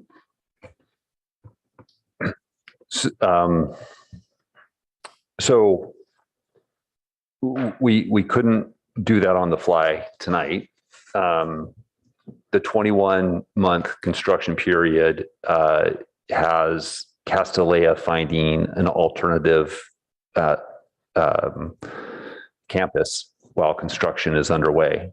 And so we would need to know for environmental purposes where that site is going to be so that we could understand what impacts that may have. We've asked that question of the applicant. This was discussed at the Architecture Review Board. There is no site that's been identified at this time. I don't know if there's been continued work in that regard. But at this point, we don't have enough data to be able to require that. Okay. I mean, I think we're getting close on a lot of it. I don't think we've talked about the construction period that much, particularly if it's, 34 months long. So as we start to get into the discussion, I would support like maybe using the motion to guide our discussion. I think there's so many different dimensions that some kind of structure will be good. And just a couple of high level thoughts before we start to go into some of the details. A lot of comments have been made about like how long this review has been. But again, I think when you put it in context, the school is really asking for a lot. If this had been an application that met code, the process would have been very short. And people may not want to hear it, but we've had this history of code violations with the school. And as I think several speakers touched on it, I think we're really trying to figure out how do we have a process that rebuilds trust. There's been a lot of trust in the past, and I think we're trying to get back to a place where we feel like the school's actually following the CUP. And so again, they're still currently above the allowed enrollment. It took some time to get accurate measurement of the built space. So we're asking for a nearly 60% increase over the FAR. And I understand that what there is larger at about 138,000 square feet. But this new project would be 128,000. So I think probably, at least what I'm struggling with, and I imagine the rest of the council, is if we approve these variances and changes, how do we get comfort about compliance? Some speakers mentioned positive things like saving the trees. The original project scraped a lot of trees, and under council direction, we are now hopefully saving a lot of trees. And there were also some comments that Castellea has been being treated unfairly, but in fact, I think they're asking for unique benefits that no other school really enjoys. And we've been trying to jump through hoops to find a way to justify a garage, but not count it as square footage. And it's been a lot of kind of twisting of our ordinances to see if this project is possible. At this point, though, I think we have narrowed the issues. I think, we made our previous motion. We asked some of our boards and commissions to do some additional work. And I think we are close to being able to approve. But for me, I think we need to dig into some of the details and look at how we can simplify some of the enforcement conditions and do it in a way that could be like independently verified. So I think that's kind of where I am. Yeah, I have some questions, but I think I'd like to follow on just to Councilmember Du Bois and kind of the high level. We heard a lot of things tonight of perceptions on undue and special burdens on Castellea here, but this is a proposal for an exceptionally dense school population in an R1 neighborhood. The other schools in our area are generally in the this proposal is kind of 2 to 4 times more dense than many of them. Double what Palo and Gunn are. It's about Nueva School. It's more than 4 times as dense. Crystal Springs more than 4 times. So this is a dense school population on a 6-acre parcel in an R1 neighborhood. And so that puts a context there. And I hope that everyone who is spoken tonight in support of the project, rather than making these accusations that any concerns are based on NIMBYism and otherwise, recognize this is an exceptionally dense project. It's on a school site that had been provided allowances to expand the acreage a number of years ago under an agreement that it wasn't going to expand further. And so any additional expansion is not a right of the school. It is a discretionary approval of the city based on the arguments that are being made. That doesn't mean we won't approve it. But this whole argument that this is somehow persecution if an exceptionally dense school site is not approved to the degree that the applicants are asking just isn't true. I mean, when we had this come up in 2013, the head of school had made a thoughtful case that 448 students were what were needed to optimize the pedagogical conditions of the school. And now we have a proposal for 540. So those are big changes. And I just want folks to appreciate that context when we look at wanting to have very strict conditions on that level of an expansion. So I've got a couple questions. First, for, I guess, our staff, the attorney for the applicant had, when I was asking about the remote parking issue, and said that condition 22G and I think another one somehow address that. And I didn't get a chance to go back into those conditions and read that. And so I don't know if you have that available, or I can give you a minute to do that while I ask the applicant a question. Yes, and we'll look at that 22G and.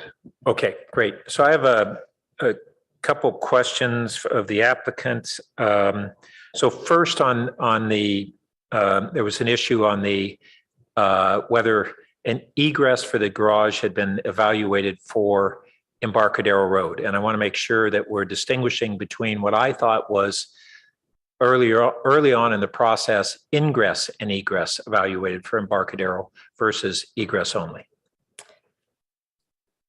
When we were ready to file our application, we were asked by the city manager at that time, Jim Keene, to hold up because neighbors would like for us to study an entrance on Embarcadero.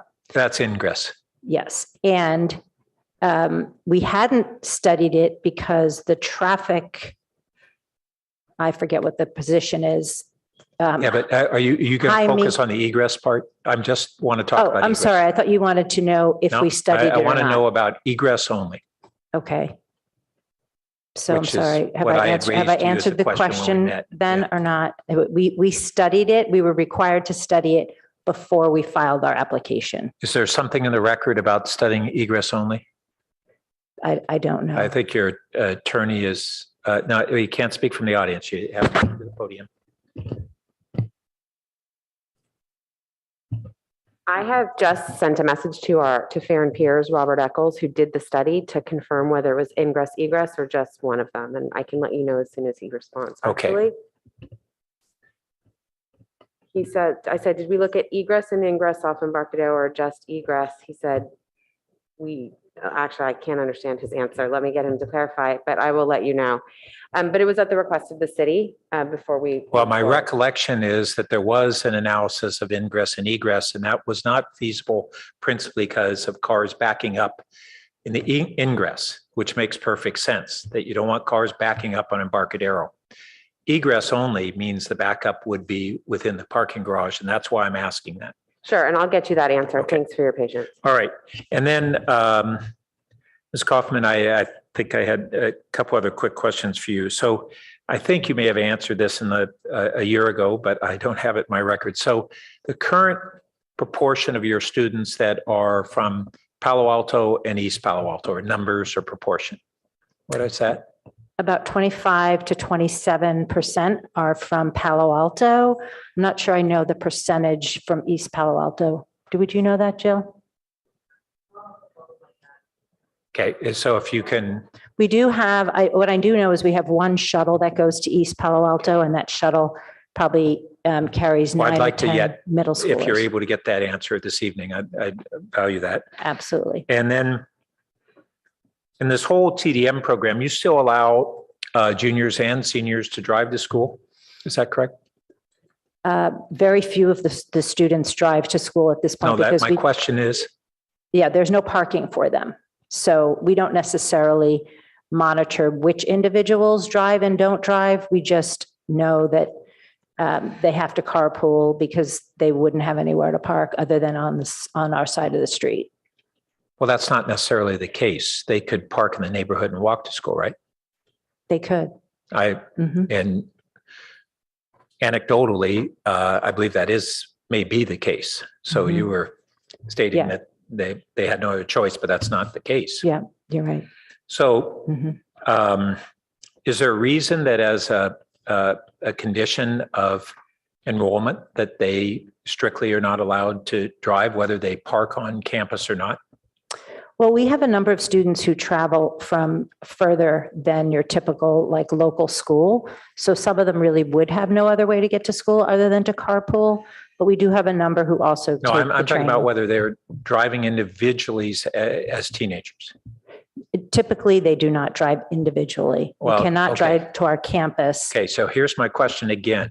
I'm sorry reason that I that you don't can't understand the question. Prohibit your students from themselves driving to Palo Alto to attend your school? You're asking me, is there a reason? Yeah. No, I mean- we would probably, in order to continue to meet our TDM requirements, that may be a regulation that we have to do. As far as we know, we're monitored by number of trips. And so that's what we regulate. And if we Well, have to but add, the discussion tonight has been in part about a distinction between trips to your campus that are Mhm. counted and whether we're really counting trips of students or their parents that are dropping them off nearby, because we've heard that there are a number of kind of satellite locations where students are being dropped off or parking. And I think that's a significant part of the problem. We're going to hear a little bit more on this condition 22G and what it entails. But I think it's important that we address that, and that frankly, a TDM program shouldn't be just counting the number of cars that drive onto the campus area. Mhm. Okay. Okay, thank you. Mr. Late, did you? Were you able to find out anything on that? Well, so I have the condition 22G, and I looked at the correspondence from the attorney, and I just need to hear your question again so I can respond to that. It's whether 22G or any of the other conditions address this issue of parking in the neighborhood. Parking in the neighborhood. Yes. No, they don't. And the related piece to this is the council's motion from January or March last year about the RPP and exploring whether a residential parking permit would be appropriate. And we've discussed that with the PTC, and their recommendation is not at this time, but let me explain a little bit more about that. We have an existing city process, codified process, where the residents who might be interested in that would, so you're familiar with the process. I don't need to tell you that. So that could address parking in the neighborhood, Yes. but not necessarily drop-offs. Understood. Yeah. Councilmember Phil Seth. Yeah, so we're sort of getting into the area that I sort of think is the most important that we're going to have to deal with here. I actually had one sort of tangential to this discussion question that I wanted to ask staff, though. There were a number of the speakers commented on the plan encroaching into utility easements along Melville. I haven't seen a lot of that in the staff document, so I assume that's not actually a significant issue. Is that right?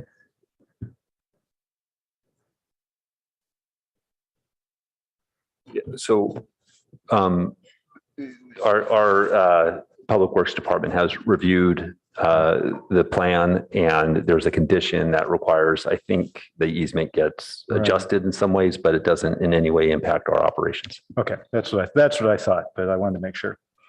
So, just sort of a high level on this is I think sort of align myself with some of Councilmember Du Bois and the mayor's comments is, the issue here is not whether Castellea expansion is a good thing or not, but it is a dense destination school in the middle of an R1 neighborhood. And so the comparisons to Stanford and Palo and so forth they're not necessarily apples to apples there.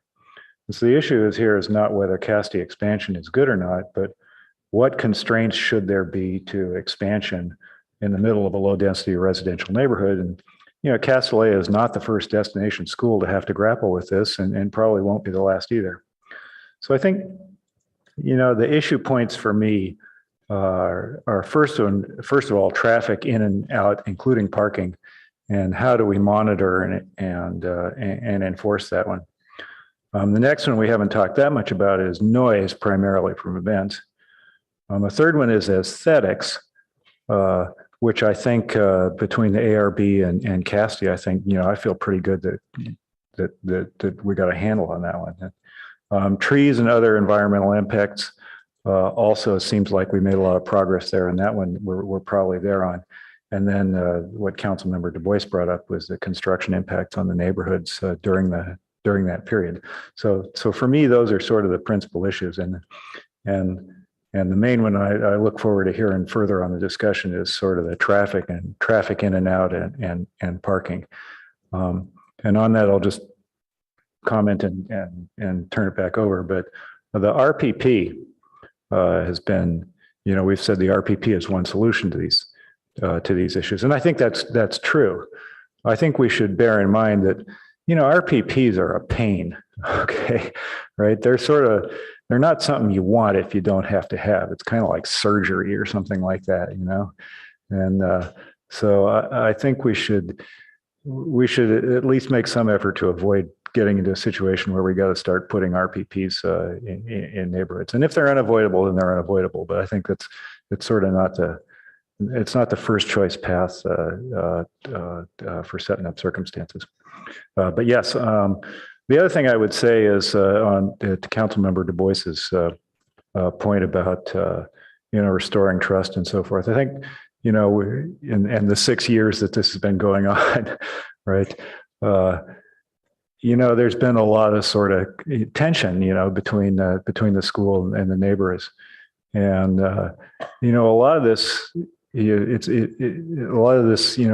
unfortunately, has been sort of people talking past each other, which we've all sort of been party to, and we've sort of, in council, we've sort of said, gee, we really hope the groups can work out something, because if it comes to council, then we're probably going to have to make some kind of compromise decision that nobody's completely happy with, right? But here we are.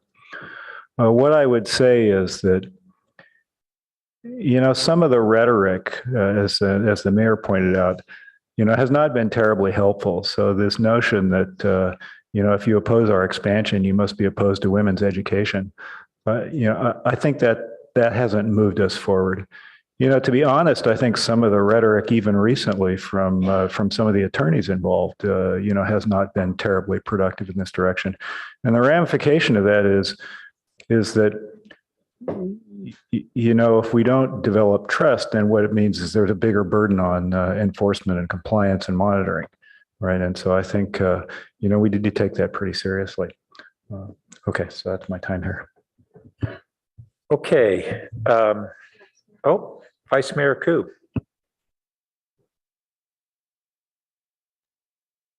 Thank you. So I appreciate all the comments that the mayor, Councilmember Du Bois, and Phil Seff made, and I align myself with that.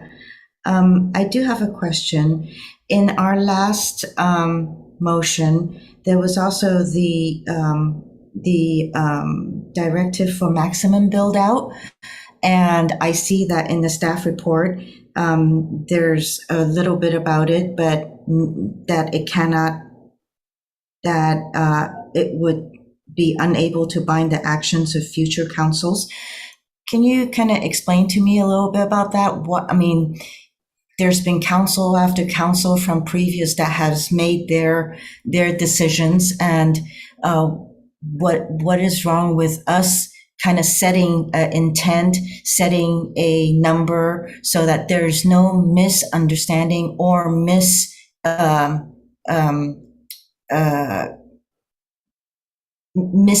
that the growth is supposed to be limited, like what the mayor had said, what was decided in 2013.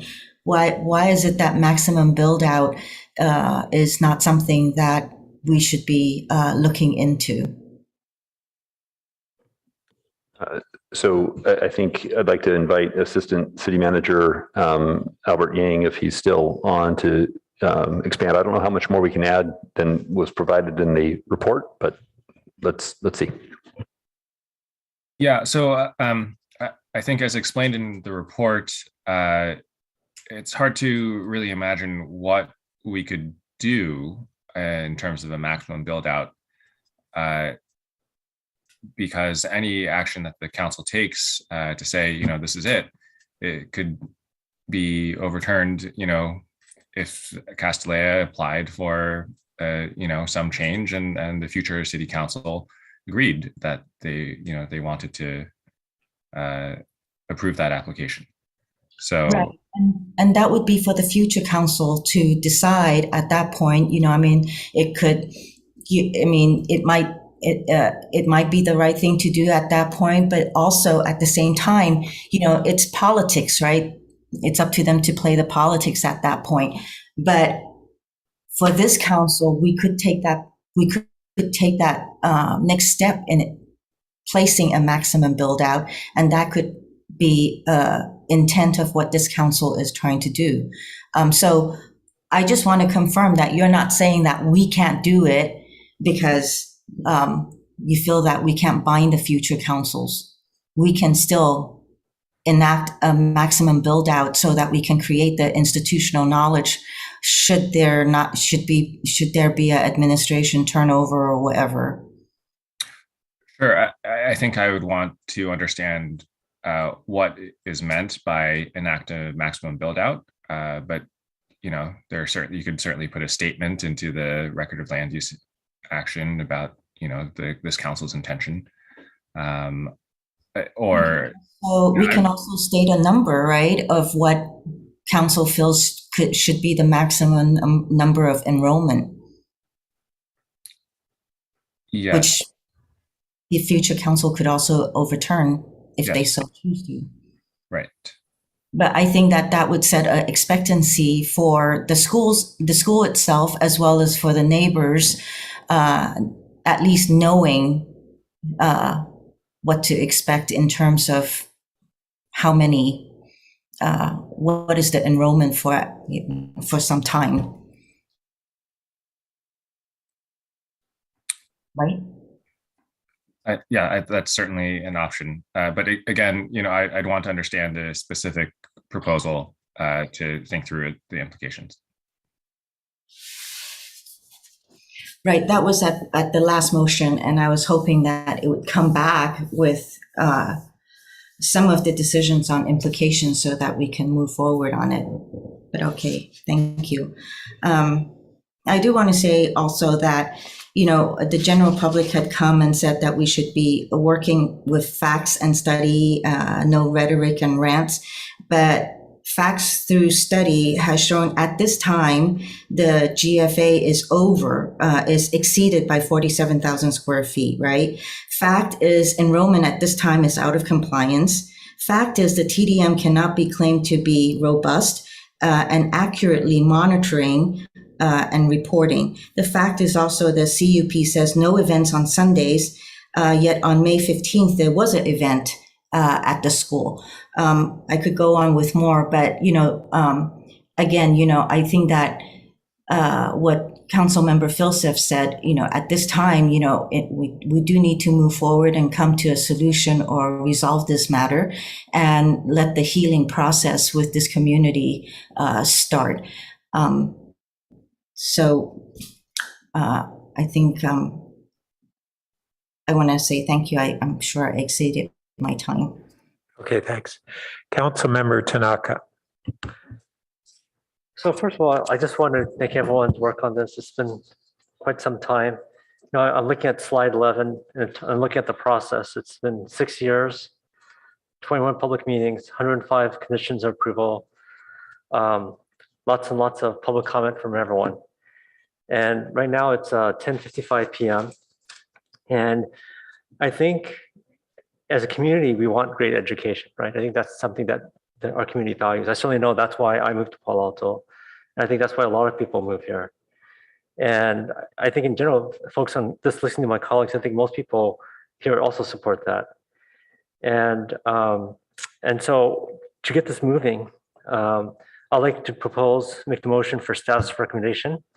So I don't know if the clerk could put it on the screen. And if there's a second, we could maybe get this moving, and then you guys can make amendments as you see fit. Second. Okay, thank you.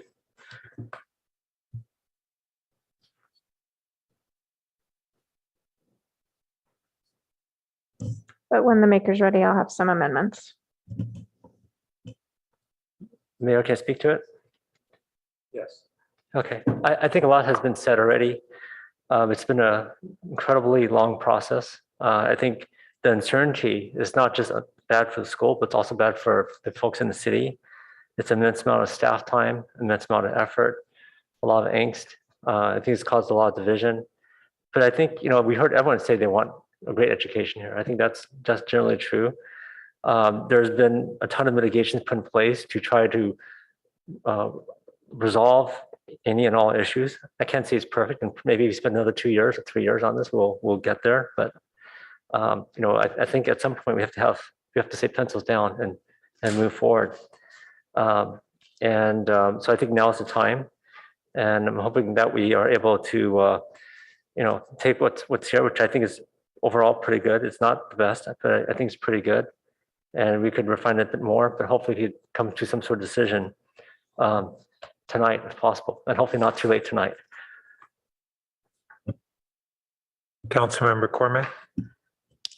Thank you, Mayor Burt. And thank you to Councilmember Tanaka for getting us started. With respect to Part A, I am able to make the findings beginning on page 228 and moving through. Happy to review those in detail, but I'll just say in terms of improving the school's functionality, in terms of building heights that meet the height limit, the ARB did a really thorough job here, not only in the beginning, but certainly as the improvements that we talked about earlier with the trees, et cetera. Unified and coherent design, the noise attenuation walls, the high aesthetic quality, and the fact that the project is stated to improve circulation for vehicle, bicycle, and pedestrian traffic and access to the project area. I won't go on into the plantings. We reviewed those, I think, the last time. I do want to see if the maker would be willing to select attachment C2 in B, which I think is less narrow and gives us the opportunity to make a context-based decision in the future should a non-residential opportunity be presented. I'm okay with that. Okay, so if the clerk could go with attachment C2 in B. I'd also like to add in, sorry, when I was reading things off, I was really referring to C. I should have done that. What my description was related to C. We reviewed the EIR in detail in the time before. I'd like to see if the maker would be willing to add in staff's alternate language with respect to events on page 179. This gets at the sort of the third page of events that the school was going to have to eliminate if they go to 50 events from 70. And it restores the 70. Sorry, which paragraph again? Packet page 179. Okay, and which paragraph are you referring to? Okay, hang on a second, let me find it. It's the one that's indented, about 2/3 the way down, section 12. Direct staff to update the record of land use action to amend condition number 6, to limit the maximum number of events in a calendar year to 70, with no more than 32 of those events occurring after 6 p.m. I just found the 50 too restrictive. Okay, I generally agree with you on this. And in fact, I would almost say that for me, I look at this project in terms of what are the impacts, in terms of parking, in terms of traffic, in terms of noise. And if the project can stay within that, even if they had, let's say, 80 events, but they're super quiet, maybe that's okay, right? If there's no parking or traffic impacts. So we're trying to get this over the line here. So, but that's where I'm at. But I don't know whether. Sorry, are you accepting that? I'll accept it, but I was just thinking about whether we should go a little further. But I'll take your thoughts on this. Okay. I think I spoke last year about the rhetoric, so I will just align myself with the comments that my colleagues made this evening on that. Thank you. Okay. Is it accepted? Can the seconder with the amendment refresh us on the implications of C2? I was going back and forth on it. Oh, yeah, sure. So it's packet page 173 and 4. And this was where PTC, and please, Director Late, correct me if I get this wrong. PTC was not happy with the limited text amendment that was described, which only applied to 2 parcels. And I can't remember, it was a church is the other one, that are 6 acres or more and have a historic resource. They felt that it was too narrowly drafted. And so staff's alternate C2 was not supported by the PTC essentially did not make a recommendation on this topic. Is that correct? That's correct. Right. So staff is giving us the option they provided, which was C1, and then another option, which is C2, which, by the way, just to be confusing, is actually attachment D for those of you trying to follow along at home. Attachment D is actually C2. Okay. And that would apply to 16 parcels in the city that are 2 acres or more. It does give us more flexibility with the garage option should our colleagues be interested in going with the ARB's hybrid. And it does require a context-based decision with the CUP. It just is less narrow. So that's the difference between them. Oh, thank you. All right. Councilmember Du Bois.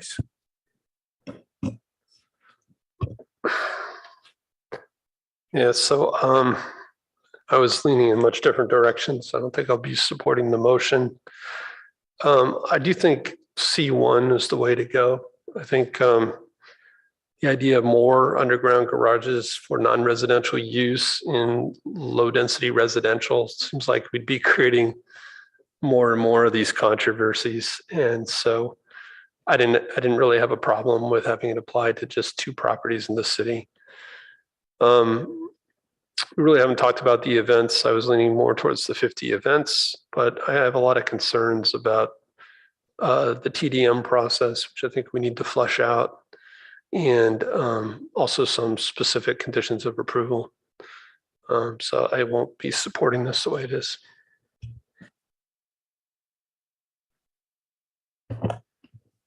And you don't want to propose those as amendments?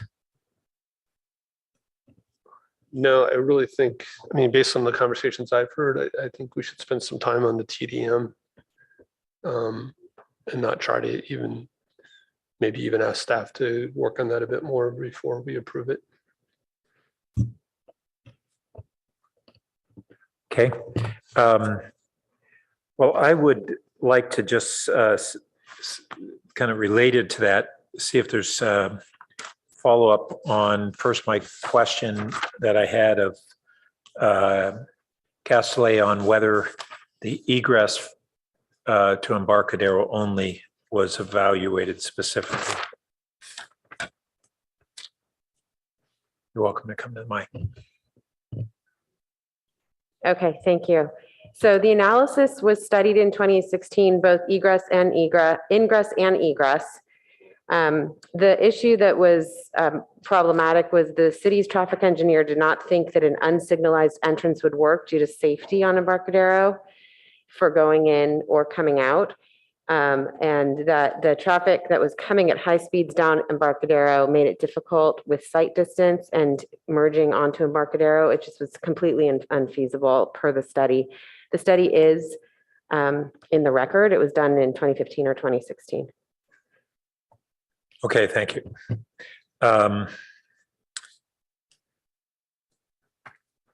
And then, so I also want to have additional discussions on the TDM and other conditions of approval, including, I'm really struggling with this issue of when the enrollment would go up in relation to the construction. And I'm having a hard time seeing why the enrollment should go up preceding construction. Not only are we going to have the construction period is going to be really difficult. In what big projects, whether it's a grade separation or something like this, we tend to focus on the after construction impacts. And the construction impacts are really very significant. We're talking about 3 years of a massive disruption. And the notion that we'd increase the enrollment before adding the construction trips and all the other construction impacts, which are probably even greater than the construction trips, doesn't make good sense to me. So that's a second part of the conditions of approval that I'm still struggling with. All right, Councilmember Stone. Thank you, Mr. Mayor. Yeah, I mean, I agree with concerns of the mayor and Councilmember Du Bois. I do want to explore the TDM a little closer. One thought I've been having, curious to hear what other colleagues think on the issue of the 450.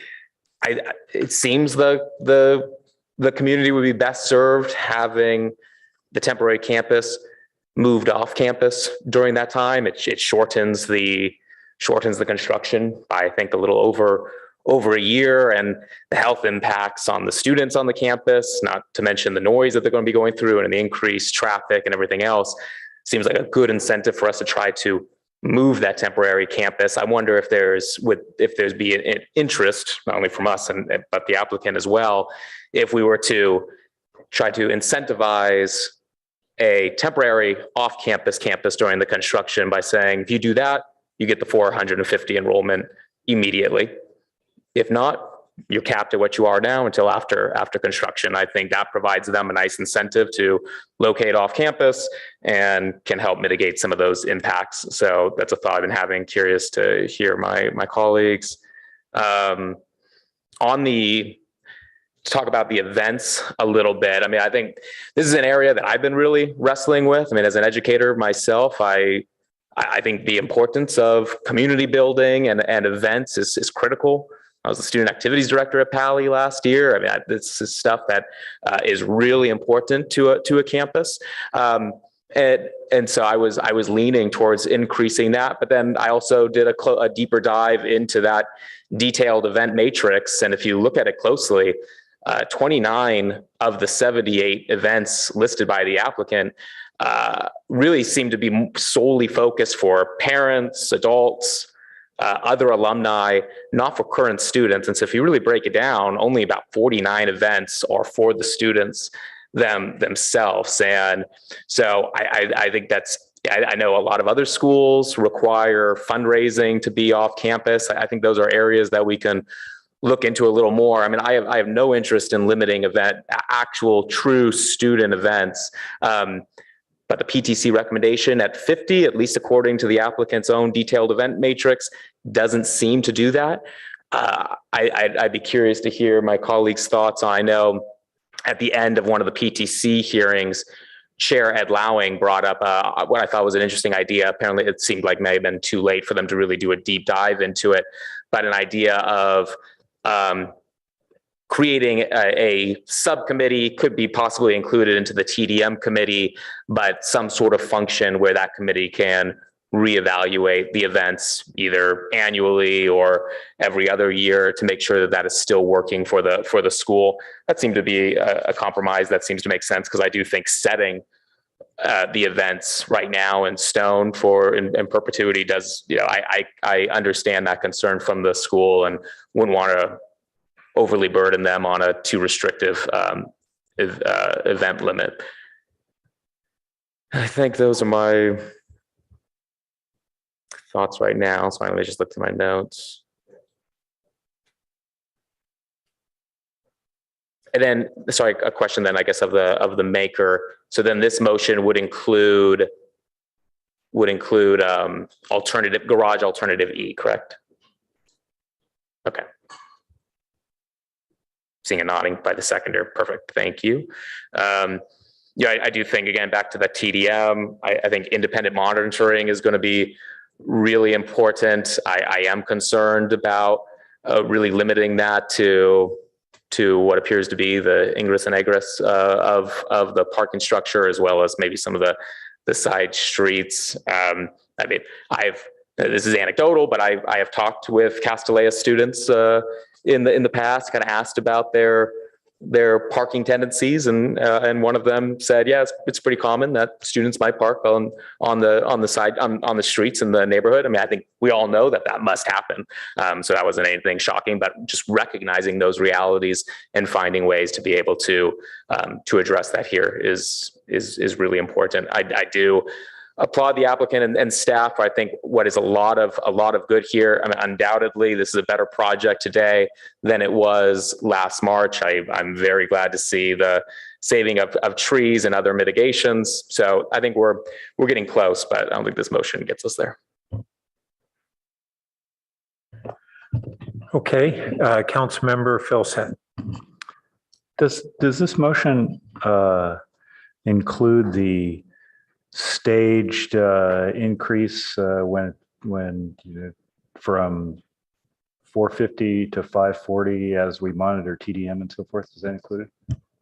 Okay. I think we ought to consider the PTC suggestion that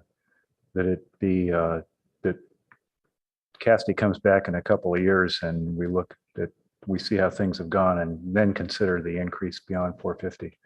I think,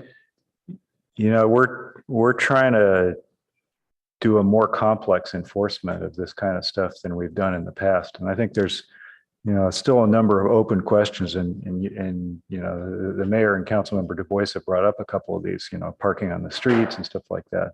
I think there's enough questions about our ability to monitor and enforce that I wonder if we shouldn't walk before we run here.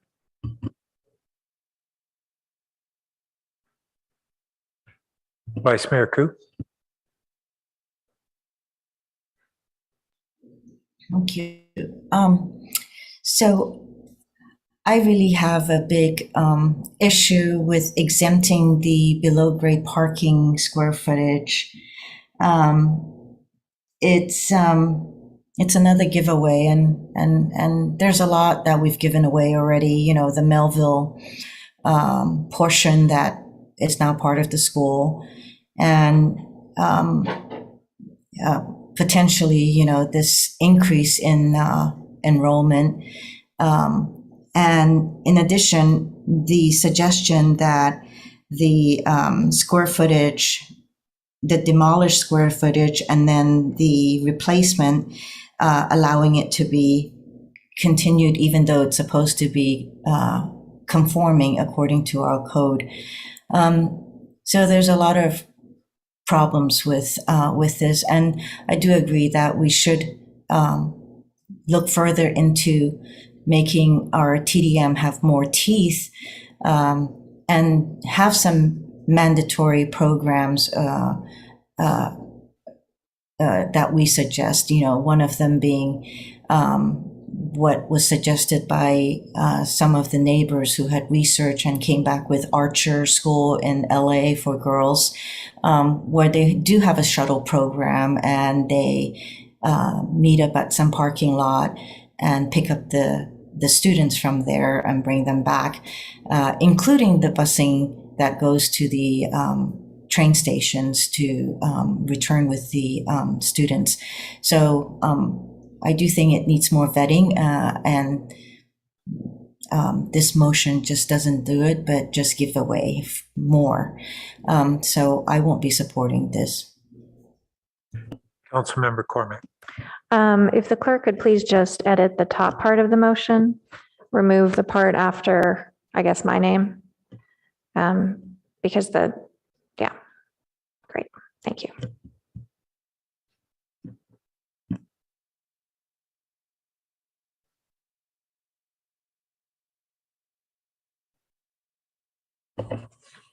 Yeah, let's go ahead and take a vote. Councilmember Philsett? We're voting on the motion here? Correct. No. Councilmember Stone? No. Councilmember Du Bois? Not yet. Councilmember Cormack? Yes. Councilmember Tanaka? Yes. Vice Mayor Koo? No. Mayor Burt? No. Motion fails 5-2. Okay, so we've had some council members talk about additional considerations that they want to build in? Councilmember Du Bois. Yeah, I guess I'll try to talk about the TDM with staff and really maybe you guys can explain how you intended it to work. Again, I think you've heard some of the concerns tonight. I think if we were to say we wanted to consider kind of 2 blocks in all directions around the school, how would you think about setting up a monitoring, TDM for that? You're talking about the students parking or being dropped off in the neighborhood? Yeah. I would like to, I don't have an idea about that right now. Okay.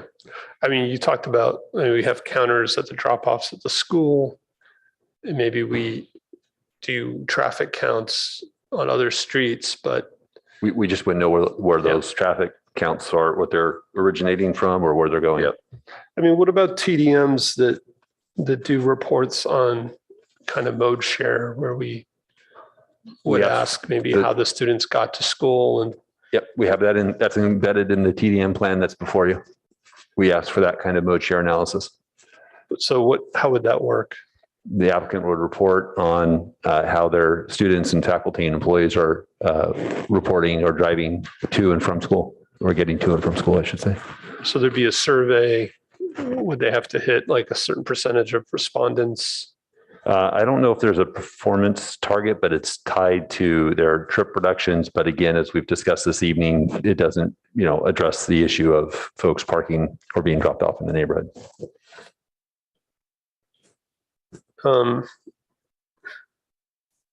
Yeah, and then the other piece, I think that as I read through everything, and it's been talked about a little bit again tonight, was just the timing of when do we go to 450? What happens during construction? I mean, it's hard for me to even imagine how you would accurately measure increases while construction was occurring. Again, could you kind of just talk through how the timeline you would envision? So we approve this tonight or in a week or two, go to 450, they start construction, they set up a temporary campus. We simultaneously start recording traffic. They would get 3 reports in a year. I mean, I forget, somebody said it would take 7 years to get to 450, but I think it would probably help the whole council. Maybe if you could kind of talk through that timing a little bit, like what's the best case scenario? Yeah, I think you meant 7 years to get to 540. So again, just to remind the council, the staff recommendation was starting at 426 last year. And then after construction of the garage is when enrollment would increase. So if we misunderstood the council's direction from last year about starting at 450, you certainly have the ability to set that number, presumably from 415, to whatever you think is appropriate. 415 being the current CUP and the authorized student enrollment. So the way the condition is set up now, and again, I'm hearing from council members that this may not be the direction that you want to proceed, is that this letters have already gone out, students have been accepted. My understanding is that's going to be at somewhere around 418 students for the upcoming academic year, or actually, I think that's what it would be if there's no action on this, on the CUP, that continued sort of decrease. But if it's approved, they'd be able to presumably start increasing up to 450. So maybe this academic year that's coming forward, maybe there's a few more students that they can bring in. But between now and whenever that is, they would be able to go up to 450. And then after they have, again, 3 consecutive reports, which I don't, that would start when this gets approved, we would start the first reporting cycle would be this upcoming academic year, is my guess, unless, there's been some data collected at this point. But once we have those 3 reports, then we would, there would be the opportunity to increase up to 25. So they wouldn't likely start construction right away, right? But again, what I'm trying to picture is what happens when construction starts. There's a temporary campus on the field. Yep. I guess there'd be a temporary drop-off location that would also have a counter at it. Is that what you envision? The drop-off, where there's drop-off activity, we would have counters at those locations. And again, this is within the council's discretion. If you did not want to see enrollment increase during the construction phase, that's within your authority. Okay. Yeah, I was just really trying to understand how you guys were envisioning it working as proposed. Yeah, and again, we were trying to respond to again our understanding of the motion, and again, it was, if we got that wrong, apologize to the council. I think we weren't clear. So again, I don't know that I'm necessarily where Councilmember Filseth is in terms of come back with the CUP, but at some level, I feel like it's just kind of what we name the process. But I do think there's some concept here of when does the timing start for growth beyond 450, and what are the conditions to trigger the next level? I do think if we call it a CUP and the concerns of reopening the scope are valid, I think it is primarily around compliance with the TDM. I also have questions around compliance with whatever event process we decide on. And again, really, what is the enforcement mechanism? So for the TDM, while they're building up to enrollment, I think that makes sense. I guess the question is, if there were violations of other conditions, would those also stop the enrollment in future years, or what is the enforcement mechanism for those things? And then once the school does get to 540, I think Councilmember Vice Mayor Koo started talking about this a little bit. If they do fail the TDM reports, will we actually decrease enrollment? And, I guess we said at least 5, but again, it seems like it'd be much better to kind of finish construction and prove that the TDMs are working and build up that track record as you get to 540, so that hopefully we don't never get in a situation where we're at 540 and we need to go back. But those are kind of the things I'm trying to think through right now. Well, I'll just follow on a couple of those. So first on the stages after 450, I think we want to make sure that we've got compliance before we allow the additional enrollment. But I think another CUP is a really cumbersome process to do that. And I think we can come up with some strong, verifiable monitoring and contingencies without having to go and reopen a CUP process.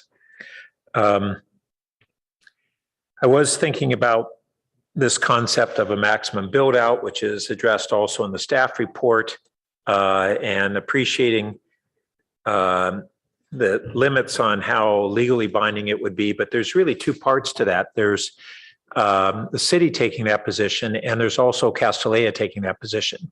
And so I think that we could have as a condition as both parties agreeing that this is the maximum build out of the site.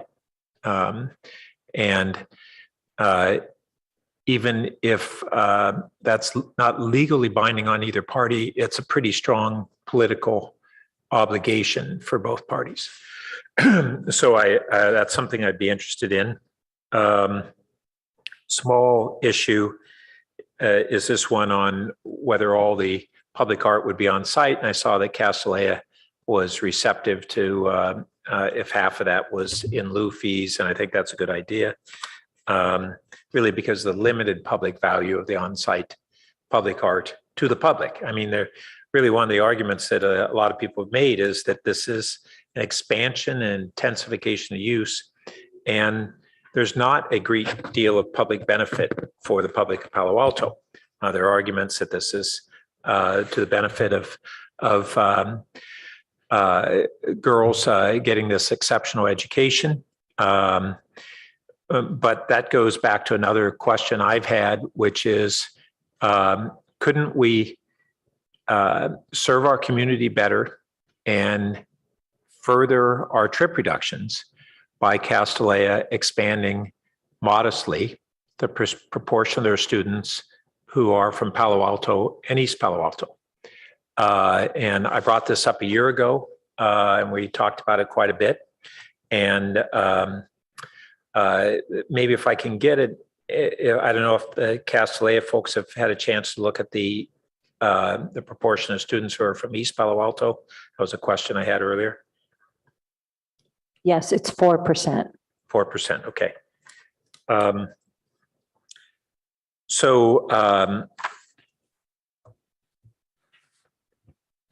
You know, there's not a real shortage of families who reside in Palo Alto who would also like to send their students to Castellea, and in doing so, we'd be able to reduce the trip impacts and have it be a little bit less of a destination school and more of a one that serves the community. It would still be predominantly a destination. So if it moved up to 30% of the students from Palo Alto and 5% from East Palo Alto, that would move the dial, and that's what we're looking at doing in several different ways. Some folks have talked about whether, out of the events and parent events, whether all these have to be on site. And I think that if we keep the limits of the 50 on site, that doesn't prohibit Castellea from having a bunch of other off-site events. And I think that's appropriate. That's up to Castellea's discretion. But I do think really strongly that the trips to Palo Alto must be fundamental to the TDM program, not the trips to campus. And they both matter. I mean, when they come to campus, that's a more concentrated impact on a fewer number of neighbors than if we disperse them to a number of blocks in the neighborhood. But they both have impacts. Part of what we're looking at, we didn't have a vehicle miles travel on this, but that's certainly part of the consideration is trips to Palo Alto and not just trips to the school site. And I think that the school has some real mechanisms that they can help enforce this. Now, how we can verify, that's another question. So Castellea can put as conditions on enrollment that students will, under strict penalty, commit that they will not drive to school or basically to Palo Alto to go to school, not park in the neighborhood. And a violation of that, like other school rules that are strictly required, students will obey that because they're not going to jeopardize their standing by violating that. And similarly, parents can be required to have written commitments that they won't be doing drop-offs off-site. You can have whatever number of trips on-site that we put as a condition, but that there can't be an overflow beyond that is off-site trips that are not counted and circumventing the intent of the entire TDM program, which is what those really are. If we're talking about a TDM program, we just can't have a circumstance where we create all these incentives to violate it. And that's what would happen if folks can just park a block away like they often do now. I mean, I hear about this, the court at the end of Melville is one drop-off area I've heard about, and there's others, and I don't know the number of students, but it makes perfect sense that if there's no rules against it at the school and no prohibitions in the city, but there are constraints on dropping off on school site, people are just going to figure workarounds. And the only way that you don't have that is if you have rules that the school imposes, most of all, and administers to prevent that circumvention. So I'm going to be interested in having a prohibition of students driving to Palo Alto, not just the school site, and a prohibition of parents dropping off outside of the school site other than agreed upon satellite locations. And they have one satellite location, I think, for maybe it's more for teachers. And that will drive the TDM program to really be what it's intended to be, which is a trip reduction program and not a counting circumvention program. That's not what anybody honestly has been advocating. And I think anybody who would find this as objectionable they have to question the sincerity of the TDM program that they've been saying would be an answer. We need a TDM program that ends up being what we all claim it's intended to be. And there are a lot of other schools that have a lot of restrictions on getting to the school sites and that are throughout the area. So this is an unprecedented. I will say that this site again, when I look at the various private high schools in the area, I'm not aware of any that have this density and are located in an R1 neighborhood with this kind of density. This is an anomaly. And supporters of Castellea should recognize this is not the way all these other private schools are located and the impacts on communities.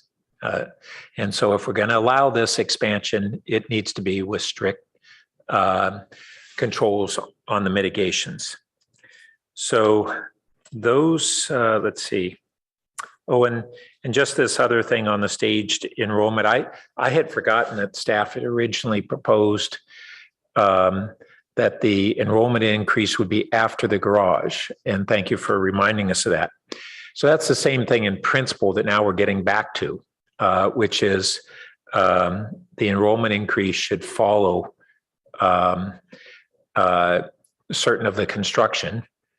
And now I like Councilmember Stone's proposal of we have no reason to restrict the enrollment if it's if there's a temporary campus, but we don't have any control on that. I would think in any event, if that campus was in Palo Alto, if it was elsewhere, they wouldn't have to ask permission from us, except that any enrollment that they increase there, and then once the construction's done, they'd transfer it to the new campus, the rebuilt campus.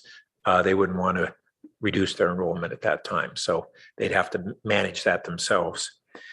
So that's the framework for improvements to tightening the CUP, both the TDM and other aspects of it that I'm interested in the motion. So it is late, but I don't know whether we're close to attempting to come together with a motion.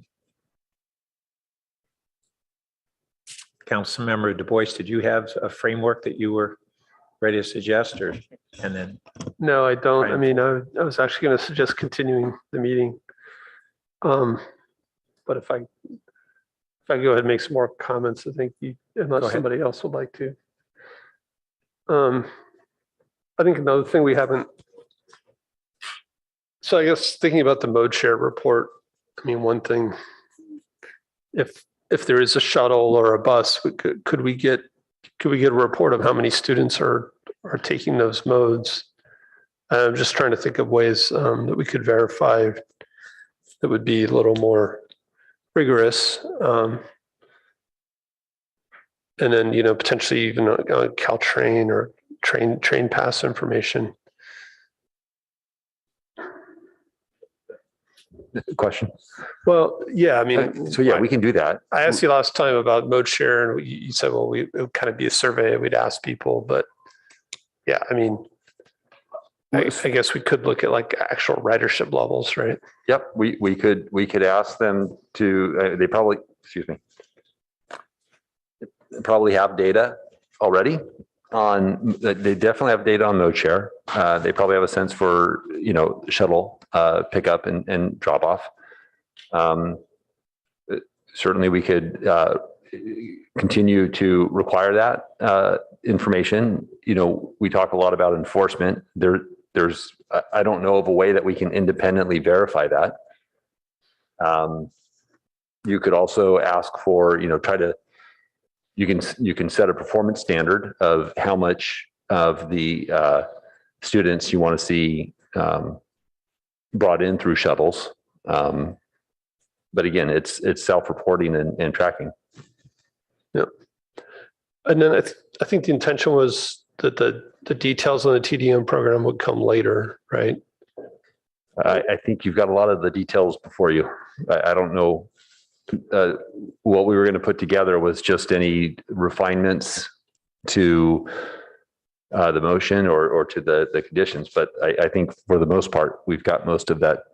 Right. But then was Castellet to come back to you with a detailed? Within 6 months, I believe, with a, yeah 60 days. Thank you. Yeah, not 6 months, 2 months. It's just a compilation of everything that's required via conditions of approval, mitigation monitoring programs, a couple of other different sources. So that would just be the compendium of requirements. So I'm wondering, like, if council came up with kind of a short list of concerns, and then we moved on to the other elements to approve the project, maybe that detailed TDM could come back so that we don't hold everything up over the TDM plan itself. I'm suggesting maybe we get to a point where we approve everything, and then we also have an agreement that after the 60 days or even a longer period of time, that the detailed TDM plan would come back to council to meet some of these other concerns we have. If that's the council's direction, that is a path you could take. Yeah, I mean, it's interesting looking at some of the other schools, kind of their enforcement around their TDMs. Menlo School, kind of similar, but pretty big fallback in enrollment. So at the Nueva School, that was 70% by train, although they give out Caltrain passes. And then even Crystal Springs using rideshare companies with no parking on site. The other topic, there were some letters from members of the public about satellite parking and how far away they are from the place. There's the one satellite parking that we talked about at First Presbyterian Church. Has there been any discussion about additional satellite parking sites? We've asked the applicant to identify other sites, but no sites have been identified at this time. Okay. And then would you expect detail on like shuttle routes and things in that plan? In the TDM plan? Yep. So if there were satellite parking spaces? Well, and I think they have some shuttles that they run today. To the Caltrain station. Yep, we have that, but I don't know that we, I don't know if we have the route specifically identified. Okay. I'm just looking through my notes here real quick.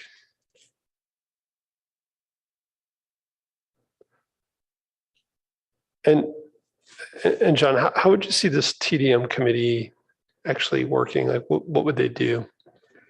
The way the condition is written is that reports would be produced. These monitoring reports would be reviewed. If there's any violation of ADT or AM peak, the committee would get together and make a recommendation, I think within a specified period of time, to the Director of Planning and Development Services and to the Chief Transportation Official with recommendations on, is there a concern that this is a long-term problem or a one-time blip, and what recommendations to cure.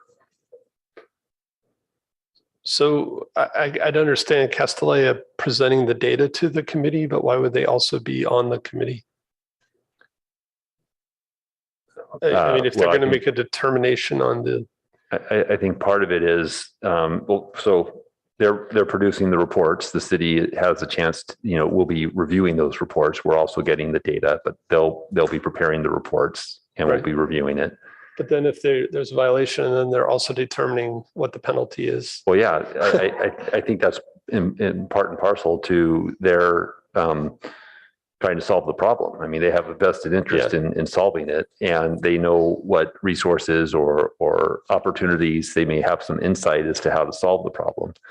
Again, I think it makes sense for them to come present it and be part of the process. I was trying to understand the difference between doing that and being on the committee itself. Yeah. So, again, there's nothing set in stone. It was just something that we were trying to be responsive to the council's notion. The planning commission reviewed it, offered some refinements, and this is what we have.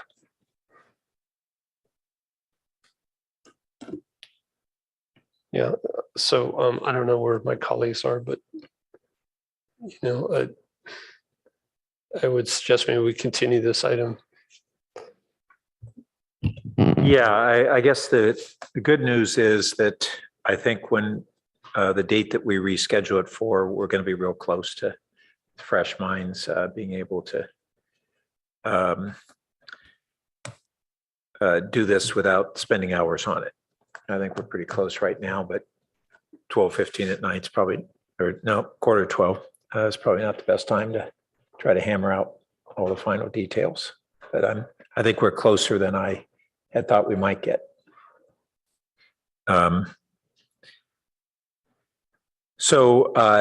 I'd be game to continue it. And we had looked at a couple of dates, and if we're not talking about multiple hours, then we can probably squeeze it in. So we would propose you select a date certain. I will tell you, Mayor and council members, that your agendas are extremely impacted. And so the next available date would likely be June 6th, I believe. June 6th. And remind me the other items on the agenda for that date.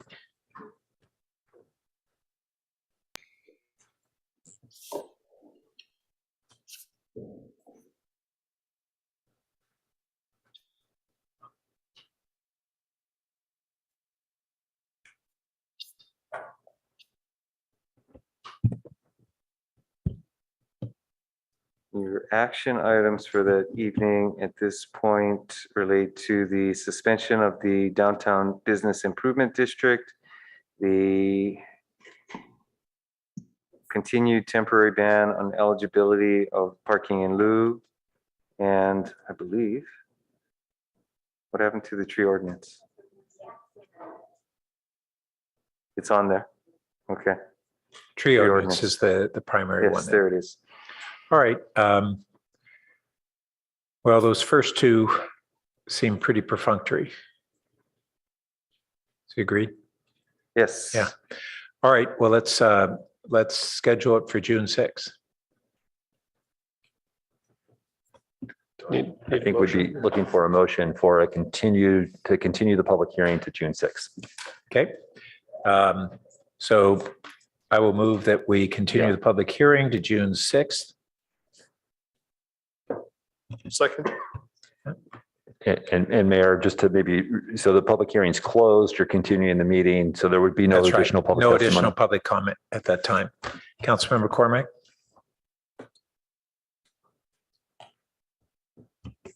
I'll be voting against this motion. I think the council members had an opportunity to make amendments or substitutions, and that didn't happen. So I'm ready to continue the process this evening. Okay. All right. So no further lights. Let's go ahead and vote. Vice Mayor Ku, Yes. Councilmember Tanaka, Yes. Councilmember Filsa, Yes. Councilmember Du Bois, Yes. Councilmember Stone, Yes. Councilmember Cormac, No. Mayor Burt, Yes. motion carries 6-1. Okay, great. So thank you all. That was, I think, still a productive evening, even if we haven't gotten the closure quite yet. It looks like we're close. Yeah. All right. And so our final aspect is council member comments and updates. Do we have any?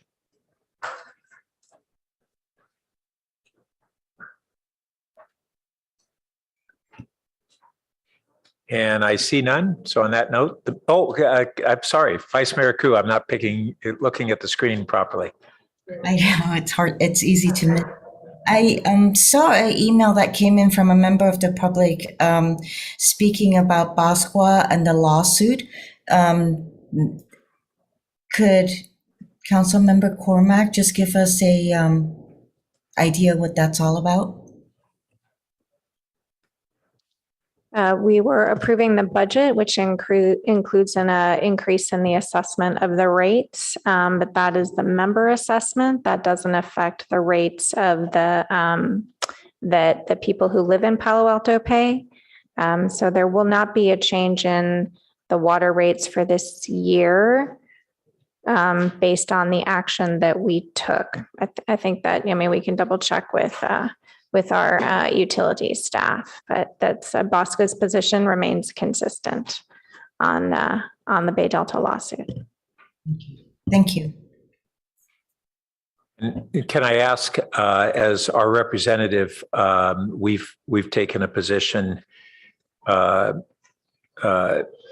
opposite that of Bosca. Is that position continuing to be what you're representing at Bosca? The vote on this, I believe, was taken before I was the representative. I have not voted on the Bay Delta lawsuit in the time that I've been serving as our director for Bosca. Okay, thanks. All right, and I see nothing else, so the meeting's adjourned.